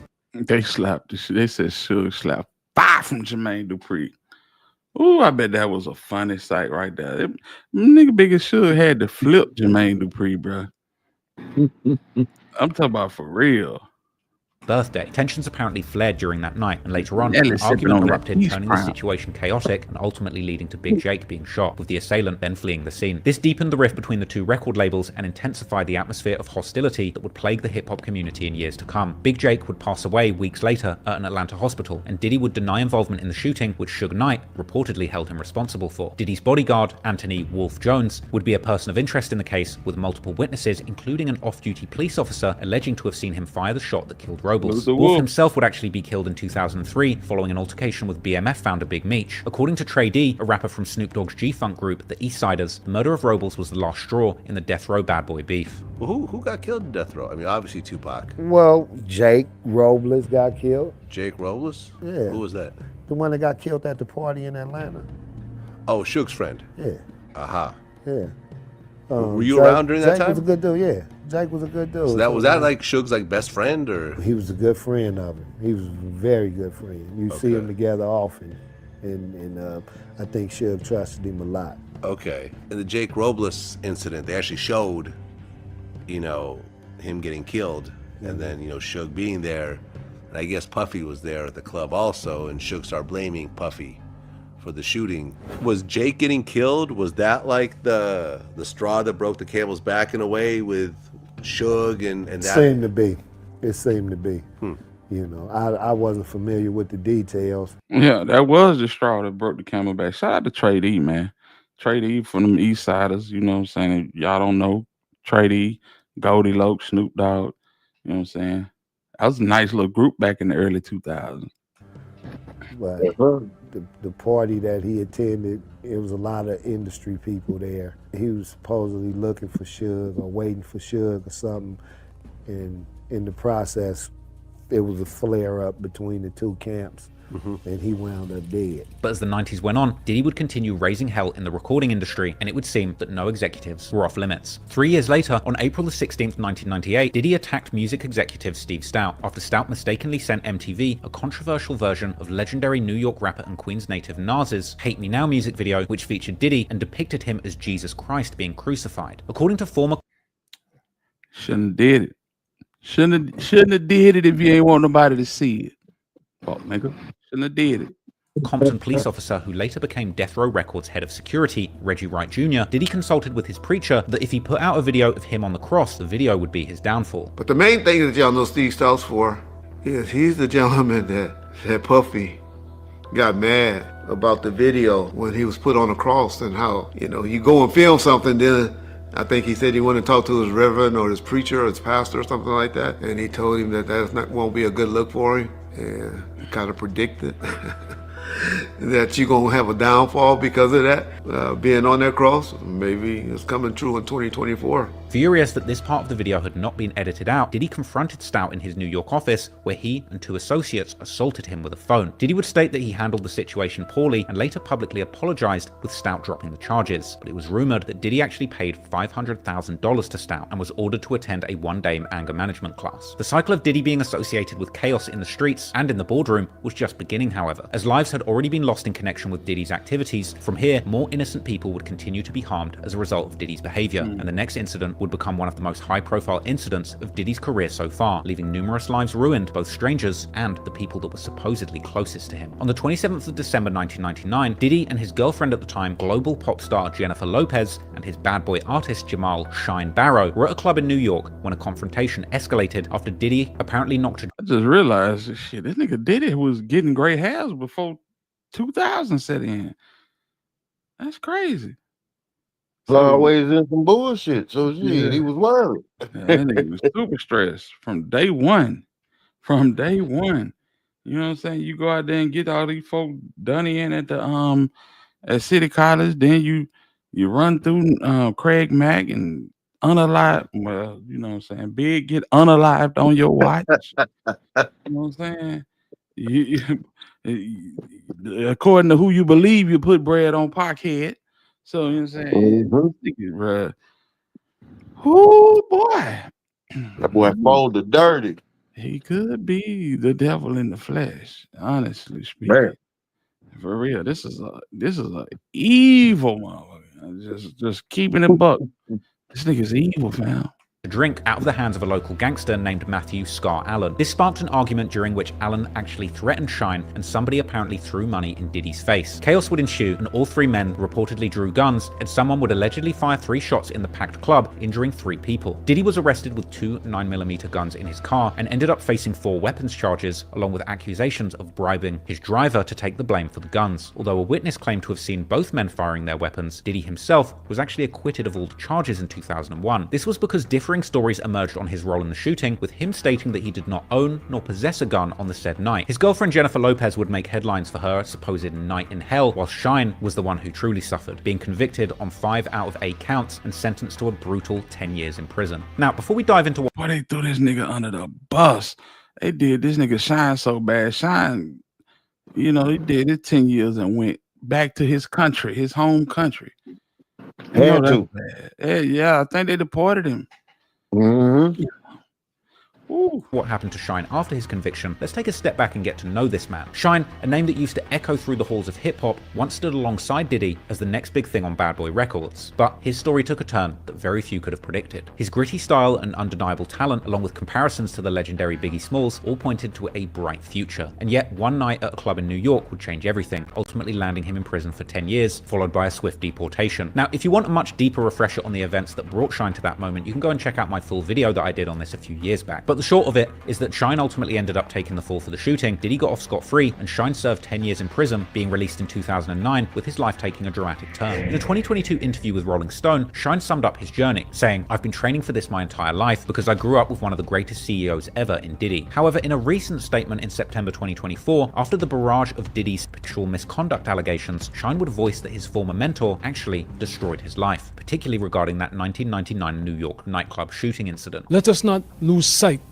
of what the cold hard facts are. This was not someone who I vacationed with and who he and I enjoyed this great, intimate relationship of brotherhood. This is someone who destroyed my life. Shine would recall that despite not having a close relationship with Diddy, he was swept up in a night that ultimately led to his conviction and nearly a decade in prison while Diddy was acquitted. He alleged that Diddy called witnesses in against him, contributing to his imprisonment. And despite these feelings, Shine, now a leader in Belizean politics, stated that he had indeed forgiven Diddy because he recognized Diddy's potential to contribute to Belize through educational and developmental investments. In November the 5th, 2024, in an interview with Channel 5 Belize, Shine's true feelings would once again come out about his disappointment, stating that he was the fall guy in the 1999 nightclub shooting in New York, and in a statement he would maintain his innocence in that shooting all these decades later, actually thanking Diddy for all he'd done for the people of Belize and saying that he hoped justice would be served for both Diddy and the alleged victims. Shine's story says a lot.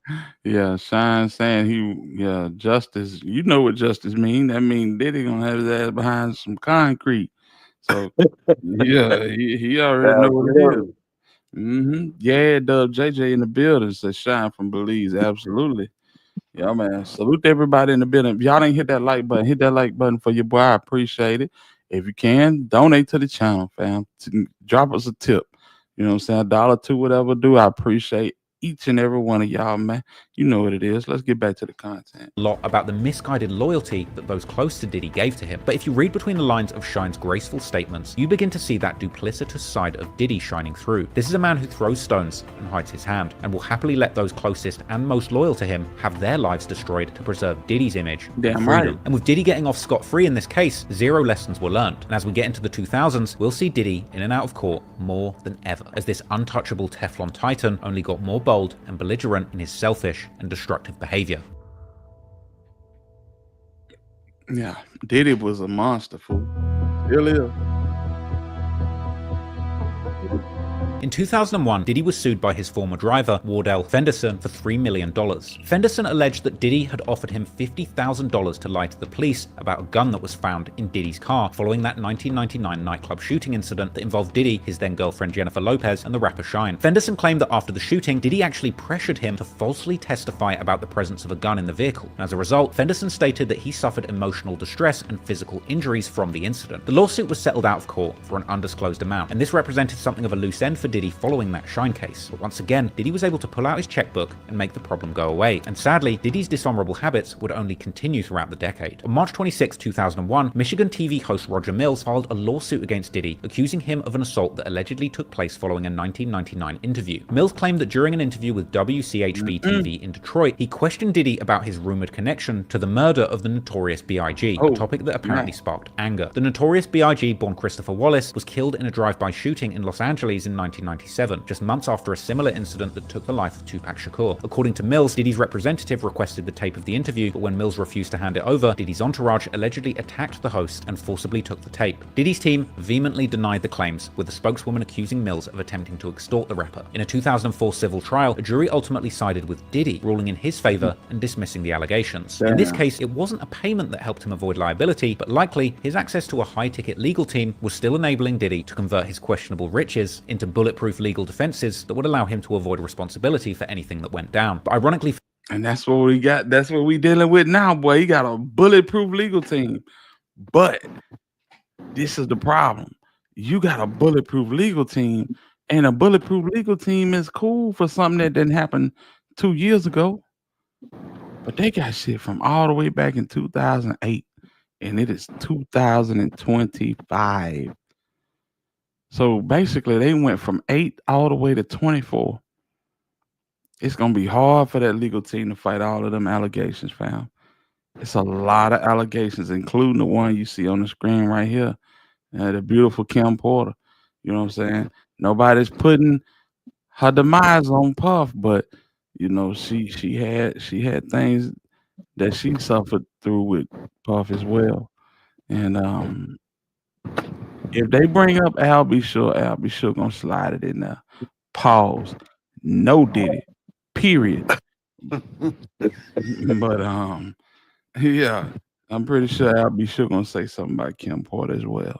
For Diddy, it would seem that he had endless money to fight Mhm. charges, but he would seemingly get stingy when it came to supporting his own family. In 2001, model Kim Porter sued Diddy for additional child support following a prolonged dispute regarding their then 3-year-old son, Christian Combs. Now, this case was actually settled, with Diddy agreeing to pay Porter a substantial 5-figure monthly sum covering Christian's education and medical expenses until he turned 21. Diddy, who had actually fathered 6 children by 4 different women, co-parented 4 of these children with Porter, including Christian and twin daughters Delilah and Jessie, and in addition to that, he would actually adopt Porter's son Quincy from a previous relationship with Albie Shaw. Diddy's other children include Justin, whose mother is Misa Hilton, and Chance, born to Sarah Chapman. His youngest daughter Love was born in 2022 to Dana Tran. Despite their on and off relationship, Diddy and Kim Porter maintained a co-parenting relationship until Porter's tragic and sudden death in 2019 from pneumonia. Now, rumors have swirled for years questioning the circumstances of Kim Porter's death, amid rumors that she was planning to release a tell-all book exposing Diddy. And while we may never know whether or not there was more dark activities going on behind the scenes of Kim and Diddy's relationship, it would seem that, as always, just before Diddy's due to be exposed to a downfall, things would always seem to just miraculously work out in his favor. And as the decade progressed, Diddy would continue to catch cases and finesse his way out of tight spots at the very last minute. In May 2002, North Carolina resident Cedric Bobby Lemon sued Diddy, alleging that while working as a limousine driver, he wore an identification badge that permitted him to stand backstage during a concert by Mary J. Blige in June 1995. Now, Diddy was Blige's manager at the time, and according to the lawsuit, as Blige's set ended, 2 bodyguards attempted to clear the backstage area in order to escort Blige out of the venue. These 2 would then allegedly punch Lemon in the head, kick him in the back, and break his right ankle. The lawsuit stated that Combs was negligent because he failed to properly train these bodyguards. Initially, in 2002, a judge had entered a default judgment against Diddy for $2.45 million because he failed to answer the allegations in Lemon's lawsuit. But these damages were later reduced to $450,000, and in 2004, the $450K lawsuit judgment was actually vacated after the North Carolina Court of Appeals ruled that Lemon's case didn't meet the standards of a default judgment. Diddy and Lemon would then settle out of court.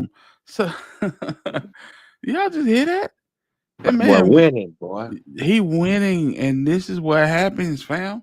You keep getting off by the skin of your teeth, bruh. I'm telling you, it's gonna come. Oh yeah, you're gonna get caught on that nail. Mm-hmm. You never know when the last one gonna come. But when it come, you gonna know it.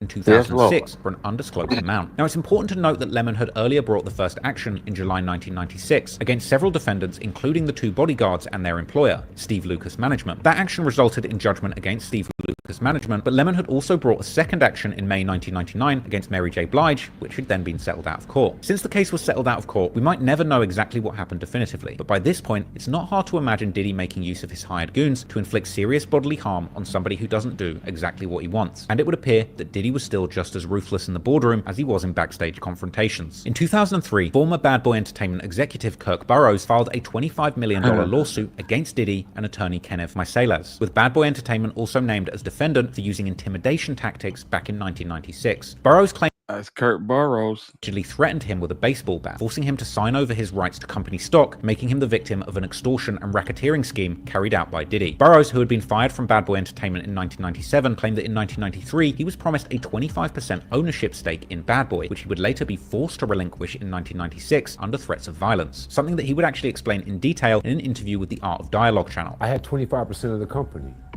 I didn't know why he needed to get that back from me and then give it back to me again. I didn't understand that. So he came into my office one day unexpected, him and Kenny Meiselas, they had it planned out. Kenny had the briefcase with all the stock certificates in it, and Diddy had the bat. Not like, I'm gonna beat out of you with the bat, but he had the bat like, man, we got to do this. This has to happen. I didn't feel I was gonna get beat down in that office, in all honesty. I got people that could jump out of the shadows in a minute. I wasn't threatened by him. What I was messed up over was the fact that I started this company with you from day zero, and now the one solid thing that you told me I had, you want to take that back and do a return to me on that at this critical time that we're renegotiating and getting a step up on the contract. When he told me it was about all of that renegotiating and that I should trust, I did, begrudgingly, angry, upset. It wasn't right. I did it. He got the stock back. I went on, tried to get over that, kept doing my job, doing what I had to do, delivering everything. And once again, I was caught up in the job. I forgot all about it. And next thing you know, we had the snafu. I was fired. And he just said, oh, okay, bye. And since he had never given me the stock back, he never said that he would pay me anything or give me anything. He just avoided me all these years. He would also... I would have never signed shit. Beat my ass with a bat. I heal Don't up. have to. You're going to have to beat me down to a bloody pulp. Yes, Lord. I got 25% of Bad Boy Records now. You going to have to beat me, fam. Yes, sir. You going to have to, man, come on now. Do it, man. I'll take that ass whooping. Folks done did worse. As Cassie.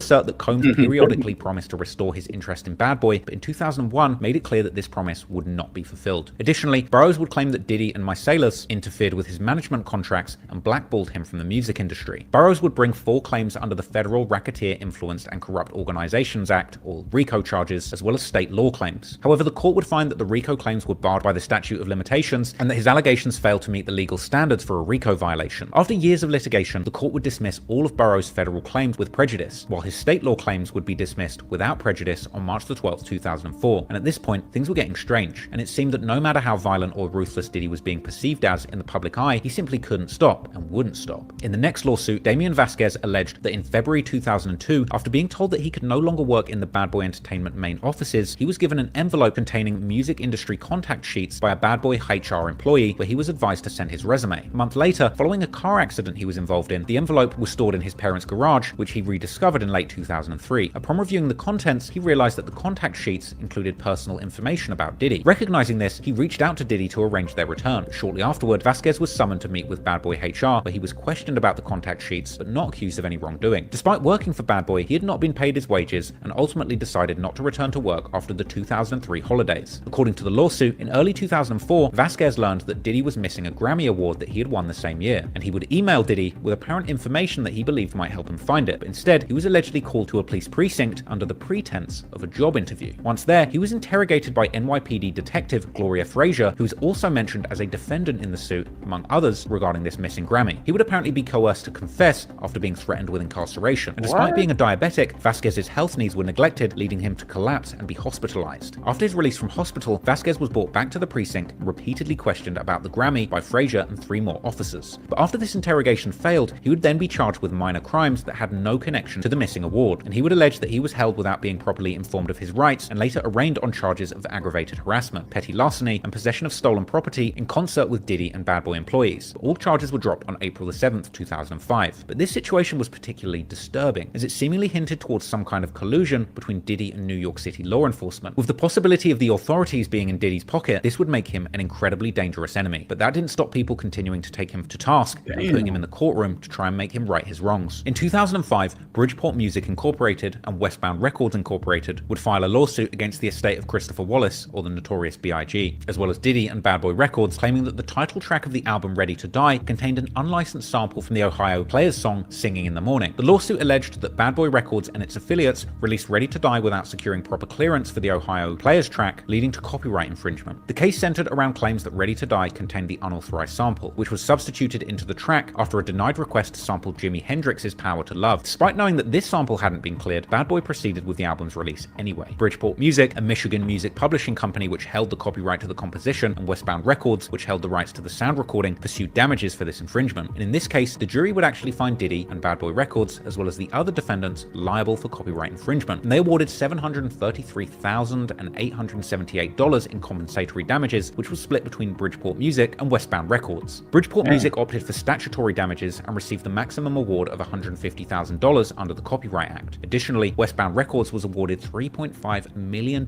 in punitive damages due to the willful nature of this infringement. Perhaps this was one of the few cases where Diddy was unable to buy or intimidate his way out of things. However, yeah, they got his ass on that one. They got his ass on that one. But shit, 3.5 million. I mean, that's not. I mean, it's some bread. Not to nobody rocking chinchilla coats and big carrots on the. Y'all know Diddy. Diddy done stole everybody's money. That's why it was so hard to manipulate so easy to manipulate these females. Hell, he got the broad that just was on a stand. He paying her rent right now, 10 bands a month, and she testified against him.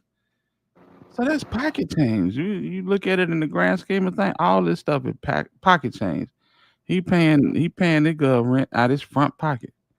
You know what I'm saying? Diddy he is that one. He's that Yeah. one. He a demon in real life. For real. As a multi-millionaire and future billionaire, Diddy probably saw something like this as trivial as a speeding ticket. But blood was now in the water, and it would seem that at least large corporations were not afraid of taking Diddy to court and trying to get a piece of his pockets. Also in 2005, Diddy and publishing giant Random House reached a settlement after a dispute over an incomplete memoir. Diddy had reportedly been given a $300,000 advance in 1999 to write the book, but he never delivered the manuscript. And as a result, the planned memoir was scrapped and the legal matter was settled out of court. Perhaps with all of the rumors of various tell-all books on Diddy circulating, he didn't fancy confronting his own past and attempting to put his story out there to the public. But once again, it shows that Diddy is not necessarily someone who can be trusted to stick to their obligations in relationships or business. And this would be a trend that continued to get exposed in lawsuit after lawsuit. In 2007, former consultant James Sabatino, who's currently incarcerated over a string of criminal fraud cases racked up over years, actually sued Diddy for $19 million, claiming that Diddy had failed to pay him in full for a 1994 recording by the notorious B.I.G. made in Miami. Sabatino alleged that he was owed money for the unreleased material, but that lawsuit was dismissed in 2009. Now separately, Sabatino actually found himself at the center of a major scandal in 2008 when a fraudulent story connected to both Diddy and the late Tupac Shakur was published by the Los Angeles Times. Sabatino had apparently fed the paper fake FBI documents claiming to link Diddy to the attempted murder of Tupac in 1994. And insanely, the paper actually published these documents without any oversight, publicly implicating Diddy in Shakur's 1994 shooting. This mistake would actually force the paper to issue a public retraction of. So they saying that this information was fake and they had to do a retraction. That's crazy because the whole situation behind this, people still believe that he has something to do with it. I'm one of them. Keefe D, Eric Von Zip, all these niggas. I honestly believe all these niggas still had a role to play. Now this article might not be active, or it might not be accurate, but I really believe that he had something to do. Real time. Absolutely. You know what I'm saying? Boss Babe said, something tells me this month is last month. Yeah, Boss Babe. Hey, just believe that. It's gonna be the last month that she get that rent paid. Yeah, she might have to she might have to look at downsizing. You know what I'm saying? A lot of shade tree deals, Sharon. This nigga was the king of the shade tree deals and had all the money. That's the crazy part about it. You got all the money looking for the 5-finger discount. And expensive as hell. Yeah, just super shady. You know what I'm saying? This nigga need to lay on somebody's couch and talk about it and let somebody break down what's actually.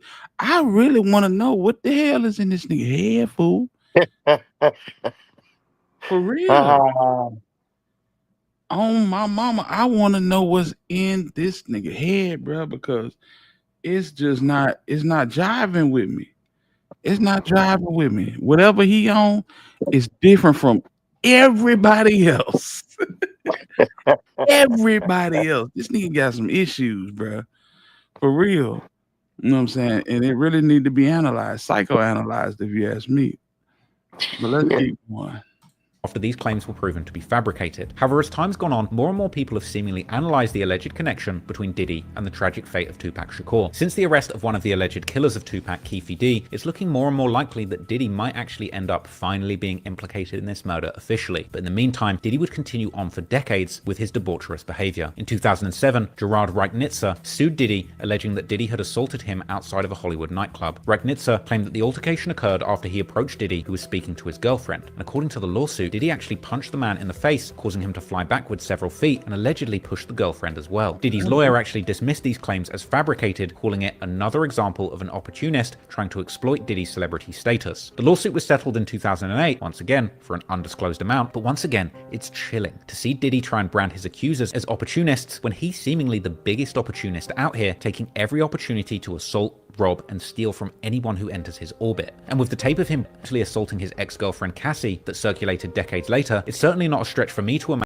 Imagine Diddy being the ultimate opportunist, assaulting a man and his girlfriend, and of course, paying his way out of any consequences. But from here, the disgusting behavior of Diddy would only continue. On October the 22nd, 2007, Jonathan Lee Riches, an American renowned for his unorthodox pursuit of wealth and legal antics, famous for filing suits against prominent figures like Bill Gates and Pope Benedict, and a man who even went on to sue Guinness itself after discovering that they listed him as holding the record for the most lawsuits filed, would file bizarre allegations targeted at Diddy and Bad Boy Records. Riches would claim that this nigga got the Guinness World Record for the most lawsuits filed.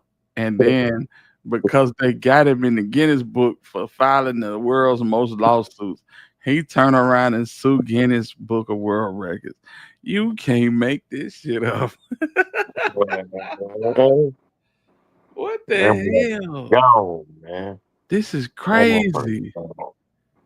Diddy engaged in various acts, including racketeering and conspiring with various public figures and companies in highly unlikely scenarios. The claims also involved an alleged conspiracy that included creating subliminal messages in music and using various tactics to control the entertainment industry. He was apparently seeking $25 million along with a temporary restraining order from Diddy because, as he stated in the suit, his life was in danger. The lawsuit, however, was filled with improbable and sensational statements rather than verifiable facts, resembling more of an elaborate, exaggerated narrative rather than a substantial and official legal claim. Now, this is probably the most unbelievable lawsuit in Diddy's entire career of being sued, and arguably, this genuine opportunist actually gave Diddy the perfect smokescreen to dismiss many possibly genuine allegations as being the result of the same sort of... Yeah, I believe that too. Paranoid and insecure.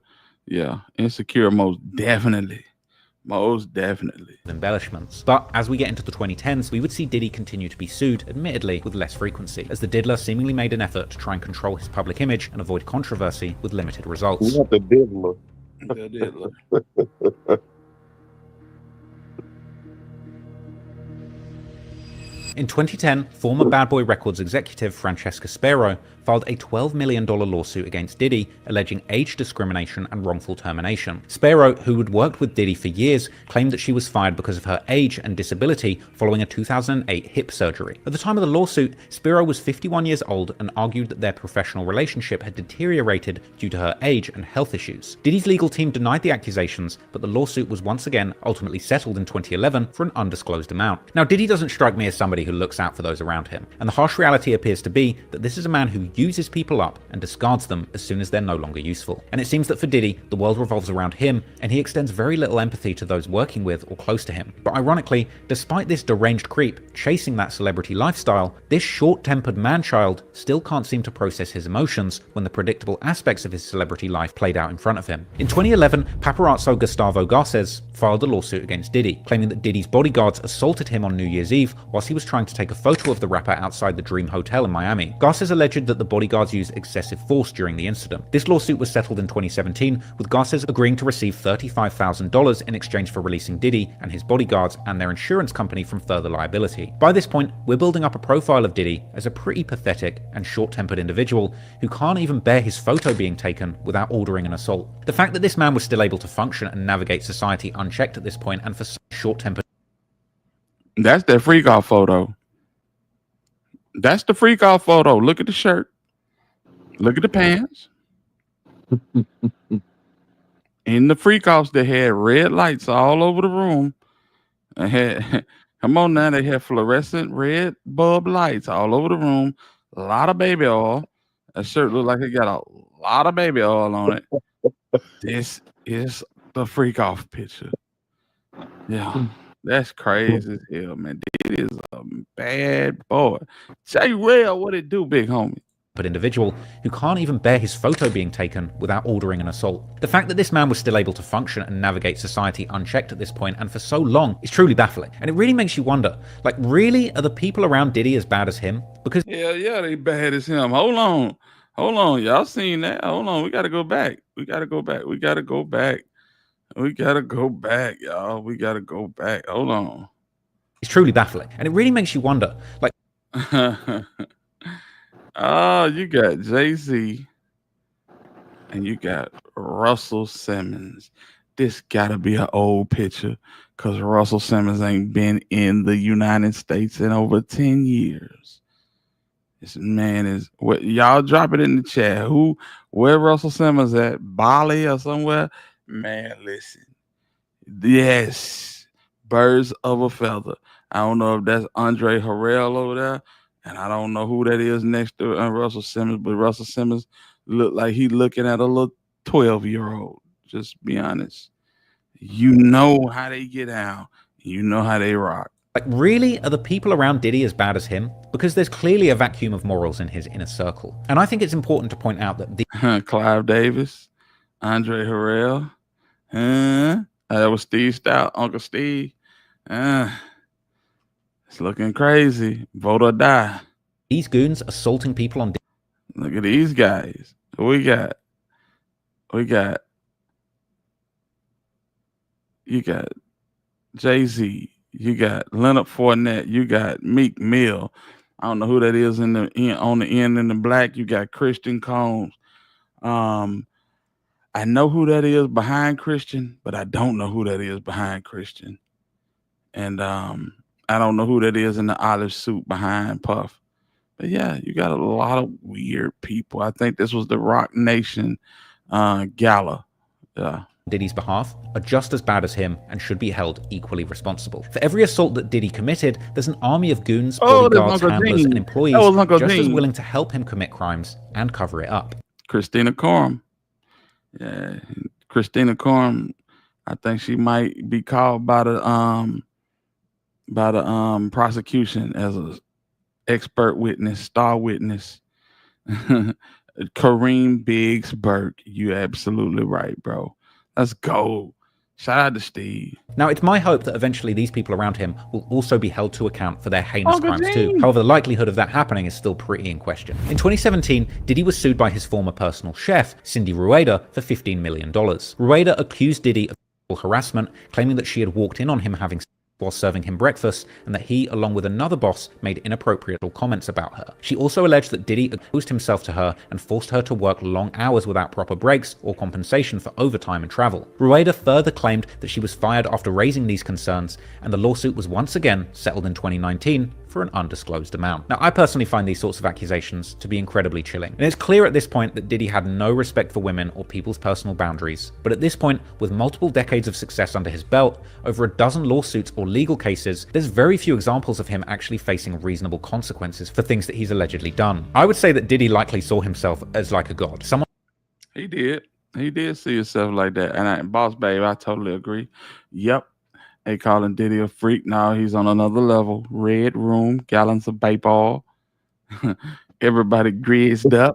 You know what I'm saying? Fire from the candles. Nude dude in the corner. That nude dude in the corner was Diddy. Walking around with his joystick in his hand. That's what it is. This is a whole different level. Someone that couldn't be touched. Anything he said goes. And if you're unlucky enough to be in front of him and not willing to do exactly what he wants, you better prepare to be violated with no chance of justice and maybe a little out-of-court settlement. But thankfully, as we get into the 2020s, we begin to see the downfall of this disgusting excuse of a man, as eventually the house of cards would begin to topple, as a series of extremely brave women and men would stand up and say that it's time to stop this repulsive monster.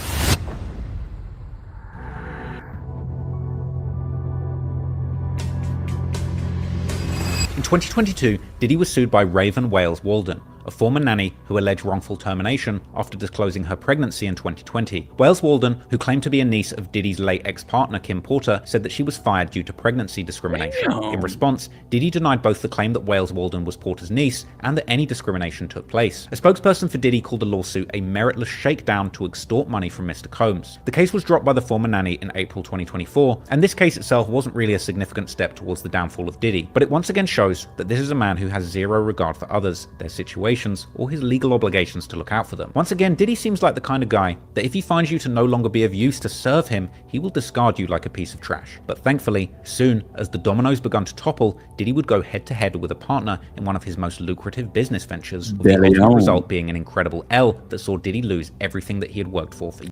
That Deli on, that damn Ciroc. Boy, let's get into it. Let's get into it, because this is the straw that broke the camel's back. Yes, sir. How dare you, coon?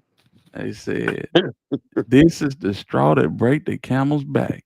And if that don't slow him up, I carry a full pack. That's old school. Years. On May 31st, 2023, Diddy filed a lawsuit against Diageo, a major British multinational in the alcoholic beverage industry. With over 200 brands, including Johnnie Walker, Guinness, Patron, and Smirnoff, Diageo stands as one of the world's leading giants in the liquor industry. They own liquor. Pretty much. They own liquor. And so if you on the high end of the spectrum, yeah, they own that. If you on Don Julio and Ciroc, they own that. You on Johnny Walker, they own that. Maker's Mark, they own that. You name it, they got it. This lawsuit, actually coming from Diddy, would accuse Diageo of racial discrimination, claiming that the company had failed to fulfill commitments within their long-standing partnership. This began in 2007 when Diddy partnered to promote the Ciroc vodka brand, and their partnership would expand in 2014 to include De Leon tequila. Diddy's relationship with Diageo began as a groundbreaking business move, when in 2007, Diddy entered into a strategic partnership with the company to promote Ciroc vodka, a brand that was struggling to gain traction at the time. And through his influence and brand power, Diddy would transform Ciroc into one of the top-selling vodkas in the US, selling more than 2 million cases a year. By 2014, Diddy and Diageo would expand their partnership to include De Leon tequila, which they jointly owned and promoted. Diddy's influence was pivotal to Ciroc's success, with aggressive marketing strategies and frequent integration of the brand into his music, nightlife, and social media presence. An exclusive event happening at the Combs Estate tonight, sponsored by Voila, the smoothest, the greatest, the best. If you're gonna do it right. So, you know, when you view it, retweet it, let's get it viral, because we're gonna rock the new year, baby. Initially, the partnership was valued at $100 million and structured in a way that allowed Diddy to take a share in the brand's profits. But by the time the lawsuit surfaced, the partnership had been ongoing for nearly 16 years, highlighting the significant role that Diddy had played in Diageo's spirits portfolio. In the lawsuit, Diddy alleged that Diageo systemically treated his brands as urban products, a label that restricted Ciroc and De Leon's distribution and marketing opportunities. Let me break this down. So in the same way that Diddy was relegating these females to these hotel rooms, Yeah, that's the way it was done to him. they treated him the exact same way. They wanted to be out. These girls wanted to be out front. They wanted to be tied in. They wanted to be locked in as wifey and have real relationships. What they saying that De Leon did and Diageo did was basically market this brand, Ciroc and De Leon, to us. Yeah, and really market it to the higher ups and the majors. They made this basically like, you know what I'm saying, we marketing this to the blacks, nothing more than Coke 45, you know, on that level. So the same way that Diddy, they wanted to be a part of Diddy's inner circle, he wanted to be a part of their inner circle, and they treated him the same way that he treated these girls. Isn't that crazy? Can I get a like button for that? Can somebody drop a like for that? Man, listen, I'm gonna break it down why it's here to be broke, man. Let's go. It's your boy Hitter. He claimed that Diageo typecasted his brands and limited them to certain geographic areas and demographics, which prevented them from reaching the same level of exposure as Diageo's other celebrity-backed products, such as George Clooney's Casamigos tequila. Clooney's brand was actually purchased by Diageo for $1 billion in 2017 and was allegedly prioritized and widely promoted without the same limitations placed on Diddy's brand. Diddy argued that Diageo's failure to invest in Ciroc and De Leon on the same scale as other brands was a clear indication of racial bias. According to the lawsuit, Diageo representatives had used racially discriminatory terms to describe the brands, implying that they were only relevant to specific urban or black consumer markets. Diddy argued that this not only limited their market potential, but also tarnished the brand reputation that he had worked hard to cultivate. Diageo would quickly respond to the lawsuit, categorically denying the accusations of racism, and the company would claim that any disputes in the partnership stemmed purely from business disagreements, and argued that the lack of investment in De Leon was due to Diddy's own reluctance to make necessary contributions himself, apparently not consistently funding De Leon in line with the brand's growth needs, investing only $1,000 while Diageo had invested over $100 million to grow De Leon tequila. Furthermore, Diageo accused Diddy of demanding large payouts whilst threatening to publicly accuse the company of racism. For instance, in May 2021, after Diageo publicly committed $100 million for COVID recovery programs to help pubs and bars resume post-lockdown trade, Diddy allegedly demanded $100 million for himself, warning that he would reach out to every news outlet and burn the house down by accusing Diageo of racial discrimination if they didn't comply. Diddy's attorney, John C. Houston, would respond by saying Diageo dismissed Diddy's genuine concerns as threats. Had they honored their agreements, Houston argued, we wouldn't be in court today. Diageo denied Diddy's accusations about watermelon tequila and racial stereotyping, asserting that the flavor was actually suggested due to Ciroc Summer Watermelon's big success. They also refuted claims of targeting Ciroc and De Leon as ethnic brands, explaining the urban African-American brand was just a misperception that had been noted by an external consultant. They don't need to play that card until they need to play that card, you know, and that's the problem. People lean and depend on a little po folk down at the bottom to push their narrative. Fam, the whole time that you was out here moving and shaking with these folks, you know what I'm saying? It was all love. Now you can't get your way. You want us to, you know, rise up. Yeah. And that's one of the reasons why a lot of people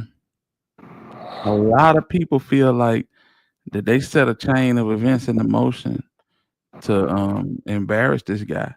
You know, it's been said that CNN had the footage of that hotel since 2016.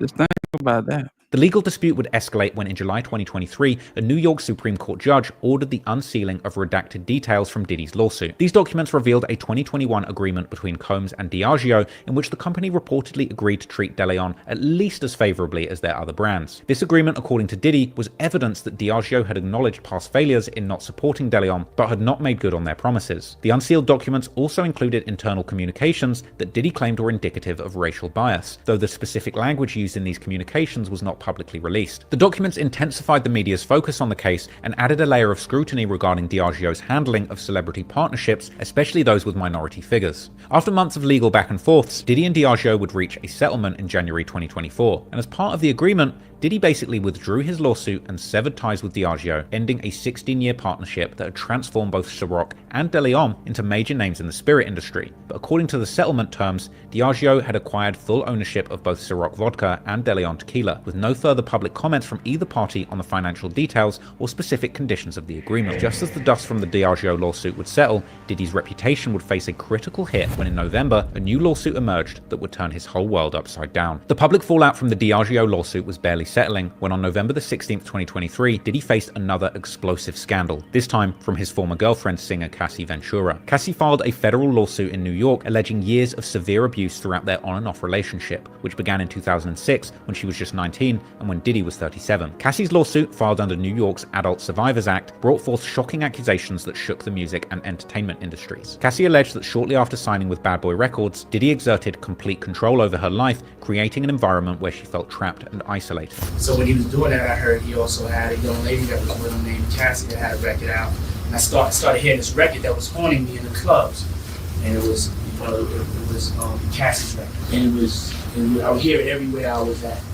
When I saw her and I met her and I saw this DVD on her, hopefully we can play that. That's what kind of made me like really fall in love with the project, because I saw something more than just records. I saw something that there was a personality there. It was something that, you know, the whole world would fall in love with. Cassie claimed that Diddy not only controlled her career, but also restricted her personal life, ensuring that she was wholly dependent on him and unable to break free from his influence. Cassie's account described Diddy's influence as suffocating, painting a picture of a power dynamic where she felt there was no escape. In her lawsuit, Cassie detailed a history of physical, sexual, and emotional abuse that spanned nearly a decade. The most severe of these allegations included an incident in 2018. I'm sorry, she could have came back. She could have left and stayed gone. She could have. You know what I'm saying? I'm sorry. So Lovely said, if he get out, who really gonna party with Puff now? Who will he partner with? That's true. There will be a remnant, So Lovely. If he beats this, there will be a remnant that will rock with Puff, because the narrative is gonna change and say that, you know, yeah, he weirdo. They're weirdo. He's a weirdo. But they tried to take him down. And you see the play. You know what the play is. They tried to take the black man down. And folks gonna rally behind that. Feel me, Herb? Yeah. That's gonna be the play. If he make it out, that's gonna be the play. Yeah. where she claimed that Diddy actually killed her. She described this event as the culmination of years of intimidation and manipulation, alleging that Diddy used his power and influence to repeatedly harm her without any fear of consequence. This pattern of manipulation, Cassie argued, was Diddy's method of asserting control and further isolating her from any support network. One particularly notable accusation involved Diddy's alleged interference with her relationship with rapper Kid Cudi. According to Cassie, when she expressed interest in pursuing a relationship with Cudi, Diddy grew so jealous and livid, he retaliated by orchestrating the blowing up of Cudi's car, and Kid Cudi, through a representative, would later confirm that his car had indeed been destroyed in an incident that aligned with Cassie's timeline and accusations. Diddy's response to the lawsuit was swift, adamant. He vehemently denied all accusations, claiming that Cassie had attempted to extort him for $30 million before filing the suit. His legal team framed the lawsuit as a calculated attempt to smear his reputation and extort a financial settlement and commit blatant blackmail. Despite Diddy's defense, the allegations swiftly attracted intense media scrutiny, leading fans and critics alike to question his public image and past. But in a surprising turn, Diddy and Cassie would reach a settlement just one day after the lawsuit's filing. The terms were undisclosed, but Cassie requested a dismissal of the case with prejudice, meaning that she would not be able to refile her claims. Diddy's lawyer emphasized that the settlement did not imply guilt, while Cassie stated that the settlement allowed her some level of control over a deeply personal and traumatic chapter in her life. Cassie's lawsuit, though quickly settled, was pivotal as it opened the door for even more allegations against Diddy. Her case put a spotlight on Diddy's alleged history of abuse, prompting others to come forward. By the time Cassie's case concluded, it had set off a chain reaction, inspiring. Right, that chain reaction, boy. I tell you, True Sag said, he gonna get out and everybody gonna rock with him. Ain't shit gonna change. Diddy the man, fam. Regardless of how we feel, I'm telling you, there is a remnant of people that you gonna have to choose. You can rock with Diddy if you like, but people are gonna apply pressure. Trust and believe. Because if he gets out, people are going to scream bloody murder. It's going to be some people that, you know what I'm saying, that is not going to like that. And you're going to have to choose a side. And shout out to you, bro. Look like you got them brick by bricks on that emote. I like that. Salute to you. Bring a wave. What you say, Herb? 5 years. Yeah. I don't know. We're going to see. Herb coming across like the Diddy site, the Cypress version for Diddy. he said Diddy ain't getting number 5 years, man. What y'all think about it? Public statements and additional lawsuits that scrutinized Diddy's past relationships and professional conduct. Legal experts noted that her lawsuit, filed under the Adult Survivors Act, could serve as a catalyst for other survivors who had been silenced by time constraints under previous statutes of limitations. Diddy would post on Instagram denying misconduct allegations that had started to come out, vowing to fight the allegations and clear his name. But just months after Cassie's explosive lawsuit, the case took a disturbing turn when video evidence surfaced, adding weight to her allegations. On May the 17th, 2024, CNN released footage showing Diddy assaulting Cassie in a hotel hallway in Los Angeles. The video shows Diddy chasing Cassie down a hallway, cornering her as she tries to get away. Captured in March 2016, the video was a haunting visual confirmation of the abuse that Cassie had described in her lawsuit. The footage quickly went viral, shocking the public and intensifying scrutiny on Diddy's past actions and the dynamics of their former relationship. Man, they said the cable news network had this since 2016, Jack.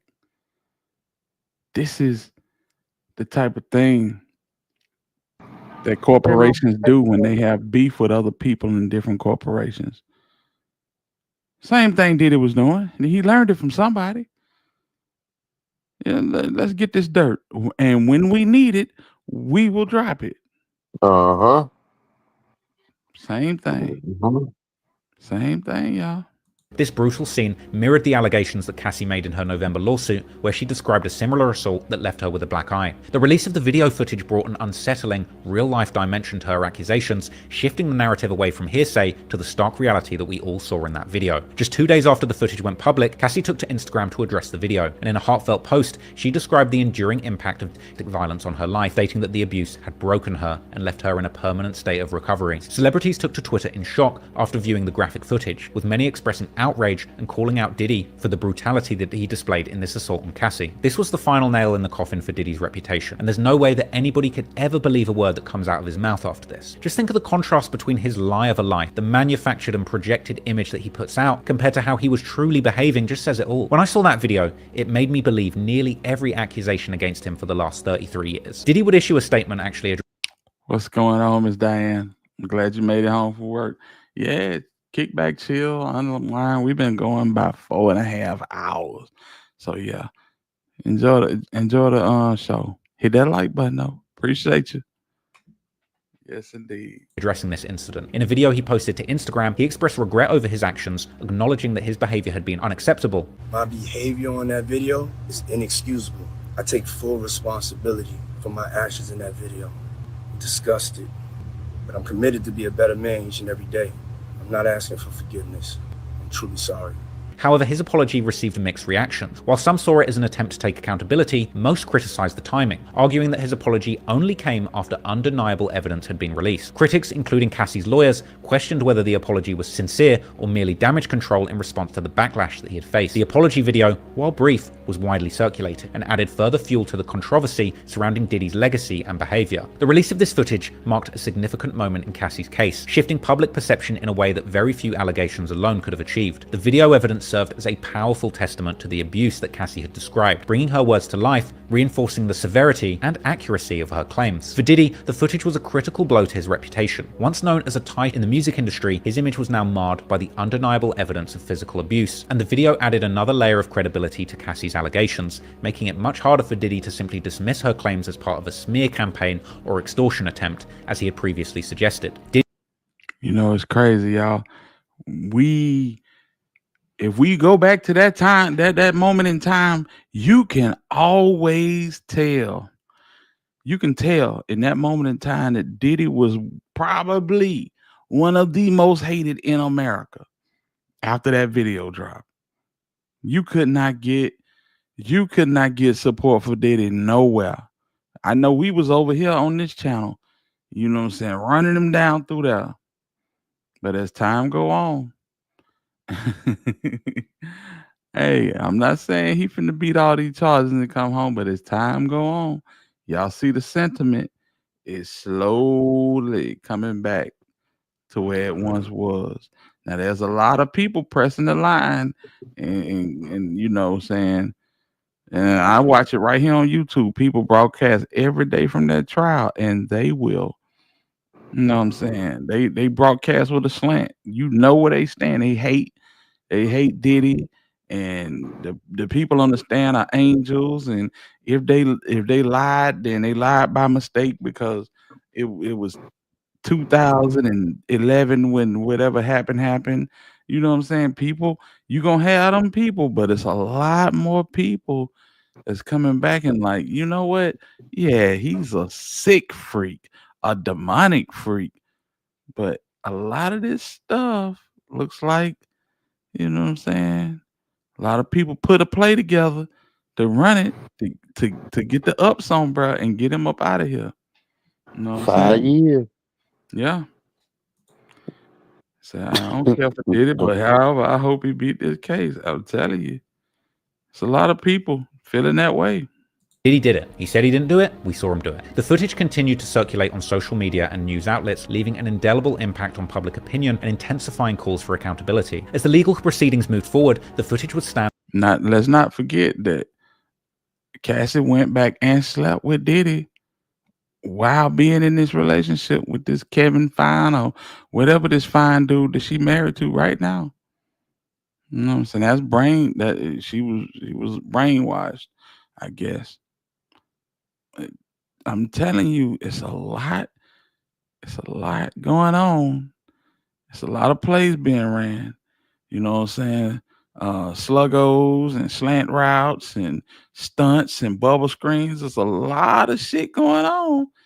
You know what I'm saying? I'm just saying. And as one of the most damning pieces of evidence against Diddy in his career, complicating any efforts that he might try to rebuild his public image. But for Cassie, this exposure represented a vindication of her claims and a step towards reclaiming her narrative, empowering her and other survivors who face similar struggles. And soon, more explosive accusations would land on Diddy, further tearing down this facade that he had projected to the public for decades. In a shocking development that emerged just months after Cassie Ventura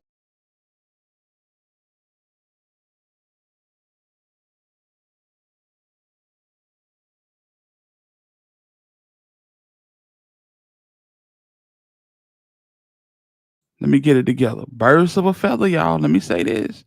And damn Lil Rod, because ain't nobody studying Lil Rod. Birds of a feather flock together, gang. You cannot remain around a nigga this long and just say he was evil, he was this, he was that, he did this to my friend, he did this to me. No, you was in on it too, fam. You was rocking with it. You was rocking with it. Don't give me that shit, man. It was cool.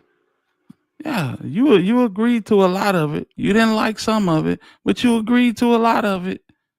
Don't no, fam. No, fam. This is the new age woman, right? We ain't dealing with, the women that used to walk around with their head down and come on now. She was with him. I'm just saying. Insurer's explosive lawsuit, Rodney Lil Rod Jones Jr., a Chicago-based music producer, would file a federal lawsuit against Diddy. Okay, I'm glad you said that, Ms. Wright. And I'm gonna say I'm gonna drop it like this so y'all can understand what we got going on. So we got a leaderboard. And this is the people that contribute the most to the live stream as far as comments. And right now we got ZK and Nikolai tied for 1. So Lovely is at number 3. Lil Miss Muffin is at 4. T Sanders is at 5. K Dizog is at 6. Black Barbie is 7. My dog Lil T is at 8. Texas Bama Boy at 9. And Sky Alex is at 10. That's what that is. The numbers is the leaderboard. Yeah. So that's what's going on. This lawsuit would accuse Diddy of running a criminal enterprise involving drugs, guns, sexual exploitation of escalating the scrutiny on Diddy's lifestyle and alleged misconduct to scary new heights. According to USA Today, Lil Rod claimed that his professional relationship with Diddy quickly spiraled into a disturbing environment of coercion, manipulation, and abuse. Lil Rod's lawsuit paints a harrowing picture of his time working with Diddy on the Love album Off the Grid in 2022. What apparently begun as a standard music production gig allegedly devolved into a nightmare as Lil Rod accused Diddy of forcibly him, attempting and/or threatening to make further advances and using his power to coerce Lil Rod into acts that he did not consent to, also recording these encounters. The lawsuit claims that Diddy's threats of violence kept Lil Rod in constant fear, forcing him into compliance despite his discomfort. The lawsuit also extended accusations to Diddy's close associates, including his son Justin Dior Combs and Christina Karam, Diddy's chief of staff at Combs Global Enterprises. Lil Rod alleged that Justin and Christina actively participated in what he described as a venture where they solicited sex workers. This alleged criminal enterprise involved multiple members of Diddy's circle, each tasked with roles designed to serve Diddy's purported desires. According to Lil Rod, Stevie J, a Grammy Award-winning producer and longtime This nigga here look like he just be into all type of weird shit. Yeah, he just look like he be in the shit that, you know what I'm saying, ain't nobody into but him. You know what I'm saying? And some folks from across on the other side of town. He just look like that type of freak. Yeah. Associate of Bad Boy Records was also involved. The lawsuit claims that Diddy exploited Lil Rod's admiration for Stevie J to him, even sharing a video that allegedly showed Stevie J in an explicit act with another man. This manipulation, according to the lawsuit, was part of Diddy's coercive tactics to maintain control over Lil Rod. One particularly disturbing allegation in Lil Rod's lawsuit involved an encounter on Thanksgiving Day 2022 at Diddy's Miami residence. Lil Rod claimed that Diddy, while intoxicated, offered him cocaine which he declined before heading to the restroom. While in the restroom, a cousin of Young Miami, who is Diddy's ex-girlfriend, allegedly entered and began Lil Rod, performing without consent. Lil Rod reportedly pushed her away and left the restroom, but she pursued him into the open space, attempting to strangle him in front of Diddy and his staff. This incident caught on video underscored the atmosphere of forced encounters and coercion that Lil Rod described as pervasive throughout his time working with Diddy. Lil Rod's lawsuit also implicated other public figures. Yo, doe. Let me out. That's that Cuba free. Yo, doe. Let me out. Boy, get on, bro. This nigga here, bro. I believe everything they said about you, bro. Yeah.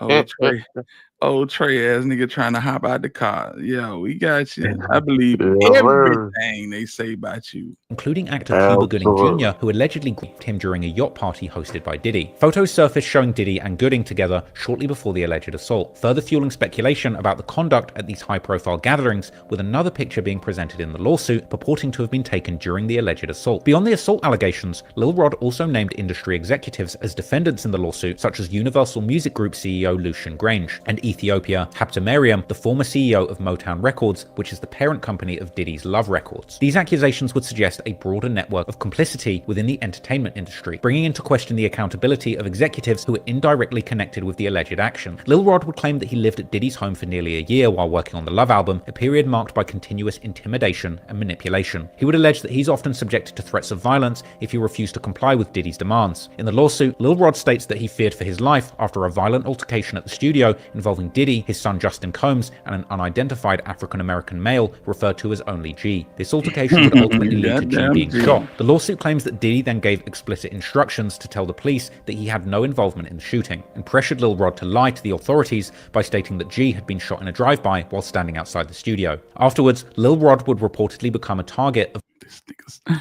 Stevie J, bro. Look at this nigga Stevie J.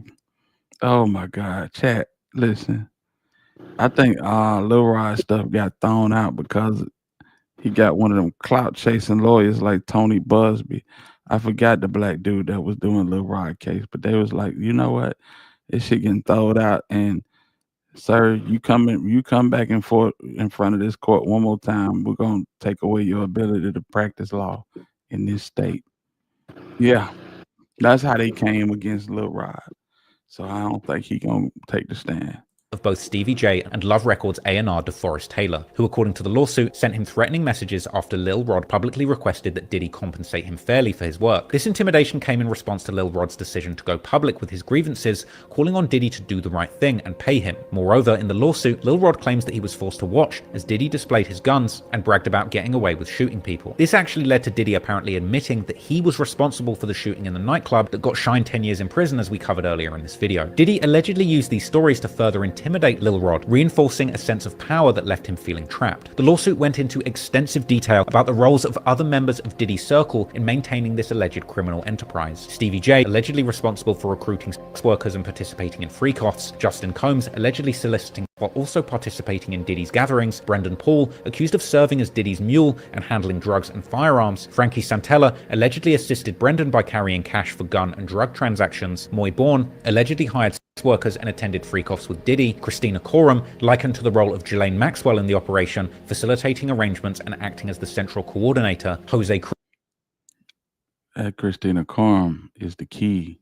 If they want to bam him and take him down forever, Christina Coram hold all the cards. She the straight drop in this. She got all the info. She got all the info. So yeah, she gonna give it up. They say, hey, if she take the stand, it's over. It ain't nothing that none of them folk can do. YSL Steel, none of them lawyers. And Tenny Garagos, none of them. None. The black attorney, the female, yeah. Ain't none of them can do. It's gonna be over with. Yeah. Then we get to Trump. Say, oh yeah. Diddy's IT specialist, who allegedly recorded incriminating acts while maintaining a low digital profile to avoid detection. On October the 16th, 2024, two major record labels, Universal Music Group and Motown Records, would fight back against claims that they were complicit in funding Diddy's alleged drug-fueled trafficking operations. They would demand sanctions against New York attorney Tyrone T.A. Blackburn and his client Rodney Lil Rod Jones, who had sued. That's the dude, Tyrone Blackburn. Yeah, fam. Tyrone Blackburn. They told him, and maybe it is some validity in what Lil Rod's saying, but you see who they got. They got Universal and they got Ethiopia Habtemariam. That's Universal, UMG, and Motown. Them folk wield a lot of power and they swing a big stick. Pause. No Diddy. Ever. Sued Diddy earlier in February. Blackburn's lawsuit had also implicated UMG and Motown, accusing them of knowingly financing Diddy's illicit activities. According to Blackburn, the labels were aware that Diddy's lifestyle involved heavy drug use misconduct and illegal activities, and yet still supported him financially through a business partnership with his Love Records label in 2022. But the labels would fire back, calling the allegations meritless and saying that Blackburn was litigating the case in bad faith. They would argue that their connection to Diddy was purely contractual, with no involvement in his personal dealings, and would request sanctions to deter similar cases. Diddy's attorney, Erica Wolf, would also back the labels, accusing Blackburn of unprofessional conduct and exploiting the legal system to promote himself. In response, Blackburn would reveal that he had met with federal prosecutors 9 times regarding Diddy's criminal case, hinting that a superseding indictment could soon implicate more individuals tied to Diddy's alleged. But because the legal battle is still ongoing, US District Judge J. Paul Oaken would refrain from ruling on the motion for sanctions, while Diddy's defense team would seek to dismiss Lil Rod's complaint, labeling it an exaggerated attempt to turn a business dispute into a criminal conspiracy. Ultimately, on September the 17th, 2024, the music would stop, as Diddy was charged with and other offenses a little while after a dramatic raid on his properties. After 34 years of pain inflicted on countless people, it seems that it's finally time for Diddy to face justice. While the accusations in this indictment are seemingly just the tip of the iceberg when it comes to the alleged criminal activities of Diddy, it's good to see that this man, who believed that he was above the law for so long, finally getting his comeuppance. In the course of making this video, it only strengthened my beliefs that Diddy is one of, if not the most dangerous man to ever come from the hip-hop culture. There's been killers, gangsters, and abusers in hip-hop plenty of times, but for this man to build an empire of criminality, abusing the court system, and using his vast wealth to silence good people just doesn't sit right with me. I'm somebody with a strong sense of morals and an Who said it was good? Bow tie wearing ass nigga. Ain't nobody said he folk was good. I keep telling y'all, birds of a feather flock together, man. And if you ain't a bird of that feather, then you sacrificing your standards for money. Either way it go, you in the same boat, fam. If you didn't run through the door and run right back out the door, then that's on you. That's because you knew what it was. You ain't, these folk ain't that dense. They not that just slow that they didn't know what the play was. They greedy. Right. And like ZK said, you got to tell him no. You got to. Hey, that what Cat Williams said. He turned down 50 million 4 times. You got to tell the devil no. You got to tell him no. Real talk. I don't think anyone could walk away from what Diddy had going on. He's deep in the demonic realm. They would have to deliver for be delivered or rescued. Delivered or rescued, man. Listen. If a man say, you know what, that's cool. You don't have to do these free calls. Just let me know when you're getting ready to move out of the house, because I don't want to be paying bills for somebody that I'm not, you know what I'm saying, involved with. And this is what he told this last witness. And somewhere down deep in your heart and deep down in the gumption that God give everybody, you got to say, you know what, I'm going to make it with or without him. But no, you so reliant on this money. You so reliant on this lifestyle. This man giving you money hand over fist. You ain't putting none of it up. You're balling. You feel like if I got to do these freak outs, I'm going to live my life to the fullest. Well, guess what? That's what you're paying for. And that's what keeps you trapped. So you're not good people. You're not innocent or a victim at all. Let's let him land his plane. Understanding of what's truly right and wrong. And from everything that I've learned about Diddy, it's my belief that this man is a genuine psychopath who, from decades of never being told no, always getting what he wants and avoiding responsibility every time, thinks he can do whatever he wants. He's somebody who thinks he can do anything to you, and you should just sit there and take it because he's the almighty Diddy. I personally think he's an absolutely abhorrent person. His image and legacy is completely tarnished, and he's likely to go down as hip-hop's Harvey Weinstein. After everything he's achieved, all the hit records, all the money he's made, all of the alcohol, cheap clothes, and other junk businesses that he's hocked, he will ultimately be remembered for being an abuser, a snake, a creep. And I honestly hope that he spends the rest of his life in prison. Because really, a world without Diddy on the streets is a safer and better world for everyone in it. Shout out to Trap Lord Ross.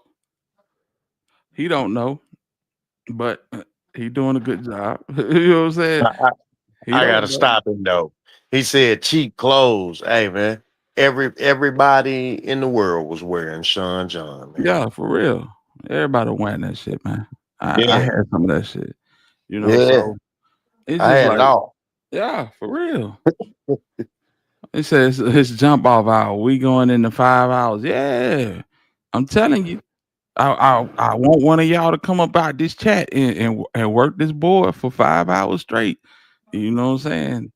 It's not an easy job. I'm just saying. So if y'all ain't hit that like button and It donate. most definitely ain't an easy job, man. No, hell no. Hell no. Donate to the channel if you can. If you can't, you know what I'm saying? I get it, but donate to the channel, fam. We doing this. I'm doing this for y'all because of the simple fact that I was supposed to pop out last night and wasn't able to. So I said we're gonna kick it tonight, big kicking. And here we go, 5 hours in, man. And all of the content been good. It ain't been no big gaps. And you know what I'm saying? I'm not finna sit up here on this panel and not say nothing. And none of that.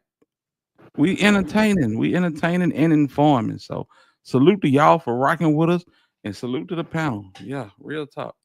Let's go. You know what I'm saying? So what's up with the Cypress? What you think? You think he gonna beat this thing, or you think he gonna No, I think he should have. I think he should have took the plea, man. well if you just watch what we watched, then you knew he wasn't gonna take no plea. Yeah, but see, this is the thing with Diddy. He has so much money, so much power. Right. He thought he could manipulate. He thought he can just get off on the Fed like he beat the Yeah. state for all them years, paying it off. Mm-hmm. Nah, that's a fact, bro. And now he's sucking it with it. Well, they got it twice as much money as you, and they Mhm. got money to play with, and they will stretch this out and make your life a living hell. And to be perfectly honest with you, they don't even need money. They are money. You know what I'm saying? You need money. Right. You know what I'm saying? So yeah. And I'm quite sure his bank account getting a dent in it because Yeah, man. I mean, and shit, bro. You ain't going nowhere. it went from like a couple billion to like 450 million, bro. And I know that sounds crazy, but that's a hell of a dent. I'm talking about that is substantial. They said a plea with 5 years, ZK. Yeah. I would have took that. Ain't no way I'm dragging this out. Hell no. Nah, not if you done had this many lawsuits and people come after you and you get off with slaps on the wrist. Nah, you wouldn't have took it either. Yeah, because I'm telling you, he got a conflated, view of reality though. No, that's the whole thing, bro. You know what I'm saying? You keep taking these janky ass shots and they keep going in, you're gonna stay taking the janky shots. Yeah. That's it. You wouldn't have took that 5 years. Not if you had did what he done did and got away with it. Right. So that's the whole thing. And but I don't know, man. The more this go on, the more it's trending in his favor. Real talk. Yep. That 5 years looking good. You said the more this go on and trending in his favor? Yeah. You believe that? Oh, I absolutely do. I absolutely do. Yeah, he got the jewelry in his back pocket. They talking about bringing in alternates because these folk were rocking with Diddy. Fam, I gotta say, hold on. I gotta say, salute to Vince. I gotta say, salute to V. V done sent 3 donations, fam. And I appreciate it. I appreciate the hell out of it. No doubt about it. Yeah, that's the 3rd donation that they done sent tonight, man. I appreciate it. I'm glad you're enjoying the content from the bushes, for real. Real talk. But yeah. These folk locked in with Diddy, bro. And it's more than obvious because they are. Anytime the defense lawyers catch the witness up in a conflict in their statement, you got these folk bumping elbows and you know what I'm saying. They say they passing notes and everything, fam. Yeah. The judge said the other day that he was going to barred Diddy from the courtroom for looking at the jury, though. Say that again. The judge said the other day that, you know, the way Diddy's been giving the jury controlling looks, that he was gonna bar him from the courtroom. Yeah, no, that's what I'm saying. And it wasn't controlling looks. It was a look like, yeah. It was like when you at a football game and your quarterback throw a touchdown and you standing in the stands and you look at another fan, y'all don't know each other, but you like, yeah, let's go. That type of shit. That's what the jury doing, and that's what Diddy doing. And they like, if we either gonna put a curtain up and separate y'all view from the jury, or we're gonna remove you from the courtroom altogether. That's crazy. For somebody to say something like that means that these folks, a good deal of them are locked in, and it's gonna be hard, y'all. It's gonna be hard for these folks to come to a unanimous conclusion on this. I'm just saying. Ain't no telling. He probably sneaking up some money. Yeah, I mean, you know, who knows? Could be D-Rock in the background. You know what I'm saying? They done said D-Rock name about 50 times during this trial, and he ain't nowhere to be found. Mm-hmm. So they still got folks running for him. I gotta say this. Black Barber said, "You are interesting and entertaining to be able to go this long." I appreciate you, Black Barber. Real talk, man. But you know, I'm only as good as you guys. If you guys aren't giving me feedback, then it's kind of hard to do this. You know what I'm saying? But I appreciate that comment for real. You know what I'm saying? We all know how to pay. He know how to pay. He may be paying them. It's New York, right? You gotta understand how many people are, you know what I'm saying, around that courthouse. He already paying for folks just to wear t-shirts. You know, $20 an hour, not $20. Yeah, I'm gonna pay you to put this shirt on. $20. They paying them. They by the hour. They charging them by the. He paying them by the hour. That's crazy. That's crazy. Yeah, it's a lot of lunacy going on around that courthouse too. Just so you know that. He might buy his way out of it. Told you. I told you. Hey, what you mean by you break that down? Because you know this Fed ain't no buying your way out of it. Break it down. What you mean by that? I mean, you can buy some jewels and buy some special favors. You know, I mean, buying some jewels is gonna be very difficult, but it can be done. Yeah, John Gotti did it. I've been listening. I'm on that. I'm out on the Henny and cranberry with my white peach. Ooh, Red Bull. Let's go. Turn up then. Black Bobby, man, salute to you. Enjoy yourself. Living your best life. I'm living my best life. Yeah. Take a sip for me. Curious. Is it money, or we have all had something or someone difficult to shake, and it took God to give us strength to walk away? Certain spirits are a stronghold. Money is a factor, but it's deeper. This last witness, money was all the factor. You gotta understand. You gotta understand something, fam. To come into this circle, God is not even in the equation. You know what I'm saying? Now I can see you being genuine. You come in. If God was in the equation, there's certain standards that you would hold within yourself that you would never cross. You get what I'm saying? You would never let somebody relieve themselves in your mouth. Period. That's weird, man.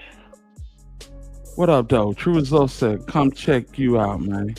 Like your show. You dig. Hey, Demi Hill, I appreciate you, big homie. Salute to you. Salute to you. But boss babe, you get where I'm coming from. So you can't put God into this equation because people are sacrificing their standards for money and fame. money, fame. That's their God. That's access. their God. That's their God, fam. That's their God. So what you talking about? Spiritual stronghold, spirits are a stronghold, and all that good stuff. That's for us. That's for people that really care, the people that really got morals and say that, you know what? If it came down to it, I'm just gonna have to get it how I live. That's for us. That ain't for them. Where they didn't made it up in their mind at a young age, Cassie, that I'm gonna do whatever I gotta do to make it to where I want to make it to in this game. Man, remember here the Kimura Russell got Kimura at like 19. We talked about this the other day, Jane. We talked about this. At 19 years old, married her, groomed her, basically. That's why he across the water right now. That's why he in Bali right now. You know what I'm saying? Where you think your Gotti got it from? To go over there and just and stay put and, you know what I'm saying, act like you living your best life. I don't give a damn if you fly 30 people out. You can't come home. No, sir. I'm just saying. Boss babe said, yes, I do, but we have all sacrificed that. Yeah, but not to that degree. Not to that degree, boss babe. You feel where I'm coming from? We've all There's levels to this shit. Yes. It's levels. When you got 3, 4 men you got to go through, like American gladiators around this bitch, and then the guy that says that he is actually your guy want to lay on top of you and wallow in what them 3 guys just left behind. Yeah. Just think about it. How? Just think about it. How can you think about it? You know what I'm saying? It's sickening. Yeah, we can't rationalize this the way we would normally rationalize stuff. Yeah, this water too deep for us. Yeah, Lord. We too normal. We too normal. You know what I'm saying? We common folk. Yeah. There ain't Thank you, Lord. Listen, when I get into it, just say for the sake of conversation, I'm a female. When I get into a room with my man and another man, when it get that far, we gotta cut the deck. Yep. Time to go. You gotta cut the deck. Cause I can never be a wife. I can never be a wife if I'm being set out. Come on now. At what point do we think that we gonna get set out and get trained and then just materialize to a wife? People want what they can't have. That's why women look at dudes with rings on their fingers. That's why dudes pursue the one that they can't have with vitriol and just eagerness and drive that you never seen, because that is the challenge. Yep. If I'm using you as a porta potty, I will never marry you. Ever.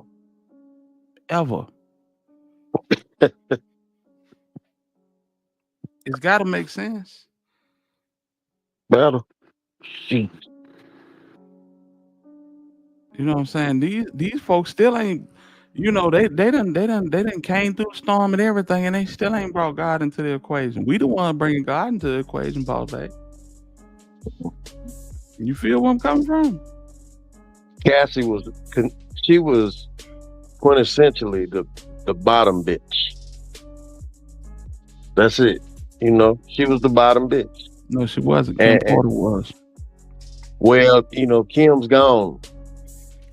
Not all the time. Not all the time. Because right after Kim Porter left and she realized that she wasn't going to get that spot, she was on her way out too. See what I'm saying? Oh, absolutely. She wasn't the bottom. She was a concubine, basically. Now, She never I got to forgot the about position where Kim. right. But you know, Cassie's the one she's the one that's going out and, you know, bringing in new recruits, and you know,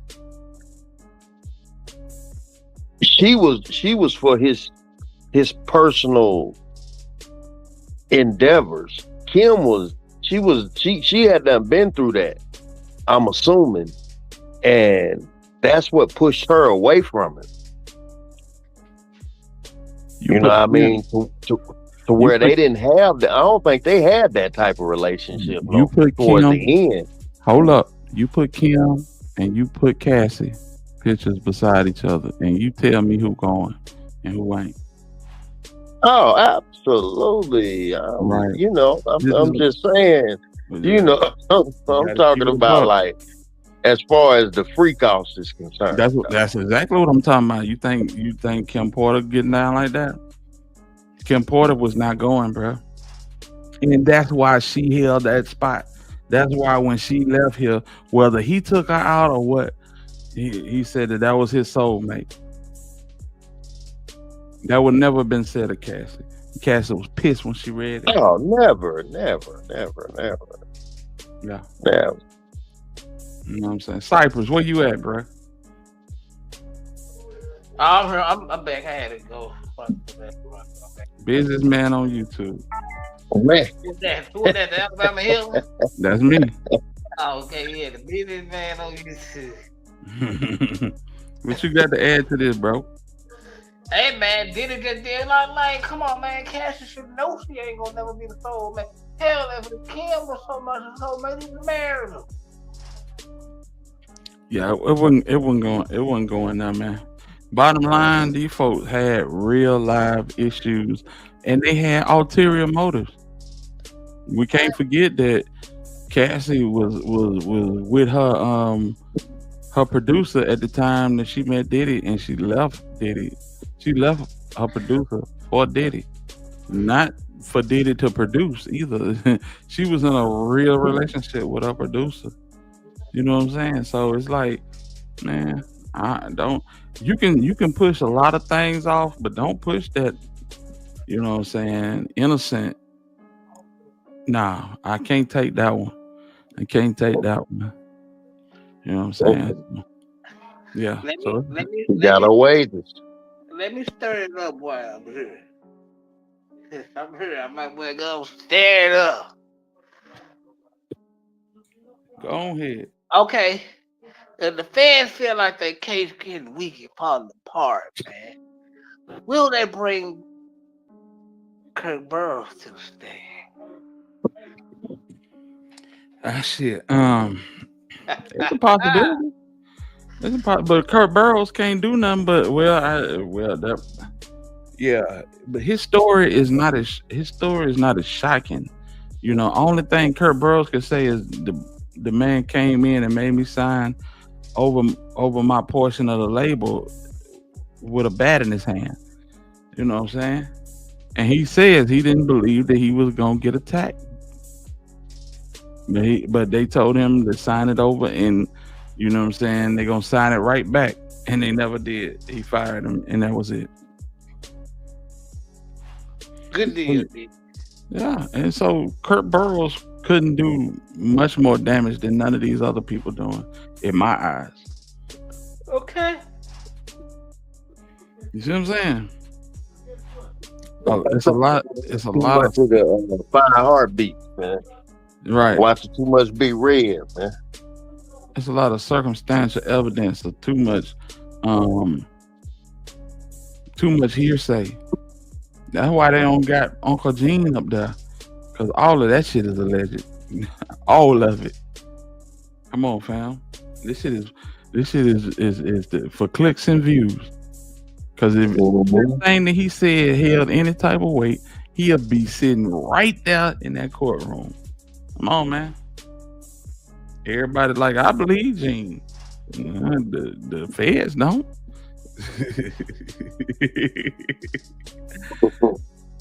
Hilda Mill testified that Kim had to do the freak-offs too. She would set up the rooms for Kim prior to Cassie. Now, which one was Mia? What did they say her name was?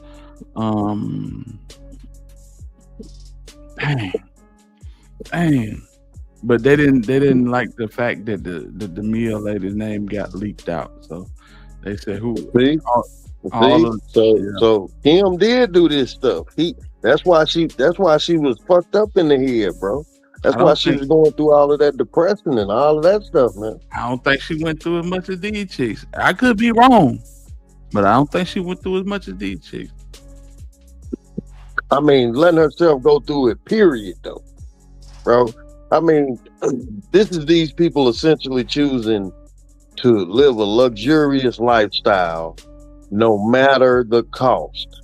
And now that the ride is over, they mad because they can't live that lifestyle anymore. So now they looking for a way. It's like when people go out here and get in accidents and fake injury and sue them through these ambulance chases. Yeah, it's the same thing. Mm-hmm. No, I get it. But yeah. So Mia said, she said, yeah, Sarah was one of the assistants.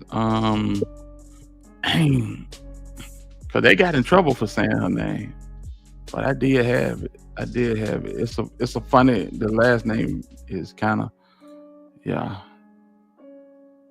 What's the name? It don't matter. But said Kim was involved in them too, which makes sense. It makes perfect sense because this is the pattern. That's his lifestyle. Mm-hmm. But they damn sure held he held her in way more high regard than he did these two. Why did security? Why these security ain't getting charged? Why the security? Okay. Talking about Puff security? Yeah, that's a good question. Uncle Paulie, D-Rock, all them people. We don't know. You know what I'm saying? This may be the last week of the case, all we know. But if she don't, then it's gonna be, I don't know, man. Because Uncle Paulie, D-Rock, all of them jokers, they was the velvet glove around the iron fist. Diddy will go and, run a lot of he'll run a lot of discord, for lack of a better word, and Uncle Paulie and D-Rock will come and clean it up. You know what I'm saying? Rub on them, tell them it's gonna be all right. Harv Pierre did a lot too. People go to him crying about what Diddy did, and oh man, are you serious? It's gonna be all right. Now KK was that one. She. If we're gonna say somebody was the bottom, yeah, you got to go with Christina Karam. That's the bottom. That's the power bottom. In TD Jake's voice, yeah, that's that power bottom right now. Mm-hmm. Yeah, that's that power bottom. Jake was hanging out with the Diddler. Yeah, absolutely. And he stepped down a week before the case started. Mm-hmm. I think he was I don't think nothing gonna come out of it in regards to TD Jakes, but I think the anticipation, the anticipation is a mother. Yeah. You don't know what they're gonna say, what they're gonna do, who they're gonna call, if you're gonna get a call. But I'm saying though, if you come on now, you running a mega church, bro. A mega church. You being broadcasting all over the world, and you got to step down before a case like this because you're afraid something gonna come out about you. Man, come on now. You know, you gotta see it for what it's worth. You gotta see it for Well, what it is. A lot of people don't want to see it for what it is, but that's what it is. You know what I'm saying? Yeah. How these men letting Diddy beat on these women and do nothing? I guess Cass. I guess because he would have fired him. Yeah, that's right. Everybody want.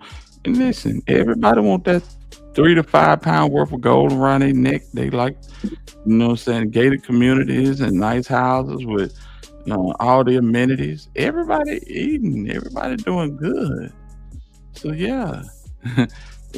when Cassie was getting beat up on the airplane and she yelled out, "Don't nobody see this shit?" Nobody turned around. Because everybody was on the train. Yeah. The same train she was on, though. Same train she was on. Mm-hmm. So shit, don't expect nobody to see it. Right. Take your lick. Yeah. That's facts. That's facts. And I'm not being heartless towards her in this situation. No. It's a lot of stuff. You know, the I forget the girl that was selling the that was moving, bringing in all the yayo and you know what I'm saying, party favors. Yeah, her and Cassie were corroborating their story for the courts. So you know, everybody wanted to get in and get them a piece of the pie. Mia got destroyed on the stand too. They said Mia got destroyed. They said Mia got destroyed to the point where they said it borderline bullying. Well, how can it borderline bullying when y'all lying? If they pulling you up in a lie, then that means that you did something to trigger this type of response. Come on, man. We talking about the Diddy case, Lil T. Talking about the Diddy case, big homie. Yeah. Yeah. So yeah. It's a lot of people, man. I'm telling you. A lot of these chicks ain't get, you know what I'm saying? Like the one that said that she woke up with Diddy on top of her, and you know what I'm saying? The one that said the same one said she went to the bathroom and on the plane while everybody was asleep, and you know what I'm saying, she passed Diddy and went to the bathroom trying to creep, and said when she went to shut the door, Diddy came in behind her, and she was like, no. Did somebody hear it? And you know, caught all of them lies, fam. They told through all of that. I don't know if that was Mia or not, but I think it was Mia. Mm-hmm. That turned out to be a lie? Yes. Oh man. Hey man, my God, man, the dealer coming on. So all these people who putting dirt on his name now, watch your head when he come home now. Man, that Mia cross was crazy. And it did a lot of damage. It did a lot of damage for the prosecution. Yeah. Let's see here. Oh, I ain't know she lied. Yeah. Hold on. Well, this like the OJ case. You know what I mean? If you got all this evidence that said that this man is guilty, why do you have to manufacture anything? Mm-hmm. You're right. Ms. Nelly says, so do y'all think TD Jake's guilty? What you say, Cypher? No, I don't think TD Jake did nothing. You just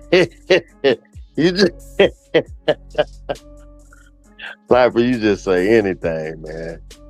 Hey man, listen, we just said this man that operates this mega church stepped down from his position. Now, this is a pastor, somebody who teaches people that you go through things, that God allowed you to go through things so that he can show his glory. And you step down a week before this trial take off because you don't want to endure what people may say or may think about you. That ain't of God, Cypress. I agree, but like I don't know the man personally, and I feel like if it was something, they would have said something there. For what? It ain't pertaining to him. You know, if they need him for character, maybe as a character to show, you know, something that he's done, then they might call TD Jakes. But I'm saying, why would TD Jakes run from his position of speaking God's word unless he has some association with this man that he don't want the world to hear about or know about? Y'all, let's go. Let's check out this cross. She finna let us know about the cross. Be testifying today. He said yes. He said, and then the prosecutor goes, all right, hand him the immunity agreement. And she says, basically, this is an immunity agreement. You will be immune from being tried for whatever you tell us. However, if you perjure yourself, if you lie on the stand, then you can be held liable for perjury. Got it. So he was like, okay. So then they took him off the stand, I guess because we're going to deal with him later, like he's going to testify later. They wanted to finish up with Mia. But I was like, who is Eddie? What is Eddie related to? Because Eddie don't look like the type that will work for Diddy. But Eddie clearly has some tea in that they're like, they forced Eddie to testify. So remember, guys, I taught y'all previously, if someone says, no, I'm not testifying, I'm pleading the fifth. If the prosecutor gives them an immunity agreement, they have to testify. They can't not testify because that immunity agreement. I need to find out if this is from early in the day or a recap. The fifth is going to be related to the hotel. He very well testified that Diddy would have him go and get the substance. Now, you know let's what? go back into Mia. I'm not going to drag this out. Mia. Now, first of all, Mia looks super cute. One thing I noticed about Mia is she never looks up. She doesn't look anyone in the eye. She still looks terrified. So I noticed, like, even she was standing up waiting for the jury to come in, she still did not look up, y'all. She would look down, looks at her hands, fiddles her fingers. And I know some people are like, oh, that's because she's lying. No, actually, the DV expert took the stand last week or the week before and actually testified that is a response when you're in the presence of your assailant. You don't want to make eye contact, etc., etc. So anyway, she didn't make eye contact. She looked down the whole time. She also wears her hair in her face and looks down, so you literally can't see her face. You cannot see her eyes. You can't see her eyes. And she had on like an all-white suit. That was fine. Cute. Whatever. But basically, they started off. This is, again, cross-examination by Brian Steele. He put up a plethora of text messages from her. And the point of the text messages is they spanned years. What he focused on today was putting up there a bunch of text messages from after she left Bad Boy. So after like 2017, where she's still reaching out to Diddy and she's saying things like, you're my inspiration. You're such a great friend. You're such a great person. I love you. And he'd write back, I love you too. Oh, I sure will give him a hug. I sure will. So, and she's like, I love you too. Da-da-da-da. And she's reaching out to Diddy. Now, you probably heard before that many people, Mims, the people want to see you. Can you come wave to him? Y'all, Mims right here. Okay, You've bring heard her that down we're now. using the Come on. national drug dealer per usual. He doesn't have the jewelry on today, though. He looks like an international. Absolutely know it. Jack shit. No, give him your doing with the jury. Hold on, y'all. Inside with Diddy. Jackass. Sent text message on the screen again from after Mia had already left Bad Boy, where she's reaching out to Diddy and she's like, you're my friend, I love you, da da da. And when asked about it, what she was saying is that this was after Kim had just died and Andre Harrell in some of the text messages, and that she was trying to be a good friend and she was reaching out to him. She was like, even though he did those bad things to me, I felt like I wanted to be a good friend, was the gist of what she tried to say. It's the devil, right? Why you playing with the devil? I don't care. I don't care if Obama passed away, I'm not reaching out to this nigga, man. For real.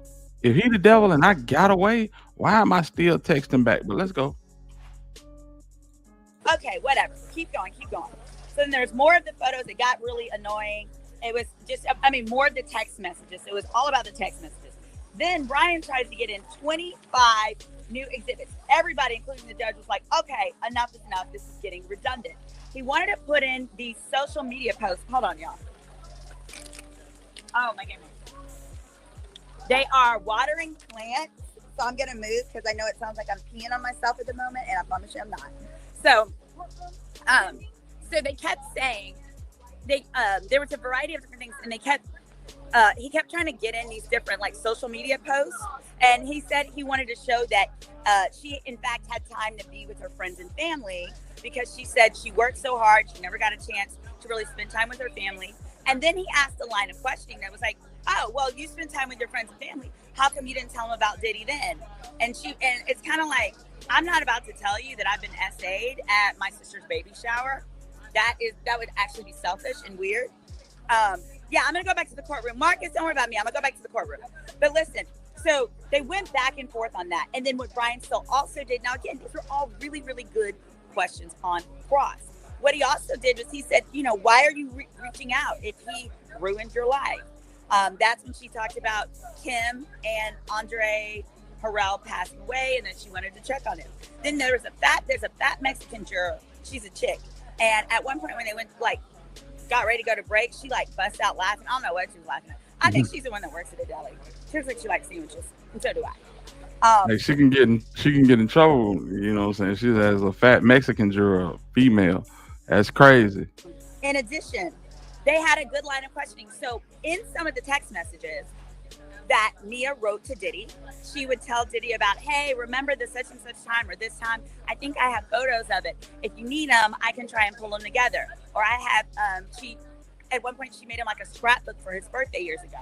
So what Brian Steele says is, now hold on.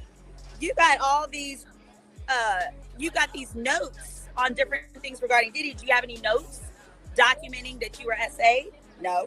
Do you have any recordings of Diddy berating you? No. Do you have any text messages? Do you have any proof? And then the prosecution was like, object. Because that is a good point. If you're a person that keeps notes of things, why didn't you keep notes of the SA was the implication. Now, I think we all know. Not we all know. I assume that the answer is because if that's not a memory you want to maintain, and if that's not a memory that if it's a memory you plan to die with you, no, you're not going to document it, and you're not going to tell anybody. And I'm certainly not going to tell my sister at her wedding that I've been SA'd by my boss. Yeah, Danetta said that is one thing that you would never write down. But stay with me here. So then Brian Still, he got to cheating, y'all. Brian was cheating. He got to the point, he stopped even asking questions. He would make leading statements, and the judge would be like, is that a question? Is there a question there? He would just make he'd be like, there's no written proof of Diddy ever even yelling at you. There's no audio recordings of Diddy yelling. And it wouldn't even be a question. Like, he would just say it, and then the prosecution would object, and then he would just go to the next sentence. He'd be like, there's no proof of this. And so they had to call a sidebar, because it was like, you're not supposed to do that. Lawyers are not supposed to testify. You're supposed to ask a question. The question will be objected to or otherwise, and then keep it moving. So next they got to the fact that when she was laid off from Diddy's company, she hired an attorney because she didn't get paid for months. She was entitled to severance, etc. So she hired a employment lawyer. That was back in 2017. Y'all, stay with me here. You're going to hear something from me on this that you won't hear and haven't heard anywhere else. All right. So in 2017, she negotiated a settlement with Diddy regarding her employment, the unpaid wages, reimbursement, overtime, all that stuff she was due. Now, initially, the ask from her employment lawyer was, the initial ask was $10 million. And they asked him, how'd you come up with that? She's like, I don't know. My lawyer did. $10 million was the settlement price. But they ended up settling for, I believe, 400 racks. How you go from 10 million to 400? But I'm gonna let Simone talk about it. Right. In the end, she settled and received $400,000. Of that, her lawyer got about 200, and she got about 200. 200. Fast forward. So what he is trying to establish, Ryan Steele is trying to establish that the fact that she did not tell the government that Diddy had ever SA'd her until after the third time of meeting with the government. More significantly, she didn't tell them until after she retained a lawyer. So he's trying to set it up to paint the picture of a money grab. In fact, just before lunch, there was a huge objection. He was like, so this was a Me Too money grab. Ooh, that's what Mims was talking about. He's like, this is a Me Too money grab. And everyone was like, well, I myself want to be like, objection. So here. But you think about it. You sued him for, unlawful termination, and you get fractions of what you asked. You asked for 10 million, you got 200,000, with 200,000 going to your lawyer. And you talk to the feds all these times in regards to this case. Then on the third time you come across with these allegations, I'm telling you, a lot of these females are like, girl, you better get you some money. They set the atmosphere up with this. Tony Busby putting billboards up on freeways telling people, if you've been assaulted by Diddy, give us a call. This is the type of atmosphere that people foster to have people do stuff like this. So I'm just saying, bro, a lot of people got together and put them a story together to see if they can get them, a chunk of change. That's just me, though. Here's the thing. Hold on. Tim McNeil says, why do we think she's being anonymous? She's being anonymous because she is alleging SA, in our words specifically. When you are alleging that, the judge has the authority to allow you to proceed under an alias. So that's why. But here's the kicker. Going back to, so there was a $10 million that was initially asked, but she got $400,000 from her employment lawyers in 2017. That was to settle all and any claims that she had against Diddy for her employment with him. And he asked her, how come when you were making that $10 million demand, you didn't mention the SA? This is why I believe you guys. If there was ever a time to lie or bring it out for your advantage, she would have done it back when she was seeking 10 million. I actually think it bodes well for her side. Now, the other stuff, absolutely, it made her look crazy. You reaching out to this man, talking about you my bestie. And we're talking about forced labor, attacks, all this kind of stuff. But the fact that when she was negotiating for 10 million, she still didn't bring up the SA, I don't think that means it didn't happen. I think that substantiates her claim that she was going to take it to the grave. Here's the other thing, and it's kind of the final big statement. I don't agree. Yes, so Ryan Steele was trying to establish, hey, she's Cassie's friend. She knew Cassie got a settlement November of 2023. And then the feds, starting that following January, started sitting down and meeting with her. She didn't have no lawyer at first. And then she got a lawyer like around June of 24. And once she got that lawyer, she stated that she had experienced the SA. She also acknowledged that it was around that time that she first told her therapist. So she said she actually told her therapist before she told her lawyer.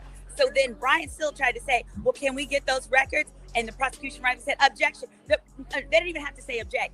The judge said sustain. The judge has been getting so sick of him. The judge has been sustaining objections against him that haven't even been asked. But here is the point that I think the prosecution needs to really bring home on redirect.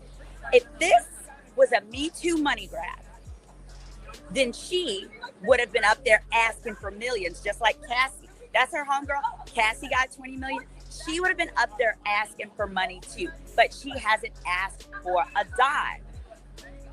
Hello. If there's ever an instance where you could ask for money in exchange for, a time when you could, drum up that charge, it would be now. While Tony Busby and all of his clients and all these different clients, right? Well, I mean, that's the way to look at it, but I don't agree. I feel like, If you want to, if this was the case, and you want 10 million, and you trying to relegate it to the job, if you got attacked, you might want to mention that. You may just want to mention that, fam. Boss Babe said yes because I'm traumatized by this Diddy news. I'm thinking about suing Diddy for 10 million my damn self. You feel me? I'm with it too. Fam, all day, every day. That's why I say I think this case is bigger than the OJ case because the coverage is just enormous. You know, the OJ case, it stayed on every channel. I ain't gonna lie, for about 9 months. But this right here, everybody and their mama out there. You know, you had 4 News. No, you had ABC, you had NBC, and you had CBS covering it. Man, you got ABC, NBC, CBS, Fox, and everybody with a microphone and a cell phone. Absolutely. People that moved to New York just to cover the case. You know what I'm saying? I think the Choke No Joke guy be telling the truth. What y'all think, man? Whoo, Choke No Joke. And Gene Deal. Joke. You know, Choke got wronged by BT back in the day. He got some stuff, but you know, they've been preaching the same message for years. You know what I'm saying? For the preaching the same message for as long as they've been preaching, you gotta throw a little extra seasoning on it just to make it edible. Some of this you gotta take it how it come. You know, some of it is gonna be legitimate, some of it's not. Same way with Gene Deal. And about shit. You gotta throw Jaguar right in there too. Man, play that. You gotta throw Jaguar in there too. You know, these just motherfuckers was around. They was around for it, so they feel like, you know what I'm saying, they gonna speak and add their little 2 cents. Slippery slope. The SA claim was totally independent from the wrongful termination claim. She gonna play the suppressed memory card as she should. Absolutely right. Absolutely right. You know what I'm saying? But you got to throw all of it in there together for my, you know what I'm saying, for me. I do believe Reggie is guilty. Yeah, all of them clowns is you know what I'm saying, dirty. Yeah. Reggie Wright is just a more mild-mannered version of Suge Knight. You know what I'm saying? Yeah. Yeah. It's crazy when you think about it, you know. Coming up through that era, I used to think about Death Row. These the biggest gangsters in the industry. And then you got these little dudes over here in New York, the bad boy niggas and Big and Puff and Craig Mack. These niggas is clowns. It was total opposite. These niggas was the niggas with the gangsters. Yes, sir. Diddy was the nigga with the gangsters, and you know, you got all of these low level gangbangers with Suge, but you also got the police. We were wrong the whole time. We were wrong, Jack. Hold on, what you mean we were wrong? I was wrong. Then I said when I said that the bad boy niggas was clowns to a certain extent, and they look like the soft ones, and Death Row looked like the hardened gangsters. You don't want to play with these niggas type action. But whole time, Bad Boy was the real gangsters, and Death Row was the niggas with these gang bangers and niggas getting, you know, not tuition, but what they call it. When you do your chores, you get niggas getting allowances and shit, bro. And they over there with the police. Whole damn police station on Death Row Records. Crazy work, man. But when he said come, that's red. Telemundo covering it. Everybody covering it, fam. Yeah, the real talk. Okay, Man, who y'all think big took out? Well, the dude that's on trial, the nigga that's in the courtroom right here. the Yeah, business. yeah, that's it. That's it. You sure who y'all think took out Biggie? Oh, most definitely Puff. Mm-hmm. The business. I Hell, knew one, that back in the 90s that Puff did that. Or he had a hand in that. Yeah. but when he stopped by the damn Impala and told the dude for the shit. Shut up, Cypher. But Yeah, yeah, man. if you watch the tape, you understand. Yeah, I got 3 letters for you, Miss Nelly. CMG.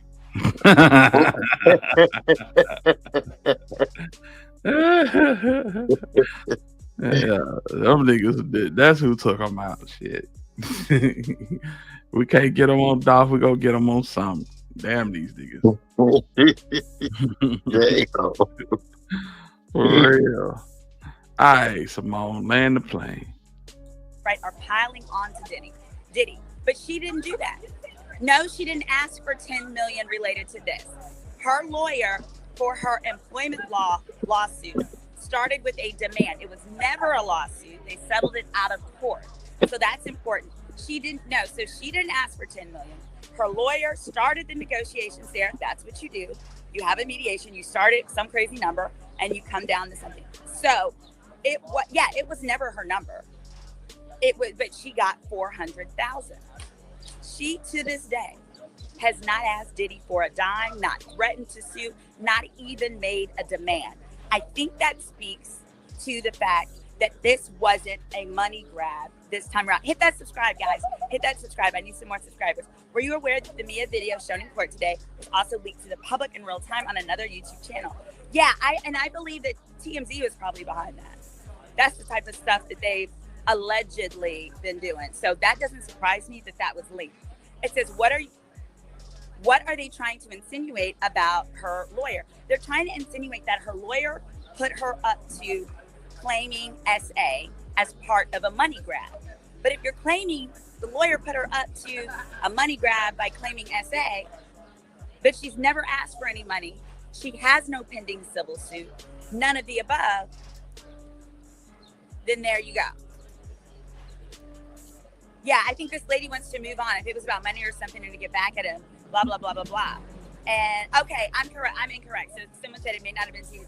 Isn't that illegal? It's not illegal. No, it's not illegal to post her stuff.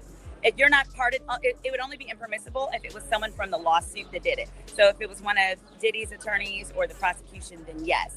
Thank you, Attorney Simone. So in the end, and it's also important to understand this, when she settled her 2017 lawsuit for that 400,000, that's it.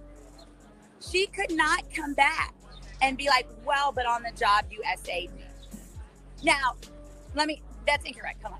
She signed a confidentiality agreement with that 2017 settlement. So she can't get anything more for employment related stuff. Now, if it was to go to criminal court, then maybe there could be something there. But I think that civil suit would look crazy with all of those I love yous in the text messages. Anyways, either way, my point is that if it was in fact what Brian Still is alleging, which is a Me Too money grab, she would have asked for some money. So I'm looking forward to Me seeing Too money how the grab. prosecution handles that on redirect. And I really hope that they actually pull out and say, not only did she not ask for that money, she couldn't ask for that money because when she settled in 2017, it literally resolved any and all claims she may have that arose out of working for him. Any and all civil claims, not criminal, remember? All right, that's Simone. So I'm gonna let Simone rock out. Listen, y'all, this is what it is, fam. It's not as slam dunk as we once thought. It's not as open and shut as we once thought. And I think that the people sitting in that jury box, whether they use alternates or not, they see what this is, man. And I'm not saying that they're gonna let this man go on all charges, but he's not gonna be he's not going down for Looking everything good. that they're accusing him of at all. That 5 years looking good now, ain't it? Nah, I'm not saying it's gonna be 5 years. I'm not even saying it's gonna be 5 years, bro. But I know one thing: it's gonna be, it ain't gonna be 30 years. It ain't gonna be life like these big news outlets keep saying. Something that will put Sean Diddy Combs behind bars for the rest of his life. It's not gonna be none of that. You know what I'm saying? They say they only, Miss Netta, they say they only need 2 to prove the RICO. So we gonna see. We gonna see. Yeah, man. But hey y'all, we 5 hours and 51 minutes in. Let's go to 6. We go to 6, we shutting it down. Let's go. You know what I'm saying? This Diddy case, wow, it just drains me mentally.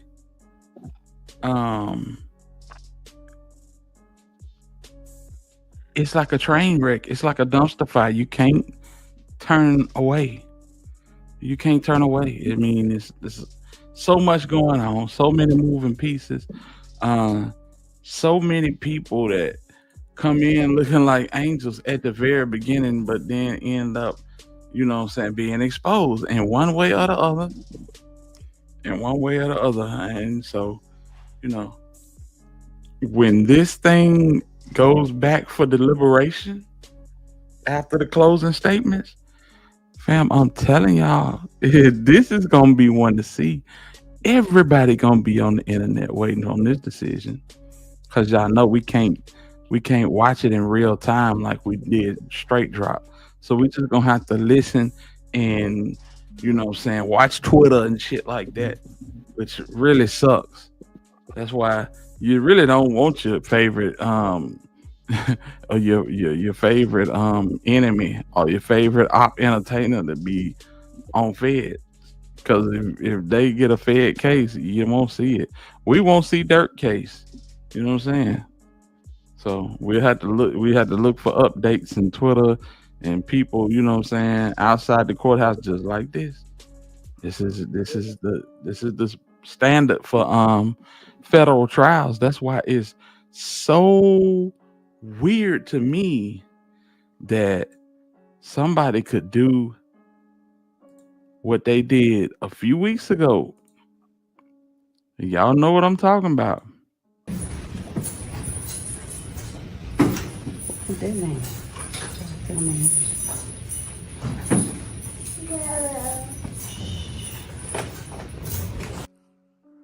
You feel me? These folks took a phone up in the courthouse and videoed Big Ricky. Oh boy. I'm like, damn, ain't nobody get a slap on the wrist for that? Oh. Salute the Cat and Monica. They said it. Yeah. Absolutely. You gotta tell them no. But yeah, these folks took, I don't know who this was, but they absolutely took a phone up in the federal courtroom and videoed. Ain't it dumb? Come on, K, this out. Let's run it back.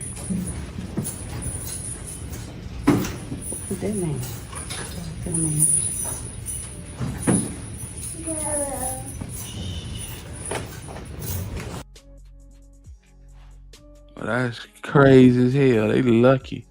They are super lucky. Mm-hmm. Yeah.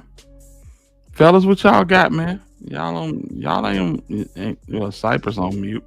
What y'all got? Man, I think that was come out with what you just showed. Any of it. I think that was flat out stupid. Yeah. Yeah. Well, we got a lot, man. Thank goodness that this is a state trial with Marquise Conway, old Yellow Beezy. We gotta be in the courtroom for that. Like for real. We gotta be in the courtroom for that. You think he getting off? Fam, I'm gonna say this. And this is because this is the current situation in the country. Niggas is beating these trials, fam. Niggas is getting off. Niggas with money is getting off, bro. You know what I'm saying? It remains to be seen with with Puff and with Dirt. Big U. Yeah, well, we're not even counting Big U. Big U got a couple dollars. He don't have money like these niggas. You know what I'm saying? He cooked food. You know what I'm saying? But in this case, when you got Drew Finland fighting and then you got Brian Steele fighting, you know what I'm saying? Hey, it's all up in the ass. A coin flip for real. It's a whole coin flip, dog. We don't know. Well, let me ask you something. Mm-hmm. Yeah, Go Van Trial gonna be on TV, Miss Lele. Yeah, it'll be on YouTube. If don't nobody cover it but Fox 13 or WREG, it will be on YouTube. Yeah. Well, let me ask you this: you think Trap Boy gonna get brought into this? As of right now, I don't think so. You got Theodore Thomas, which is Jose Bodega. You got Jay Maserati, which is Jeremy Johnson. You got Devin Brown, and you got Keywan White. There you go. That's who you got. All of these inner circle friends from day one. Keywan White is not of the inner circle, but Devin Brown, Bodega, Jay Maserati, yeah, definitely. Well, is Trap Boy and Yellow still cool? Yeah. Mm-hmm. Yeah, they still rocking. Mm-hmm. Yeah, they ain't nothing really changed.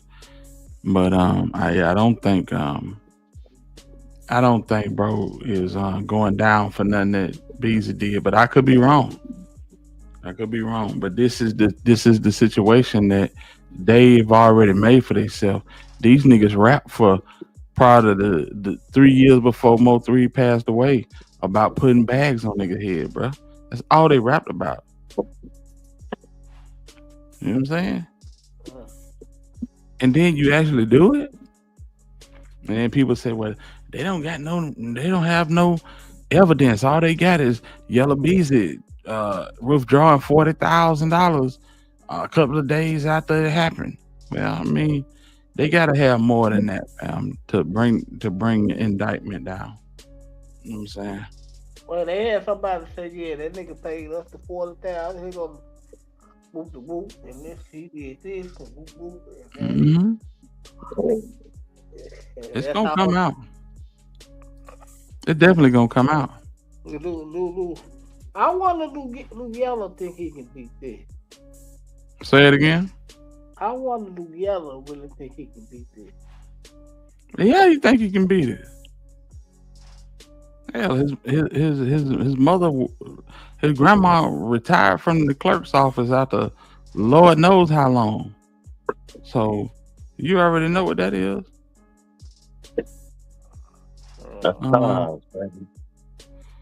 Inner City Press and the Surprise Witness YouTube report the questioning from the courtroom as it is going throughout the day.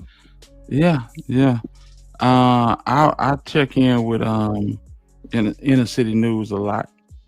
You know what I'm saying? A lot of people are saying mistrial. Yeah, a lot of people are calling mistrial. Yeah. That would be bad. Well, come out for the feds. Yeah, Diddy just filed for mistrial. That was a report that just came up. Mm-hmm. So that's something we're gonna be looking at. We also gonna be looking at the fact that Dirk, uh, Dirk, the judge in the Dirk trial, I'm thinking he gonna return his decision on Monday. I think Dirk gonna get a bond.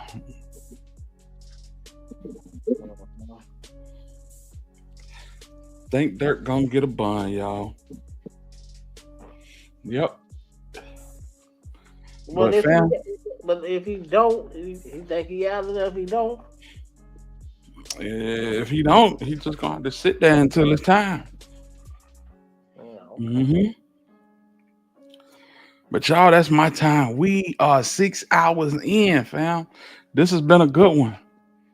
And I want to say salute to Cypress TV. I want to salute my dog Herb in the building. And I want to salute everybody that's been rocking with us. Boss Babe, this your first time over here, but you need to lock in with us, fam, because you made a lot of good comments and you added to the podcast. I appreciate you greatly. Miss Nelly, K. Dizog, Jonathan Boyd, the boss, you know what I'm saying? James, ZK. Shout out to my mod squad. That's that wrench mob. That's real little T. That's ZK. You know what I'm saying? That's Divine Black Rose. That's Chevy Blue. You know what I'm saying? D Black Barbie. My dog J Rail. Salute to y'all, man. Salute. I appreciate everybody for rocking with us.